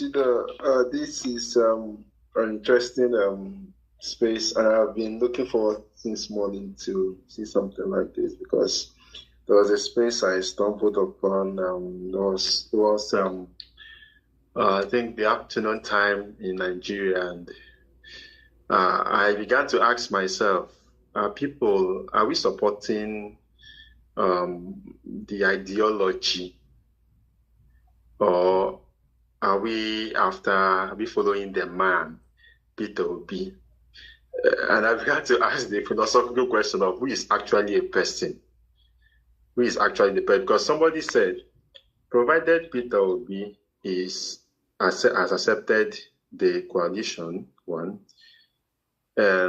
whether he wins or not the primaries, he will still go with the person who wins the primaries, because of Obi has accepted the coalition. And that person said he's an obedient. So I asked, what does it mean to be an obedient? Because I don't know, it was very, very, very, very, I was wowed. I said, okay, is it the man, the appearance, the person we see? Is it the person? Then the philosophical question is, who is actually a person? Because for me, there is nothing else that puts so much crowd other than the integrity of the man, Peter Obi. If you can try to dissociate, qualities from the appearance, from the man whom we see, such that we can even, if possible, transfer the name Obi, if the name Obi represents a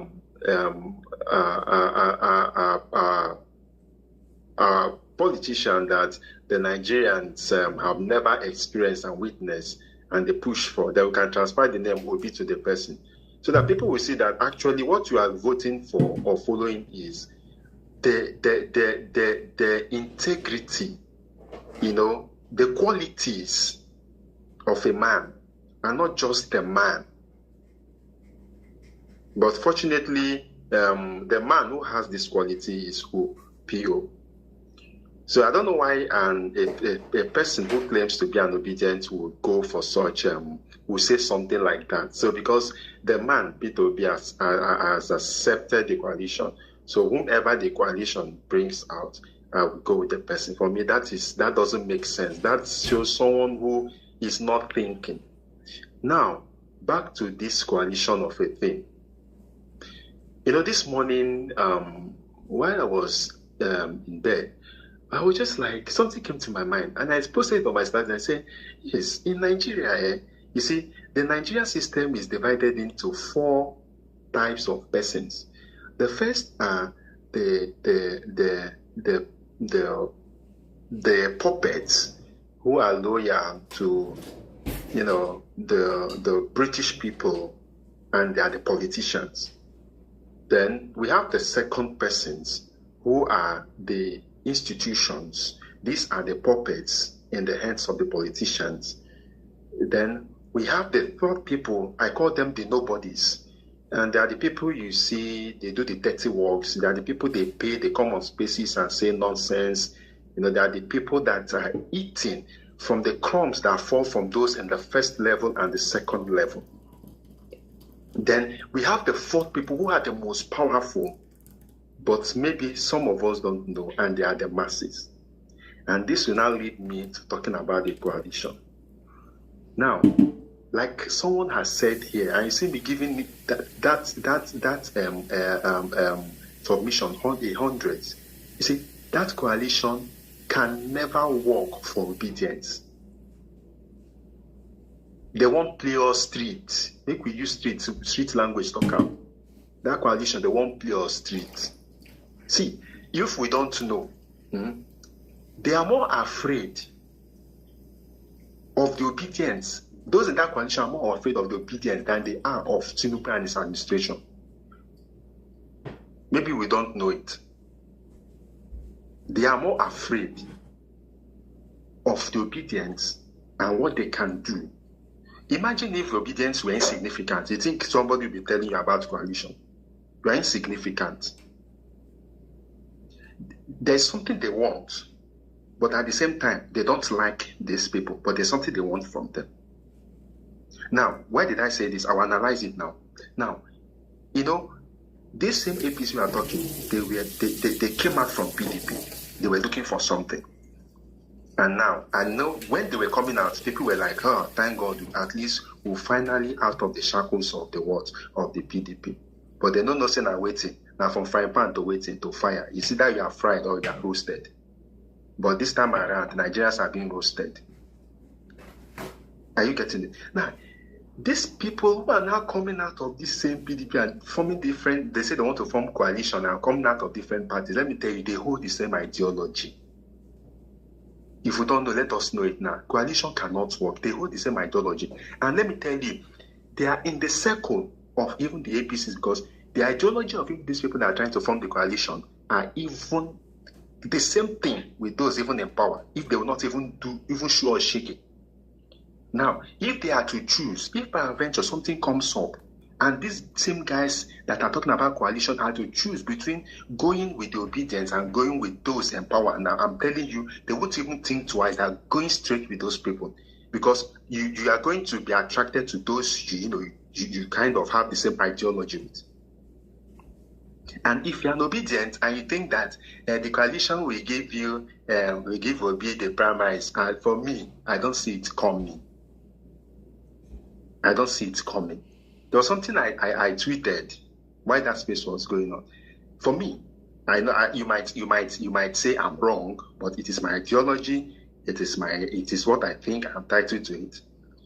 The only sane persons when it comes to Nigerian politics today are the obedience. What do I mean by sane persons? People who are reasoning as humans. In fact, people who are humans, because I don't think animals reason. People who want a better Nigeria, people who want better lives, not because of maybe one way or the other, they are not having good lives on their own, but people who feel like come on, a human person should do what? Should have this. A human person should have this. It is normal. A leader should be someone close to the people. If we are in this country today and you are not reasoning the way people who are following this man, P2B, is reasoning, then I think the brain should be checked. Is either you are being bribed or the ability to think, to rationalize is not there. They are not, and I've said it, the best way you can tell people that I am stupid is by doing what? Not to be an obedient. You might be, I don't know, some people might be on this space and they might take it personal, but that is my objection. The easiest way to say that I am foolish is not to be an obedient. Because I don't know how you would prefer a leader who is not compassionate, a leader who doesn't have an antecedent, a leader who will tell you go and verify, and from 2023 till now, nothing has been brought up against him, and you prefer someone. Let me tell you, Nigerians, if Tinubu comes down and comes back and say, oh, this present government, let us come together and chase away this president, people will vote for Tinubu. People will say, yes, Tinubu, he has the skills. That is the way Nigerians think. They will forget all these things. Like somebody says, so many Nigerians, they suffer from dementia. Because the way people are talking about this coalition is that obedience don't have the power. They don't have, if I can use the word, tartish kind of, skills.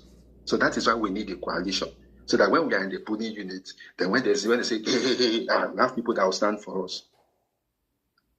That is why we want to join the coalition. And we are gradually forgetting even the power the obedience have. Now, I want to quickly talk about what happened in Ibom Air. You see, these fourth people in my analysis in the system, in Nigerian system, which are the masses, as long as these people remain sheepish, submissive, foolish, everything is okay for them at the top. And they do everything to make the masses submissive. You see, this thing that happened is not particularly about that lady. It's to send the message. You know, there has to be a way. When you see an opportunity, you always keep to that fear. Keep instilling that fear. Put it in them. If the fear, you see that thing that happened, it's like that is the rope. You know, Yoruba will say Okumero. That is the rope they use in tying Nigerians. They put you in check. They put us in check. That is like, then they put, like, if somebody can do like this and they send the person to kill you, then this will put, nobody would want to try nonsense. That is the way it works. So the sum of all I'm saying is that, you see this coalition, now street they won't play obedience. And we go there together, should be people they think say, they will. Nobody can give Obi that. It's not just the ruling party that against Peter Obi. We should know it. Them plenty. Because it stands for an ideology that is a stumbling block, is a stone against what is obtainable in Nigeria before the Obidient movement started. So it's not even just the ruling party. Everybody are afraid of that movement. It is a stumbling block. It is the stone rejected by the builders. You know, they say we don't have structure. They say we don't have structure. They say we don't get structure, but they fear those who don't get structure. All right. So that is just it. Thank you very much. Thank you. No, thank you very much, brother. Well said. Well said. Listen, I wanted to address something. So, for those who are, people tag me every day for all kinds of things. Primarily since we launched the Obidient Ninjas, we launched it on this space. I get tagged every day. Every time Obidient Ninja is talked about, I get DMs from everywhere. And I get all these guys, all these talking heads, Obidient Ninjas, they just like to shout. They're just loud. They have no strategy. These people want to pretend like they know politics of Nigeria more than us. That we are just neophytes. We are children when it comes to political permutations. I just look there and say, like Nader Sabi pass. I challenged that nigga. What's his name? I went under his post last time. I said, I'm one of the proponents of Obidient Ninjas. I said, I challenge you to a debate, $500. I'm going to put it on the table. Take me to a neutral space. I will put the money down, a neutral judge, you and I. Let's debate this issue. If you win, you get the money. Before I knew it, other people, somebody came and dropped 1,000 on top of the 500. Somebody came from Europe and dropped 300 euros. Somebody in Canada said they will also sprinkle some Canadian dollars. Before you know, it was like we are doing auction. The thing was going up. For hours, we dragged this guy. Come out, come and debate if you are sure of yourself. It is easy to tweet nonsense. It's easy to sit down in a room somewhere and some shack and then be tweeting. If you are sure, if he's sure you, come now, make we debate. Let's debate. You think we're stupid? Like we don't know what we're saying. When we say Peter will be or nothing, we want to win an election as well, but we want more. We want to change the country. And there is a pathway to that happening. There's a pathway. You think say we don't know what they do. You think say we'll be children. I joined politics at 15. I was a 15-year-old chasing after SDP back in the day. I've told my story several times. 15, I be. And I have pursued every political campaign since then till now. Some of us were not born yesterday. Don't let the exterior fool you. We weren't born yesterday. So when we say we are obedient ninjas, we have sustained the conversation, right? We are tired of waiting for a coalition to tell us the next step, give us a sense of direction. So we're a pressure group.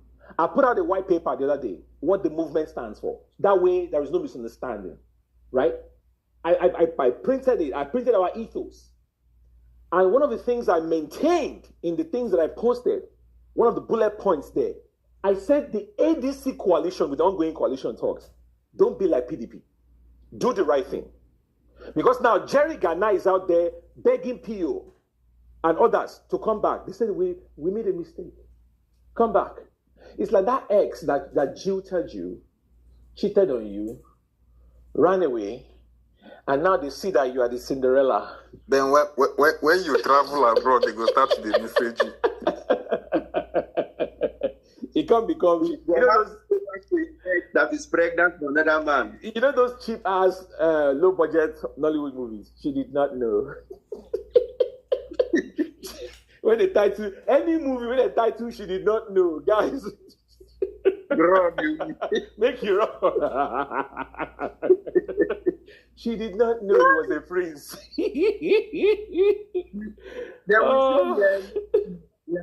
The guy will be forming gate man somewhere. He'll be forming gate man. He'll be forming poor guy. And then everybody, all the women, they'll be guilty guy for the insulted guy, And then one chick will just show up, be nice to him, be bringing him food, treating him nice. And then one day we'll just show up like, actually, it was the test. I'm testing you and you passed.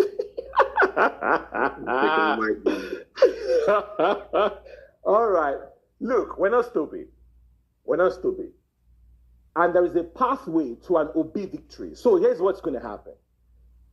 The people who are in the coalition, let them be doing what they are doing. If you go and study the political history of Nigeria, this is not new. All of you are jumping, some people are jumping up and down and see this is the new thing. Go into our political history as a country. Go and see the history of political movements and coalitions.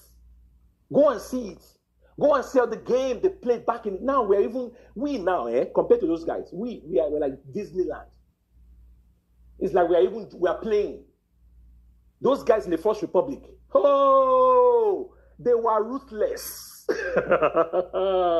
Those guys, young people, they were ruthless. You know? So all this one say coalition, no be today. We go day here, now here we day. So as pressure groups go, we do what we do best. Let the people in the coalition be talking on our behalf. PO, we trust him. Let him be negotiating with them. We on the outside, we will put pressure. That's what pressure groups do. We apply pressure, right? We will not wait and sit on our hands and just be waiting and hoping for the best and let them come and tell us something. And then, to add to that, you now start seeing movements. You are seeing movements. Now, I want you guys seeing there is no other politician. You might say it's my bias that is speaking. But if you want to be true to yourself, there is no other politician who is talking like Peter Obi, who is engaging the political space, engaging Nigerians, policy issues. How many of these people have you seen? I was watching Arise News each day, and those guys were lamenting. They're like, it's funny how 2 years out, we're talking about an election when we should be talking about governance. And none of these people coming out, they're even giving us, the conversation is not around policy. It's not robust. It's about, north and south, and it's my turn, it's your turn, and Nami, Emilokon, and Iwalokon, and all those kind, and all this kind, and one man that wants to check off a bucket list of the things to do before, and another, like a bunch of people just, the new PDP just rearranging themselves, or maybe the old PDP in old what's that line? Old wine, new wine in old bottle, or whatever the way they say it. Like, it's just ridiculous. Wineskin. Okay, there is no care or concern for Nigeria and the Nigerian polity, so to speak.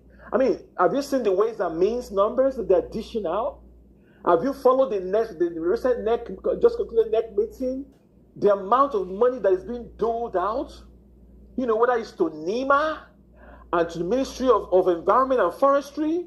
NEMA is under the Ministry of Environment, or to the issue of the government taking money from the Sovereign Wealth Fund, without proper appropriations. Should I keep going? Like, there are so many things that the government is doing. They have floundered. They are breaking every law on the books. They have no respect for the rule of law. Even when it comes to governance, we're not even talking about that. A former senator, Ibrahim Musa Kotangora, he just died. He died from Niger State. He couldn't afford $30,000 freaking dollars. $30,000, guys. He couldn't afford. He had 15. The hospital, according to the story, came out and confirmed it. He had 15,000. He couldn't afford the rest. He died. He died. A former senator of the Republic. Now, if that happened to a former senator, my goodness. How much more an ordinary citizen, right? These people, they would rather live their lives outside of Nigeria. They would rather go and die in London. They will not fix our health care. Yet, the government is funneling money through NHIS. I spoke about this extensively on our space yesterday. And all the states' health insurance agencies. So, I saw a statistic on StatisSense. And I did a quick search on the statistic of Nigerians that are insured, health insurance. Majority of our states, 99% of our people are uninsured.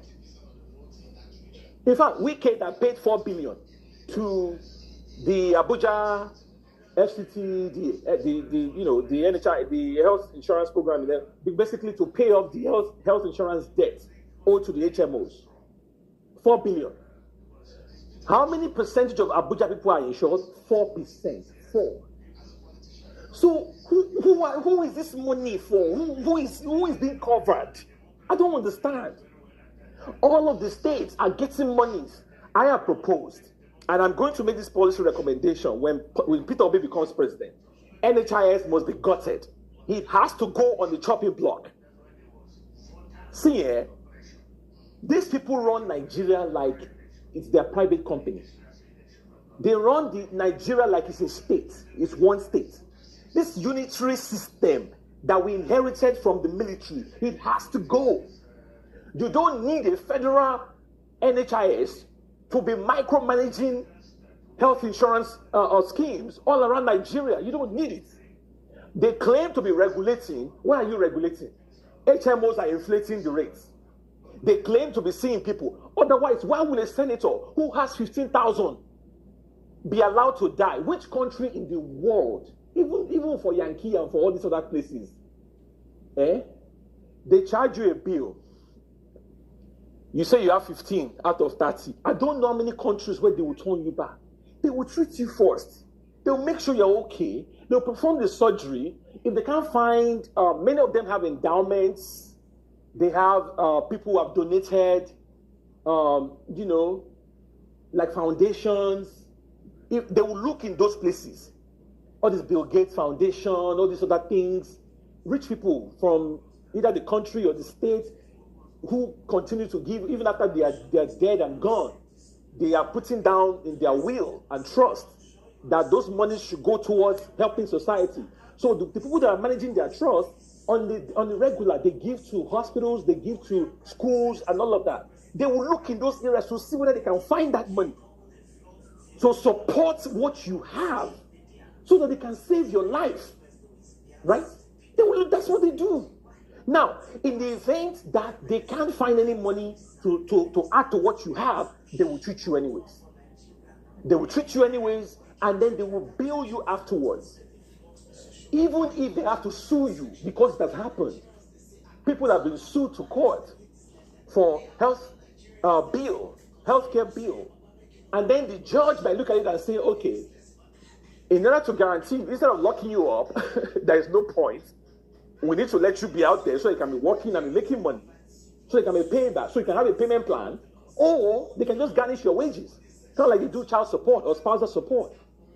And so as the paycheck is landing in your bank account, direct deposit, they're garnishing it until you finish paying.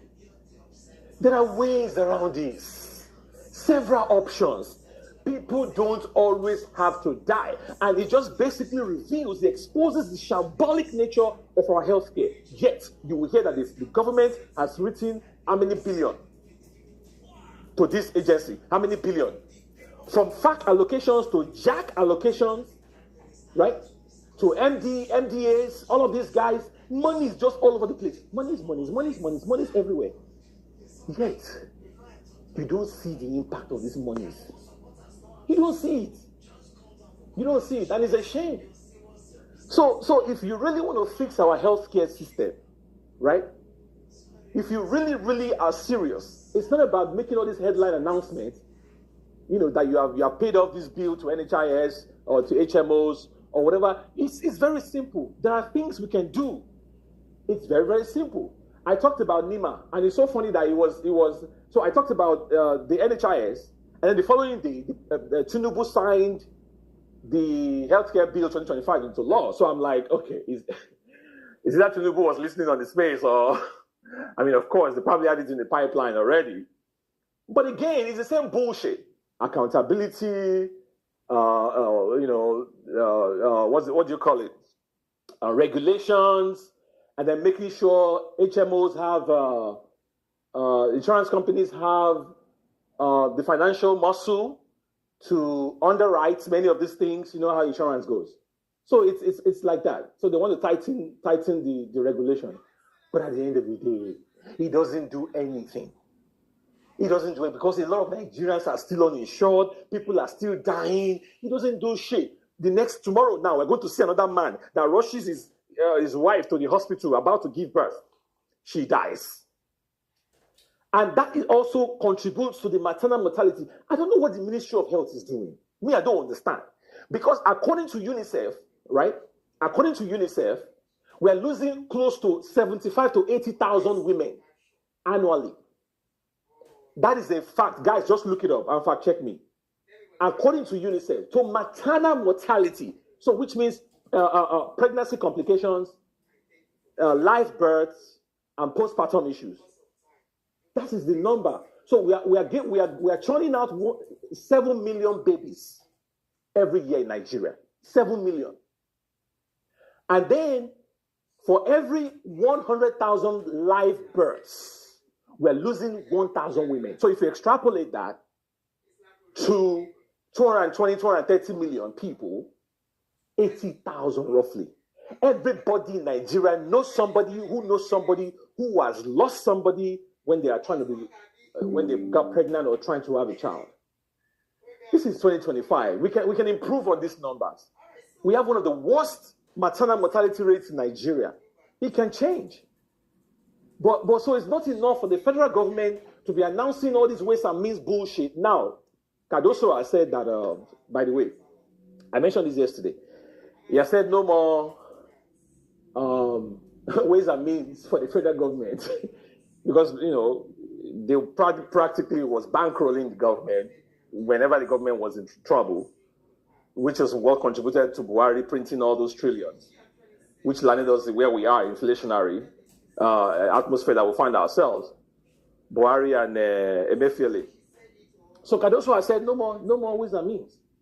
And the Anchor Borrower program for the farmers, he has also said no more, no mas. So, I mean, whichever way you want to read, that's on the monetary policy side. All right, Cardoso is doing his best, I must say. He's an amazing central banker, intelligent man.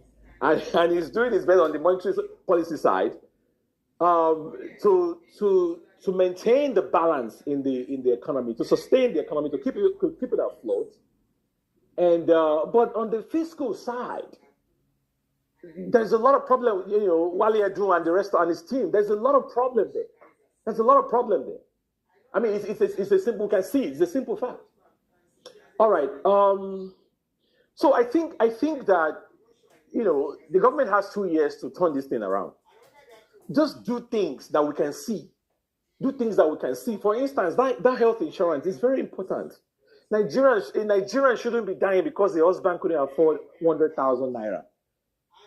And then they turn them. Why don't you just even make a law? Okay, so NHIS is claiming that you go ahead, you treat the people, and then we'll pay you. That's the way, that's the textbook definition of the relationship between the government and HMOs, right? So you come in, we treat you, and then, if you are subscribed, that is. So you're paying premiums every month, whether it's Ilera Eko in Lagos State or the one in Abuja, or every state has their own, right? But then, as lofty, as nice as it sounds, it's not panning out. Like, we're not seeing the overall impact. Too many stories of people dying from things they shouldn't be dying from. Too many stories of people being turned back from the hospital. So if these insurance claims are legit, why is this going on? Then there is also the politics of it, finally. Tizi was in here talking about, was it Tizi or Eze? Was talking about in the north. Oh, it was Eze, I think. So in terms from the pharmaceutical side of things, in the north, there are certain medications that are covered. So, which means they're subsidized. So you go to the hospital, the doctor will write you a medication, you go, they tell you the total price, but then your insurance will cover some of it, and then you pay the rest out of pocket, right? In the South, completely different story. The same drug, the same medication, completely different story. They will tell you, oh, this one is not covered. And then you have to pay full price out of pocket in the same freaking country. Like, I know a lot of people may not be paying attention to these things, but these things are real. And the people that are experiencing them, they know what I'm talking about. So it is time for us to turn these things around. We have to turn it. It's like, this is not how to run a country. No. So I know we're focused on 2027, but the government has time. It has time, to be more accountable to the Nigerian people, right? To govern well and not focus on these electioneering techniques and arresting opposition, locking them up. And INEC should just be quiet, I beg. INEC should stop talking, because all this money they're giving people, though, it's nonsense. Because if there was anybody who has started campaigning since day one, it is the government. So if you want to censure anybody, go and censure the government. I beg. All right, guys, there's so much to talk about. Oh, finally, 10 billion was given to NEMA at the last NEC meeting. And I want to say to NEMA people, we are watching you. Some of us are watching you. I swear to God. Some of us are watching you, NEMA. Because I still maintain that NEMA is the most active government agency in Nigeria for obvious reasons. Because, should I say, no, not most active. They are supposed to be. Let me rephrase. They are supposed to be the most, because we have disasters all the time. You wake up, another disaster has happened. You wake up, another one has happened over there. Somebody's blowing up shit somewhere. Some natural disaster has happened. Headsman is wiping out people. Boko Haram. So NEMA is supposed, if Nigeria was working, NEMA will be the most hardworking government agency.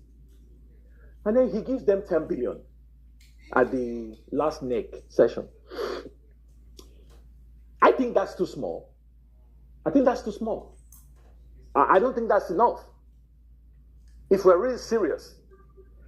And the reason I'm bringing this up, I've made this case. I won't stop talking about it. I know at this point I'm sounding like a broken record, but I won't stop. Mrs. Tinubu needs to stop going around giving 1 billion. This mother of the nation mentality. We didn't vote for a mother. Okay? We didn't vote for a mother. It is time to build better mousetraps. It is time to build systems that work, not depending on people, individuals, but systems that will outlast Mrs. Tinubu. If NEMA was functional, all Mrs. Tinubu needs to do is to give that money through NEMA. It's that simple. You want to give? I'm not coming for where's the source of the money, like people have been saying. I'm not interested. All I'm saying is build systems instead of headline chasing and cloud chasing things that they're doing. And then she goes to Plateau State, they will show Ashwebi. Benue State, they will sow Ashwebi and line up children. And they'll be like, when are we going to move past this way of thinking? Build systems that work so that if you are not there, the system works. And it helps the republic. That is what we're saying, right? So if you empower NIMA, you expand the budgetary allocation of NIMA, okay? In fact, I will go further to say, let me say this, in case somebody is listening. I don't know. How do I phrase this? I would say put NIMA in the consolidated revenue fund. Guys, just stay with me. Just stay with me. This is the fund that takes in all of government's revenue. All right? When the government does business, they export, they sell things, taxes. This is where the money goes. All right? Before we start talking about FAC and JAC allocation. 2008, Justice Wires, or am I saying it right? Let me just say Wires. He proposed, and by the way, this is not the first time that we're having electoral reform. That was also electoral reform back then. And one of his proposals in 2008 was to actually put INEC in the Consolidated Revenue Fund. That way, INEC does not depend on budgetary allocation from the executive. So make it constitutional so that INEC is permanently lodged in the Consolidated Revenue Fund.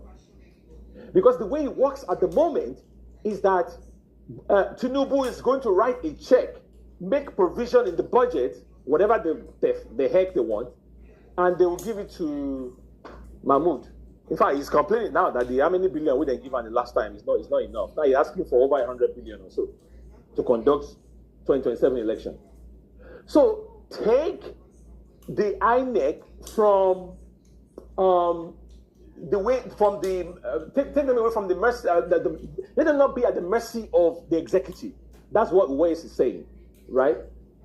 Give them the latitude and put them in that fund, and then whatever the number you come up with, adjusted for inflation, INEC has everything it needs to do, and also it helps to guarantee accountability, impartiality, and it basically protects them from being corrupted and all of that.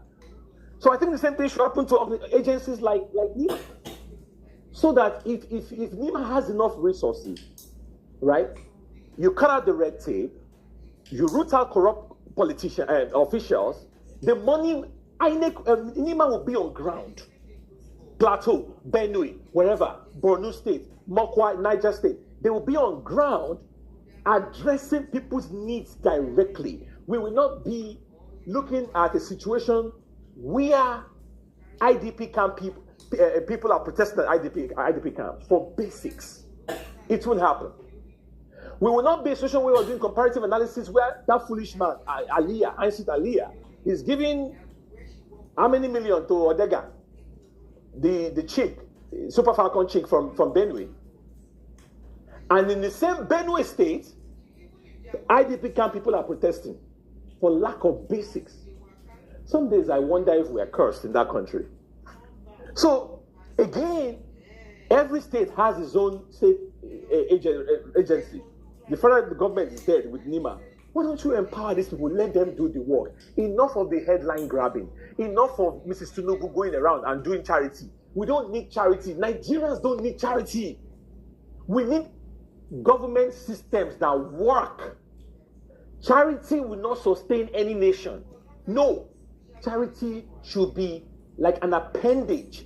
It adds to a system that works. You need to build systems rather than people going out there and grabbing headlines and cloud chasing. We don't need people doing that. If Mrs. Tinubu wants to be given 1 billion below, give it to the right agencies. Give it to NIMA, give it to Red Cross, and let them go to work and help the people. You just sit back and relax. And then it will be announced. Also, yesterday, I sent a message to Taiwo Yedele. If anybody is close to Taiwo Yedele, the chairman for Tinubu's tax meeting, they should tell him that here's an opportunity Finally, I will land on this point. To incentivize Nigerians on giving, doing charity, and it becomes tax incentive. So you get tax credit for doing charity. All right? So as a citizen of Nigeria, you don't just, I know Nigerians are used to just giving their money away freely when it comes to church, tithe, and offering, all these things.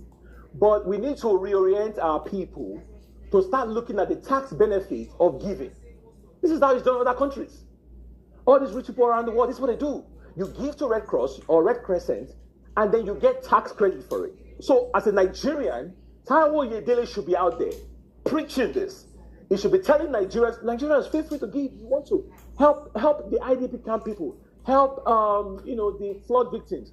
But when you do, keep your receipt and attach that receipt to your tax filing. It is that simple. You get tax credit for that.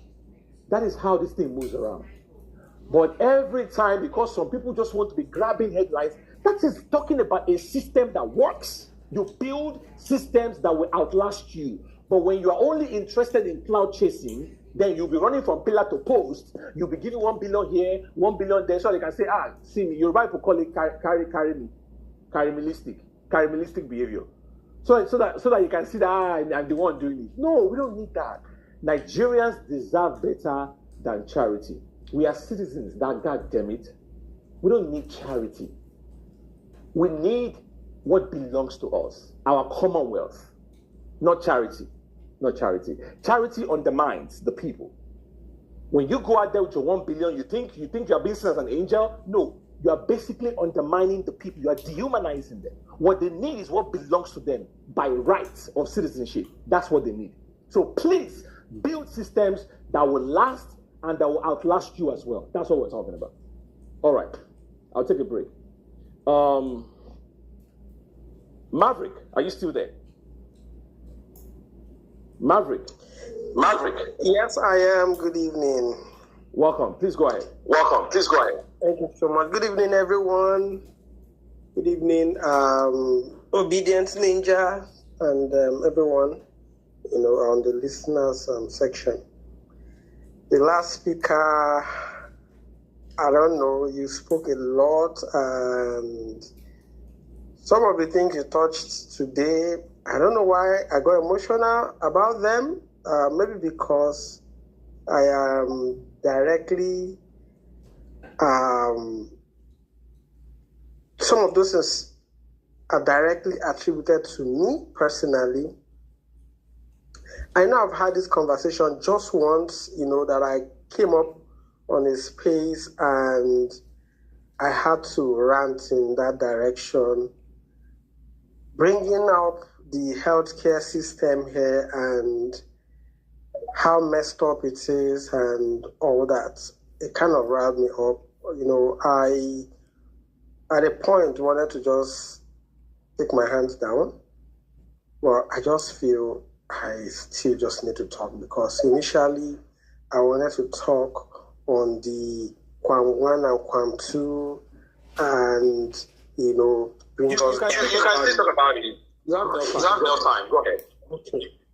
So, how decayed the system is very alarming.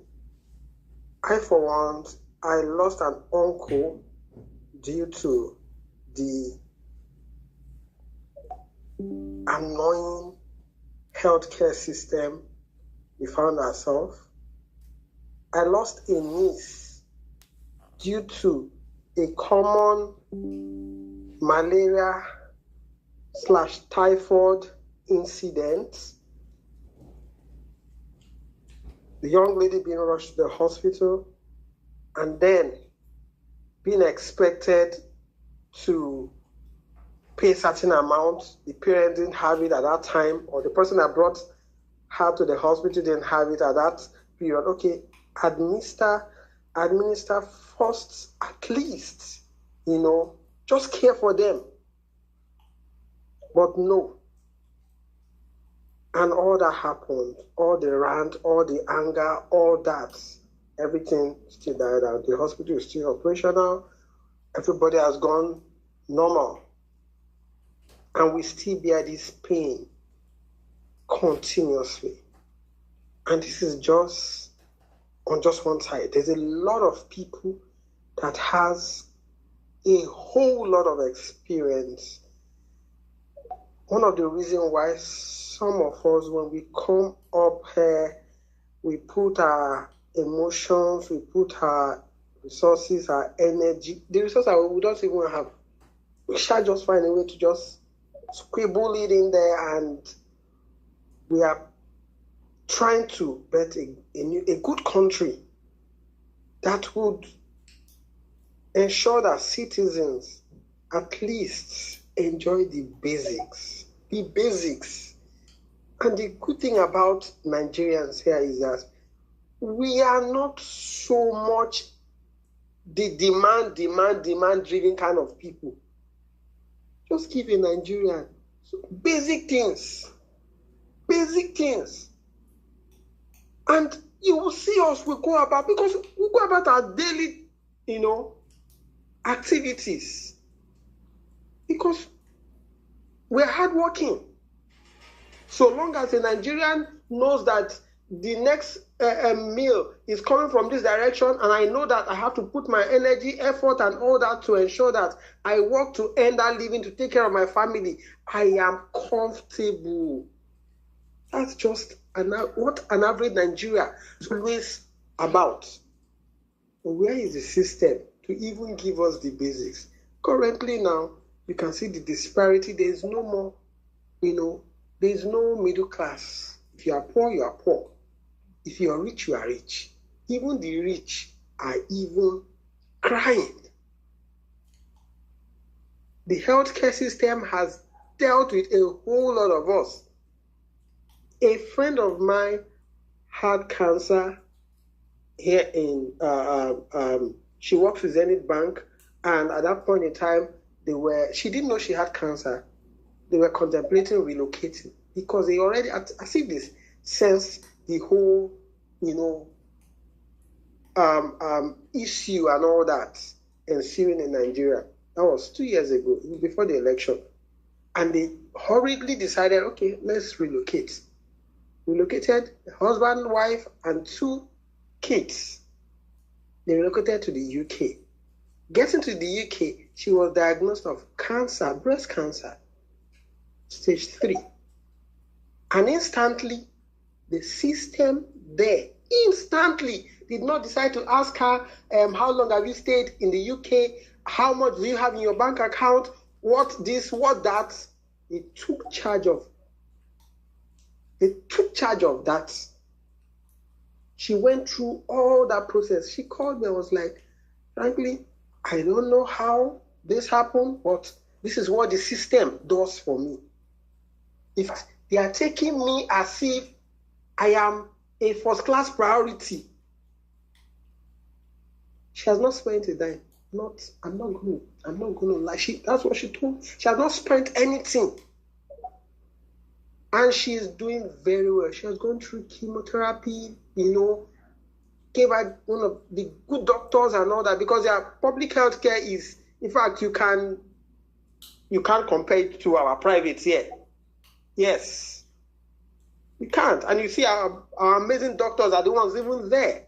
Our nurses are the ones there, Nigerians, doing an amazing job. Guess what? She's doing well. Unfortunately, I'm just going to even say this story because, like I mentioned, I've only had this conversation once, and it's been a long time on Space. Even though it's annoying, sometimes I don't even know where I need to place my hand, what I need to do, but I am in the system. My wife was diagnosed of cancer in the year 2022. Breast cancer. And the system has not allowed me rest. A young man that just got married, I'm just barely 5 years in my marriage. Now. And then she was diagnosed of cancer. Where do we start from? We've been running from pillar to post and all that. NCR loot, just trying to ensure that we're able to, get her to fight for that, opportunity to live. You go there and then they are telling you if you are not making this particular amount of deposit, they can't even attend to you. And I'm like, where do we start from? We've gone all through this whole process, spending millions and millions that we didn't even have. Sometimes I have to go to people, because at a point in time, working as a manager somewhere, how much are you earning? How much am I even earning? For me to even meet up. We've done this whole process for the past 3 years now. And she's still battling for her life. Sometimes there's no opportunity for you to say, okay, there's a particular place, as an agency, there is a government, institution, that has been designated with taking care or, ensuring that people get cushion for these things. Where are we going to run to? Some of us don't have the privilege of relocating outside the country to take advantage of the system that works. But we'll still be here, still keep managing and all that. And then the patient is suffering.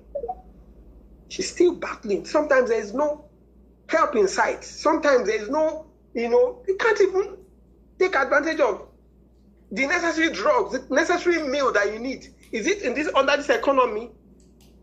It's asked not to eat X, Y, Z and all that.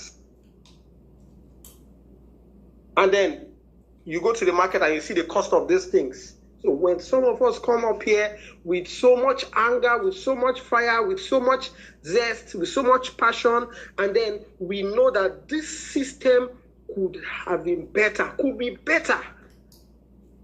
And we speak some of these things and some nuisance on some people come up, and then because probably maybe they have the opportunity of, getting peanuts from their slave masters. I'll call that because if you don't have sense or don't have the understanding, don't see that the country can be better. And some of those people travel outside the country and they do some of the things, they see the system work. Today I was seeing Obiano. I saw a post, a video, where Obiano is in the US, walking with a dog. He was walking his dog. Yeah, I saw that too. Go to Anambra and see. Go and see what these guys are evil. They are wicked. And P2B is who they are calling his name. Who they are calling names. They are evil people. He is over there. Oh, after looting here, he settled the FCC, and just closed their mouths. And then he has gone there so that he can enjoy his loot. And he also has people around him who are comfortable because, of course, they've collected theirs. And then you tell me that everybody in this same ship wants the betterment of this country. I'm so sorry, this is even me. Anybody that comes to, I'm on a space, unless I don't want to be in that space, and then you come, you want to start having unnecessary argument and all that, I will blast you, because if life is not dealing with you, it's dealing with me. I don't have the opportunity or the luxury of maintaining my employment status the way I should, or growing and all that. I know how many jobs I have lost because of this. I know what I have lost in my life. I know the properties I have sold. I know the amount of beg I had to have gone out there, uncles, people that I don't even know, that I've not even interacted with before, to say, please, I need this. I need 3 million. I need 5 million. I need 2 million. I need 1 million, in order to just give her the opportunity of fighting. And we're still here. Why can't I live in an environment where I know that a system can help me cushion the effect? If you go to the UK, if you go outside the country, some of this, country that these states are going to, the moment your child is 5 years old, Everything is free when it comes to academics. All you just need to worry yourself about is, pay your house rent, your utilities and all that. You are earning your senior money. And then you can't tell me that food is your problem or you can't pay your bills. It is when you now want to probably maybe you want to probably maybe meet certain needs and all that. That is not, certain wants. You want to live certain luxury lives and all that. Of course, you pay for it. But the basics, you have the capability of meeting. And then the system would help you sort certain things. Because number one way or the other, you are still paying for those things. Yes, the health insurance is there. And it's working. Yeah, they tell you are doing health insurance. If you go to the HMO you're doing here, take your HMO. I have an HMO from my previous office.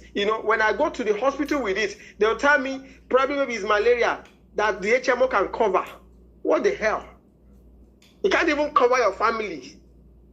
And you tell me that This is interesting. So, what state are you in? I'm in Lagos. So you're enrolled for the Ilera. Sorry, I didn't get that. Did you enroll for the Ilera? Or you have a private one? Ilera what? Okay, mute your mic for a second. Okay, all right. As a feedback. Okay, so what I'm saying is that, are you enrolled in the Lagos State Government Health Insurance Program, which is titled Ilera Eco, or do you have one from your job, a private one? That's what I'm asking.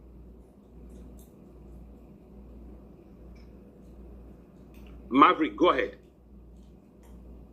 Okay, sorry, I was on mute. I have one from my job, Reliance Insurance. That's the one I use, because it's from work. But I'm not enrolled to the Lagos State Government scheme. Yeah. All right, continue. You were saying that if you insurance, they'll tell you what is not covered, what is covered. Yes. So, in the course of all this old stuff, I think one of the reasons why that occurred, because one day I took my daughter to, the hospital, and I also wanted to take the opportunity to check my eyes and all that, because I discovered I started having some pains in my eyes and all that. And I think that was the first time I was using the HMO and all that. And I was like, okay, let me take advantage. Getting there, the only thing they could, consultation and all that, my HMO could only cover 30%. For what? So what's the essence of the HMO? In fact, for my daughter, it has a limitation. In fact, there are few things they can do and all that. And I'm like, so what is all this? So is it now when my wife has cancer and all that, she's going through all the operations, she's going through the chemotherapy, the radiotherapy and all those kind of stuff, and that we're still running, and then the HMO, if the HMO can't even cover some of the basics, for them to even cover a few things, they'll have to probably have to pay as much as in the hundreds.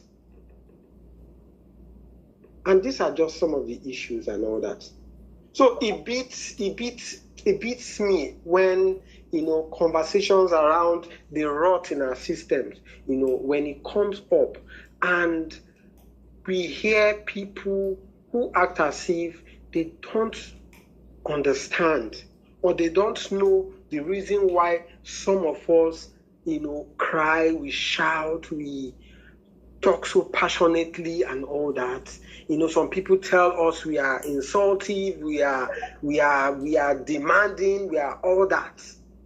It's from that point of pain. Because number one, whatever I'm doing today, I'm not doing it because anybody is giving me money or anybody is encouraging me with, stuffing my pockets. I'm doing it because if this country gets better, then everybody also benefits from it. We now have, treatment where the system treats certain people differently. That brings me to the conversation on Quam 1 and Quam 2. Now, if a conversation around some of the issues, that has happened within these few days and all that, I think, I don't know, probably God is amazing, bringing some of these things out.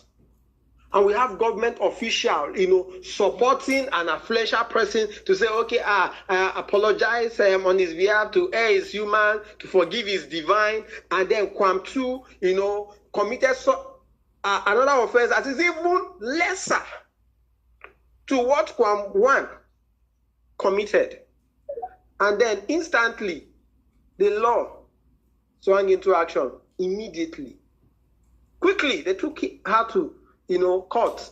Court remanded her to Kirikiri. She's in Kirikiri already. And then Kwam 1 is still there, playing, probably in one hotel, having fun, drinking champagne. And then we say we have a country of law. So it means that we have law for the rich, the high and mighty, and then we have law for the poor.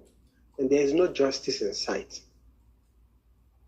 Today I was watching Arise interview with Babachi Lawade, former SGF, under Buhari regime.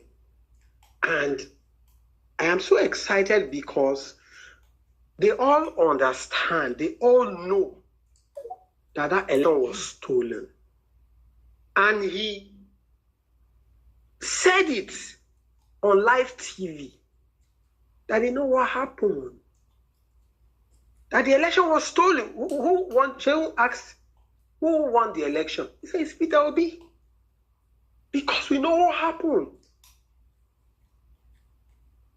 I was speaking on a space this afternoon. I said, see, they saw everything. In fact, they were overwhelmed. They did not believe that such incidents would happen. In fact, the permutation they had was, and the excitement they had was that they wanted to ensure that Atiku runs, Peter Obi runs, so that, both of them will form that spoiler, and then Tinubu can, guarantee Southwest, the North, and, wherever, some part of the South. That was what their permutation was. But they were overwhelmed because the young people came out in mass. And the reason why they got to a particular point is that if we allow this thing to continue like this, we will be disgraced. At that point, we might not even have any chance to, make any change or do anything. They tried to just off the IRF. Just they said, switch it off. And that was the switching off.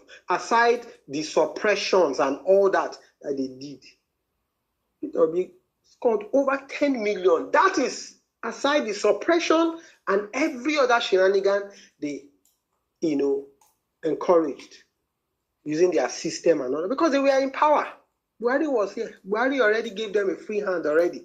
So irrespective of the system they were coordinating, they still couldn't ferment what they wanted to do. They did not understand the demography of Lagos because they felt, this is his own base, he's going to. They did not understand the demography. So irrespective of the steal, even in Lagos, because there's no way anybody can tell me that Bola Tinubu got anything over 200,000 votes in Lagos. I am so sorry. Nobody will tell me. It's the same Lagos that we are. It's the same Lagos that we are. And then they just find a way to just still steal, despite all the Oro, all the Agbero, all the 2027. Let them bring that Agbero. That Agbero will die there. That Babalawo that brings the what's it called? Ebo, what's it called, and all that, come to say, let him come out. They will see. Because one thing that unites humans is number one, when they are pushed to the wall, when they are hungry, when they are fighting for their life. They are ready to, they are ready to just tear everything up just because of survival. And that is the mood where we are currently. Whatever I must do to ensure that my wife stays alive for me and her 4 years old, daughter. I will do. I used to be I used to do work. I work. I'm doing very well. That was before. The system is messed up. It's just so very unfortunate. The reason why when, the last speaker, was talking, analyzing the healthcare, all this whole stuff and all that, I was like, this is not even a conversation I even just want to go into because it's very annoying. I've seen a whole lot in that system. Do you want to talk about the health, the education system? Do you want to talk about every other system? Nothing is working. Some people will come here and come and tell us that he's working. We must see. It is well. Thank you so much for the opportunity. As usual. Thank you. God bless you.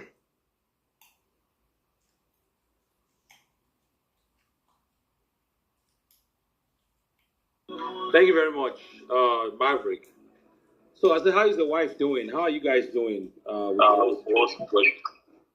Brother, it's just been God. It's not funny.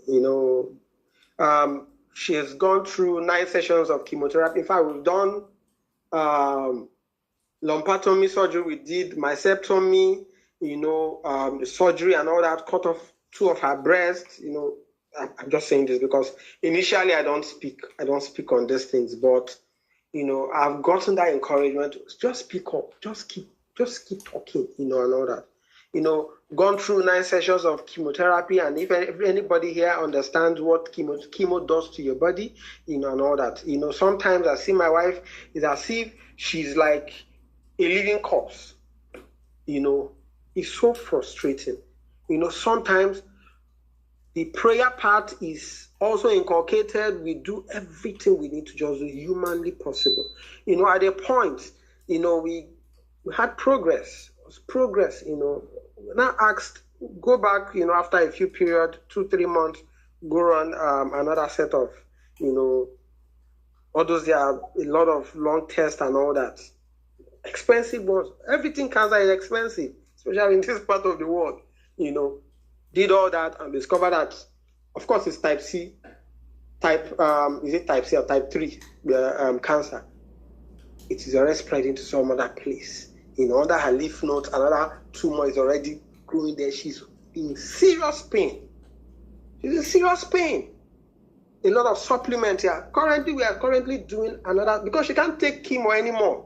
Her body is already, her body can't even work with the medication anymore. Because, of course, what chemo does, it goes into your body, it kills both the good and the bad cells. It kills everything. So, you need the good cells to fight. You need, because that is what helps you fight. But the chemotherapy has gone in there, kill both what is good and what is bad, and all that. And that is exactly the situation with her. But we have to now start, since she can't do chemotherapy again, what do we do? Have to go through another route. I think there's a particular hospital, Dr. Doyo Kukwe was using. The doctor has a practice in the UK and Nigeria here at Ogudu, and then that was where we now started with. The treatment started very well. It's going well. In fact, if you see how she looks better, like a human being. All the darkness. The first person started looking dark with all the hair uprooted and all that. But currently she's coming back. Her skin is getting back to an extent, but that pain, the tumor is still there and all that. So the tumor suppressant and some of those vitamin C stuff, infusions, and very expensive. Pay 2 million every month. 2 million. She has to do that for 1 year. And that was just even a deal we had to strike. Do I get 2 million every month for treatment? This is just one side on the side.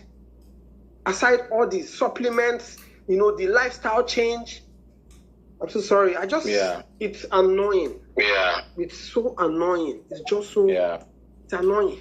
Yeah. Well, it is what it is. Yeah. And we thank God. Thank you for sharing the story. Because yeah. All right. Yeah, that was some somber moment there, guys. That is just an example of what our people are going through. We're not saying that people don't die or people don't have sickness in other parts of the world, but there are systems in place that people can access in times like that. That's what we're saying.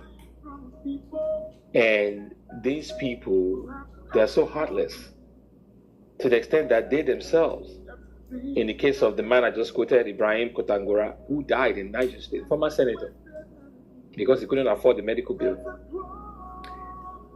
And when you're lucky to not die in Nigeria, you can jet out. That's after you finish junketing out all over the world. You can just get out to London or somewhere and go and die there. Akere Delu died in Germany somewhere? He was even running the state from Germany. Can you believe that? From his hospital bed in Germany, he was running the state from there.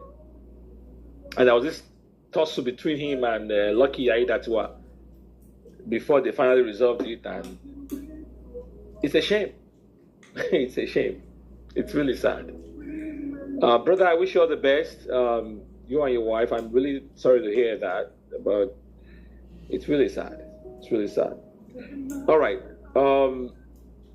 Thank you. Let's move on, guys.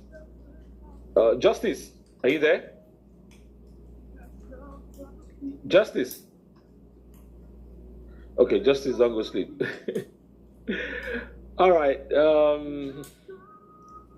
Kiki Bella, you're requesting the mic. Are you Nigerian?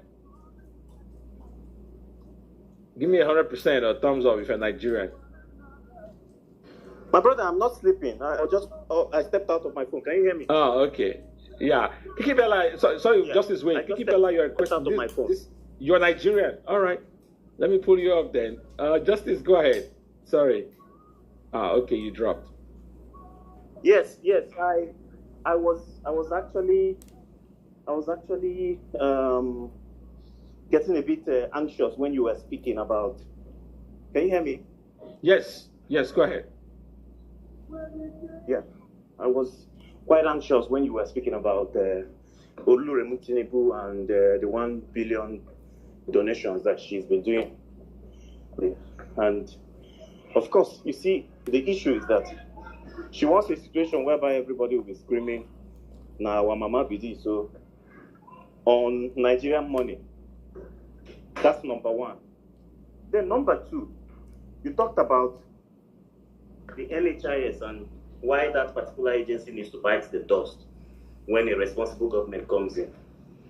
And that is also correct. But however, you see, we cannot have proper accountability without first of all understanding that Nigeria's population, Nigeria's citizens need to be known. We don't have that complete, thorough database. We don't even know the statistics of people that are probably going through the challenges of cancer, for example, in the entire country. Do you understand? We don't have that data. I mean, the president already said that statistic will go chop. So, beyond his stupid, mad rhetorics, let's tell ourselves the truth. Because before we talk about NHIS and universal coverage for a lot of people, and then the varying ranges of sicknesses and ill health that anyone, and when I mean anyone, nobody is immune from sicknesses. These are the basics that we need to do. We don't know the number of Nigerians that are born each day. We don't know the number of Nigerians that die each day. We don't have all those data. So before we can even, enforce or enact. Actually, sorry, not to stop in your tracks. We do know some of those. I mean, the NBS has been trying, the National Bureau of Statistics, they have been trying their best, considering the circumstances, to give us data. For instance, even according, this is backed up by UNICEF, we give birth to 7 million babies every year. So that is one statistic we can work with right there. My brother, that is approximate. Okay. Yes. Okay. Yes. Sometimes you might be shocked. All right, go ahead. It's probably more, probably a lot more. Yeah, but go ahead. Exactly. Exactly. We don't have that basic data. In the US now, once a woman puts to bed and it's in an approved government or health facility, that child, that child Kiki gets, Bella, your mic. Mute your mic for a second. I could keep your hand up. We'll come back to you. Justice, go ahead. Yeah, that child gets a social insurance number. And then with that, you can actually track the person. Tracking in the sense that you can, check the person's health records, you can check the person's taxes, because you hit on most of these points. And then again, I now remember you talked about rejigging the tax system where donations made to churches can reflect in the person's taxes, right? And that was where I got really interested and I started requesting the mic. Because again, our tax laws are weak. We don't have full database. The statistics has even come out to say that majority of the people who work and do business in Nigeria do not pay taxes. So we don't even have the correct remuneration in taxes with the current workforce, let alone bringing in the burden of giftings and donations in churches to accumulate as one of the things that one can use to file taxes. I don't know whether you're getting my point. So the major thing there is we need to have, first of all, a robust approach to data. We need to know the number of people in Nigeria, the number of people actively in Nigeria. That is to say, if we are extending this, then we need to have proper border control. Because part of the reasons why the developed countries are where they are is because their health and universal health coverage systems actually cater for a particular number. So they prepare with that number, with that statistics. You run up those numbers and then it makes sense. But of course, all this I'm saying is not going to be happening under a criminal government like that of Bola Ahmed Tinubu. These ones are not ready. Okay? So yes, I agree with you where you said, of course, the NHIS needs to bite the dust, and then we bring in a more efficient, more technologically driven idea towards data collection, both at the local government level. So I see what you're saying. Let me give an example. Both people in diaspora, you might understand this. When I had my daughter, I mean, it sounds so lame when we have to use some of these examples, but we just have to use them. I mean, first of all, I was in the room and I witnessed the whole process. The way they treat you, it has nothing to do with the tax bracket. You get a clean room. I remember one time, Fatai posted the basic hospital room. He's a nurse in Boston. That everybody should have access to, regardless of whether you're rich or poor or whatever. And then you're just there, both of you alone in that room the whole time when she's going through, the different, so getting ready for the baby to arrive. And then they give you like a team of nurses, midwives, to come in and check on you and to give you this and give you that. If you need epidural, and it's like they treat you like you're special. Like you're a person, you're a human being.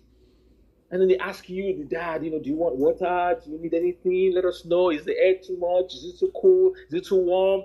Like, man. I mean, I've been in the country for a minute, but then, my goodness, each time, it just never ceases to amaze me. Right? And then they put a little thing, sticker, and that way there's no mistake about swapping or anything like that. Get a wristband, they put on the same on the baby, the same on the mother. That way we're all in sync, and then it can be scanned, go straight into the system, and then they give you a document when it's all said and done, that you will turn into Social Security. You turn into Social Security will issue a Social Security number for that baby immediately. Immediately. The baby goes into the system immediately. In a matter of weeks, you get her Social Security card in the mail immediately. Then you go to the county office, whatever, they issue you a birth certificate immediately. She's a citizen. These things are not complicated. They're not. But when you have people who don't care, they don't care about people. They just want to steal and continue to steal until they drop dead. Or if you're lucky, you become Obidient. You wind up in America, in some neighborhood, suburb somewhere, walking your dog. Worst case scenario, you die in London somewhere. These things they have to change. They have to change. I see what you're saying, bro. And for those who are working in the system, this is where I give them kudos to a large extent. Those who work at National Bureau of Statistics, for instance, it's not easy. It's not their job is not easy. I can't imagine what it takes to collect data in that country, in Nigeria. I can't imagine. So I give them a lot of props. But that said,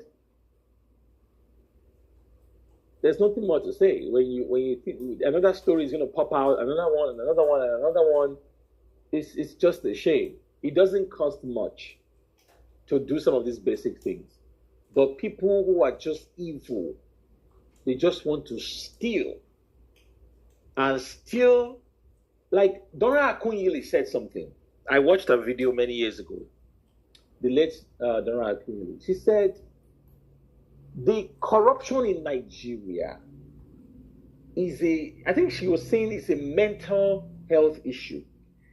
Like people are psychologically, like the corruption, it's a mental issue. Like you are suffering from mental sickness. Like how many cars are you going to drive? How many houses are you going to live in? Many of these houses, you don't even live with them. You can't keep track.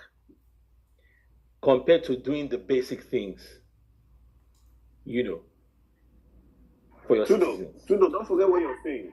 Tudo. Yeah, I can hear you. The Minister of Power, I don't know, maybe he just commissioned... Adel Abu. Yes, it's actually trending now. The current Minister of Power. I know. That's where he's using Nigeria's Band A money. Continue what you're saying now. No, I'm just buttressing your point that, everything I laid out from the NHIS to the entire healthcare system, to the recent NEC meeting and disbursement that the president made to agencies like NEMA and all the rest of them, at the end of the day, we still know how these things will go. For instance, Tinubu is giving 10 billion to NEMA, right? We know that NEMA may not get that 10 billion. In fact, NEMA will not get that 10 billion. From the moment it's announced, they will start giving the 10 billion haircut. And then it gets to the director of NEMA, he will chop his own. By the time, at the end of the day, when it's all said and done, how much is left for the people that the money is supposed to go to? That is what we are dealing with in that country. And it's a shame. It doesn't cost much to build systems. And to the Mrs. Tinubu issue, I'm saying again, even with the current challenges we're having, I'm saying that these guys have analog mentality. These are mama be this, now mama be this, so we don't get another one. Can you build systems that will outlast you? Like, can you build something sustainable? Other than this, Nigerians deserve better than charity. You can't sustain a people on charity. We're not supposed to run on charity. We have wealth. We have enough wealth to go round. In fact, our non-oil sector is now actually doing slightly well. I know we focus the majority on the oil sector, the revenue from there, 90-something% of our revenue is from there. But the non-oil sector is actually picking up. So money is coming in. And now the government is about to increase the tax revenues, right? Which is why I was talking to Taiwo Yedele to say, look, one of the systems you can build real quick instead of this one-man show you people are doing, going up and down and showing that should be and 1 billion here and 1 billion there. Okay, the next disaster, another billion there. Empower NIMA. Let NIMA do the job they were constituted to do. Right? 10 billion, in my opinion, is too small. Increase that allowance.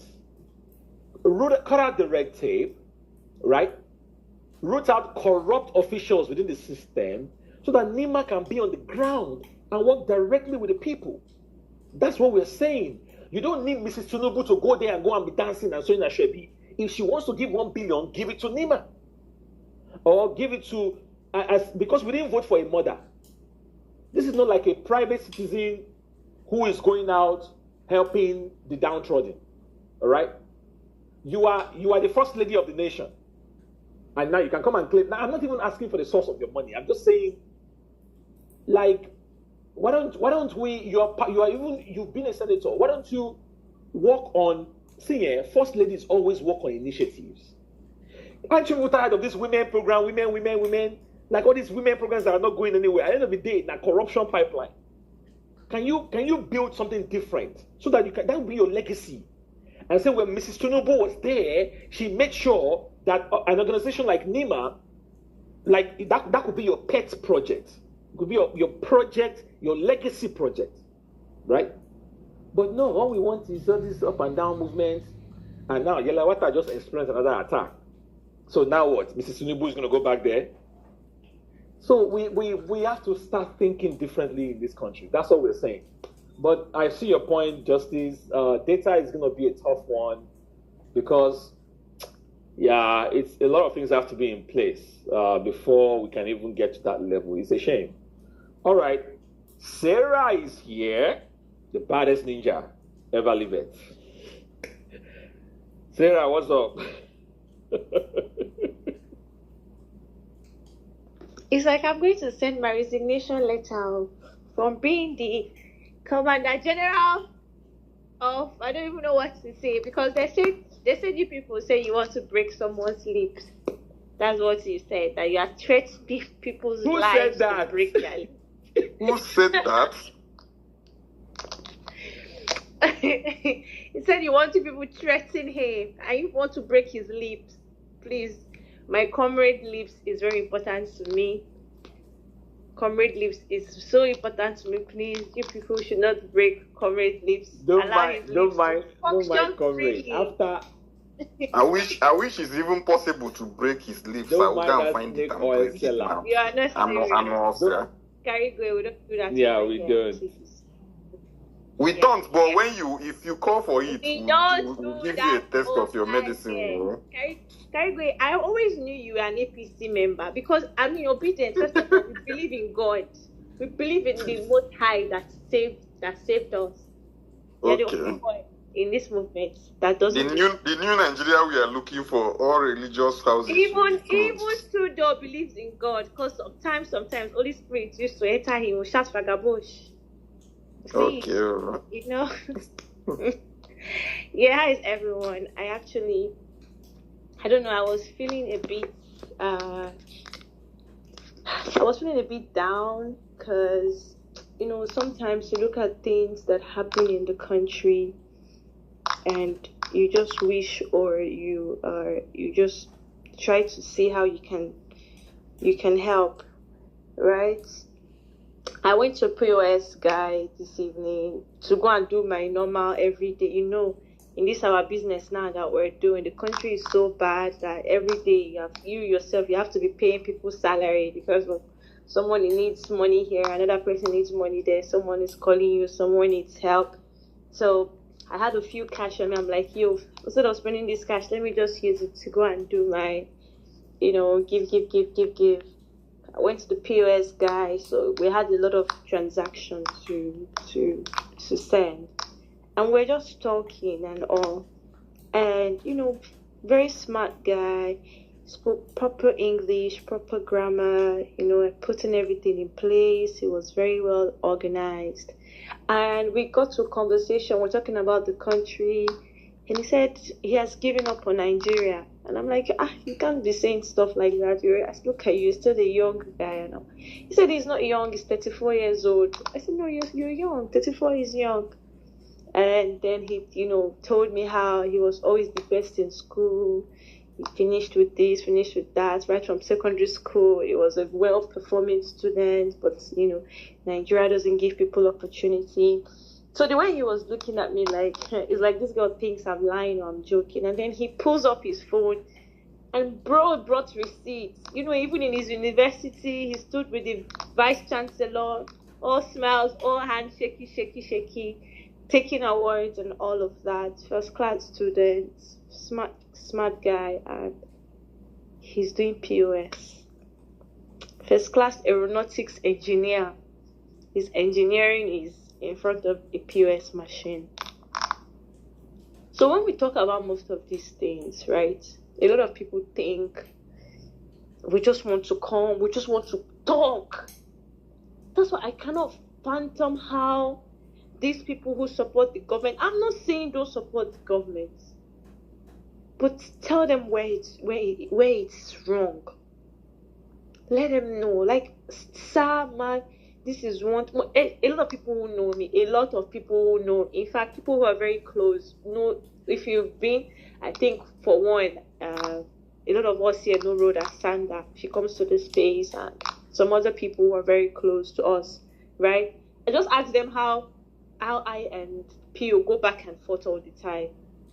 Because sometimes, this is the right thing to do. No, this is how we are going to do it. This is a good policy. No, this is a bad policy. We argue about this. We argue about that. Because if there are things that should be done right, and you have a good argument or a good debate, you speak out. If there are things you believe that are done wrong, you say it. You didn't like policy, governance, leadership. It's not a cult. Honestly, it's not a cult. When you see that things are going wrong, you say it. I think that is like the only thing I hold against these people in APC, because every day people are online, your account number is everywhere, you're begging people for money, you're begging to eat, you're begging to feed, you can't even dress properly. I saw one of them the other day, he did wedding, the jacket of his wedding, of his wedding suit is black, the trouser is blue, the shoe is indigo. I don't even know I don't even know the color the socks was playing. You can't even fend for yourself. You can't do your wedding and dress properly. But the question I have for Nigerians is, why are people getting married and having children in this situation? Don't they have conscience? So they shouldn't marry and have children. No, Tudo, to be frank with you, if I'm in Nigeria and I was interested in marriage, with the way Nigeria is now, I can't bring a child into that country. You're punishing that child. I understand your point. You can't feed yourself. You just imagine what Sarah explained now. Look at how you dress to your wedding. How is that person going to feed a family? Tomorrow, the two of them will start fighting and killing each other. It's not even the matter of that. They are online every day. They're talking about how the government is the best thing after rice and beans. They're hailing their policies. If you speak against the government, they come, they insult you, they bash you. There is no name they won't call you. They'll come out again. They'll say that you are eating Labour Party money. You are eating this money. You are eating that. As if they don't even understand how parties work. As if you are the treasurer of the party or you are the chairman. There's nothing they won't come out to say just because you are speaking the truth to power. I'm not saying you shouldn't bash me, insult me every day, come online, cuss us. But when you see the truth, please speak up. These policies are bad. Nigeria is in a place where even you yourself supporting the government, you're supporting the government because you're looking for what to eat. Imagine if we have industries, if we have factories, if we have places where people can work. We cannot have people finishing first-class graduates that are doing POS. They cannot fend for themselves. Our country keeps killing our youths. Years and years just wasted. sometimes I just ask myself, like, for some of us, sometimes it just feels like you're stupid, right? I've never had to, immediately after, in fact, during my NYSC, I was literally serving when I got a job at the Big Four. So it was just, in fact, I didn't even really, finish serving. CDS, I didn't even know what CDS was. But I was always going to, at least, I always go, I explain to them, oh, okay, this is what is happening, or your job will ask for your NYC certificate. Even the local government official, everybody's helpful. Oh, congratulations. Oh, which day is even good for you to even come to do CDS and all of that. When are you resuming at the job? Oh, they said they need your NYC certificate. Okay, by then you would have finished. You'll have your certificate to present to them. However, we have to help. If it's Thursday that is free for you, you can come on Thursdays to do your CDS. Everybody was helpful. Everybody was compassionate.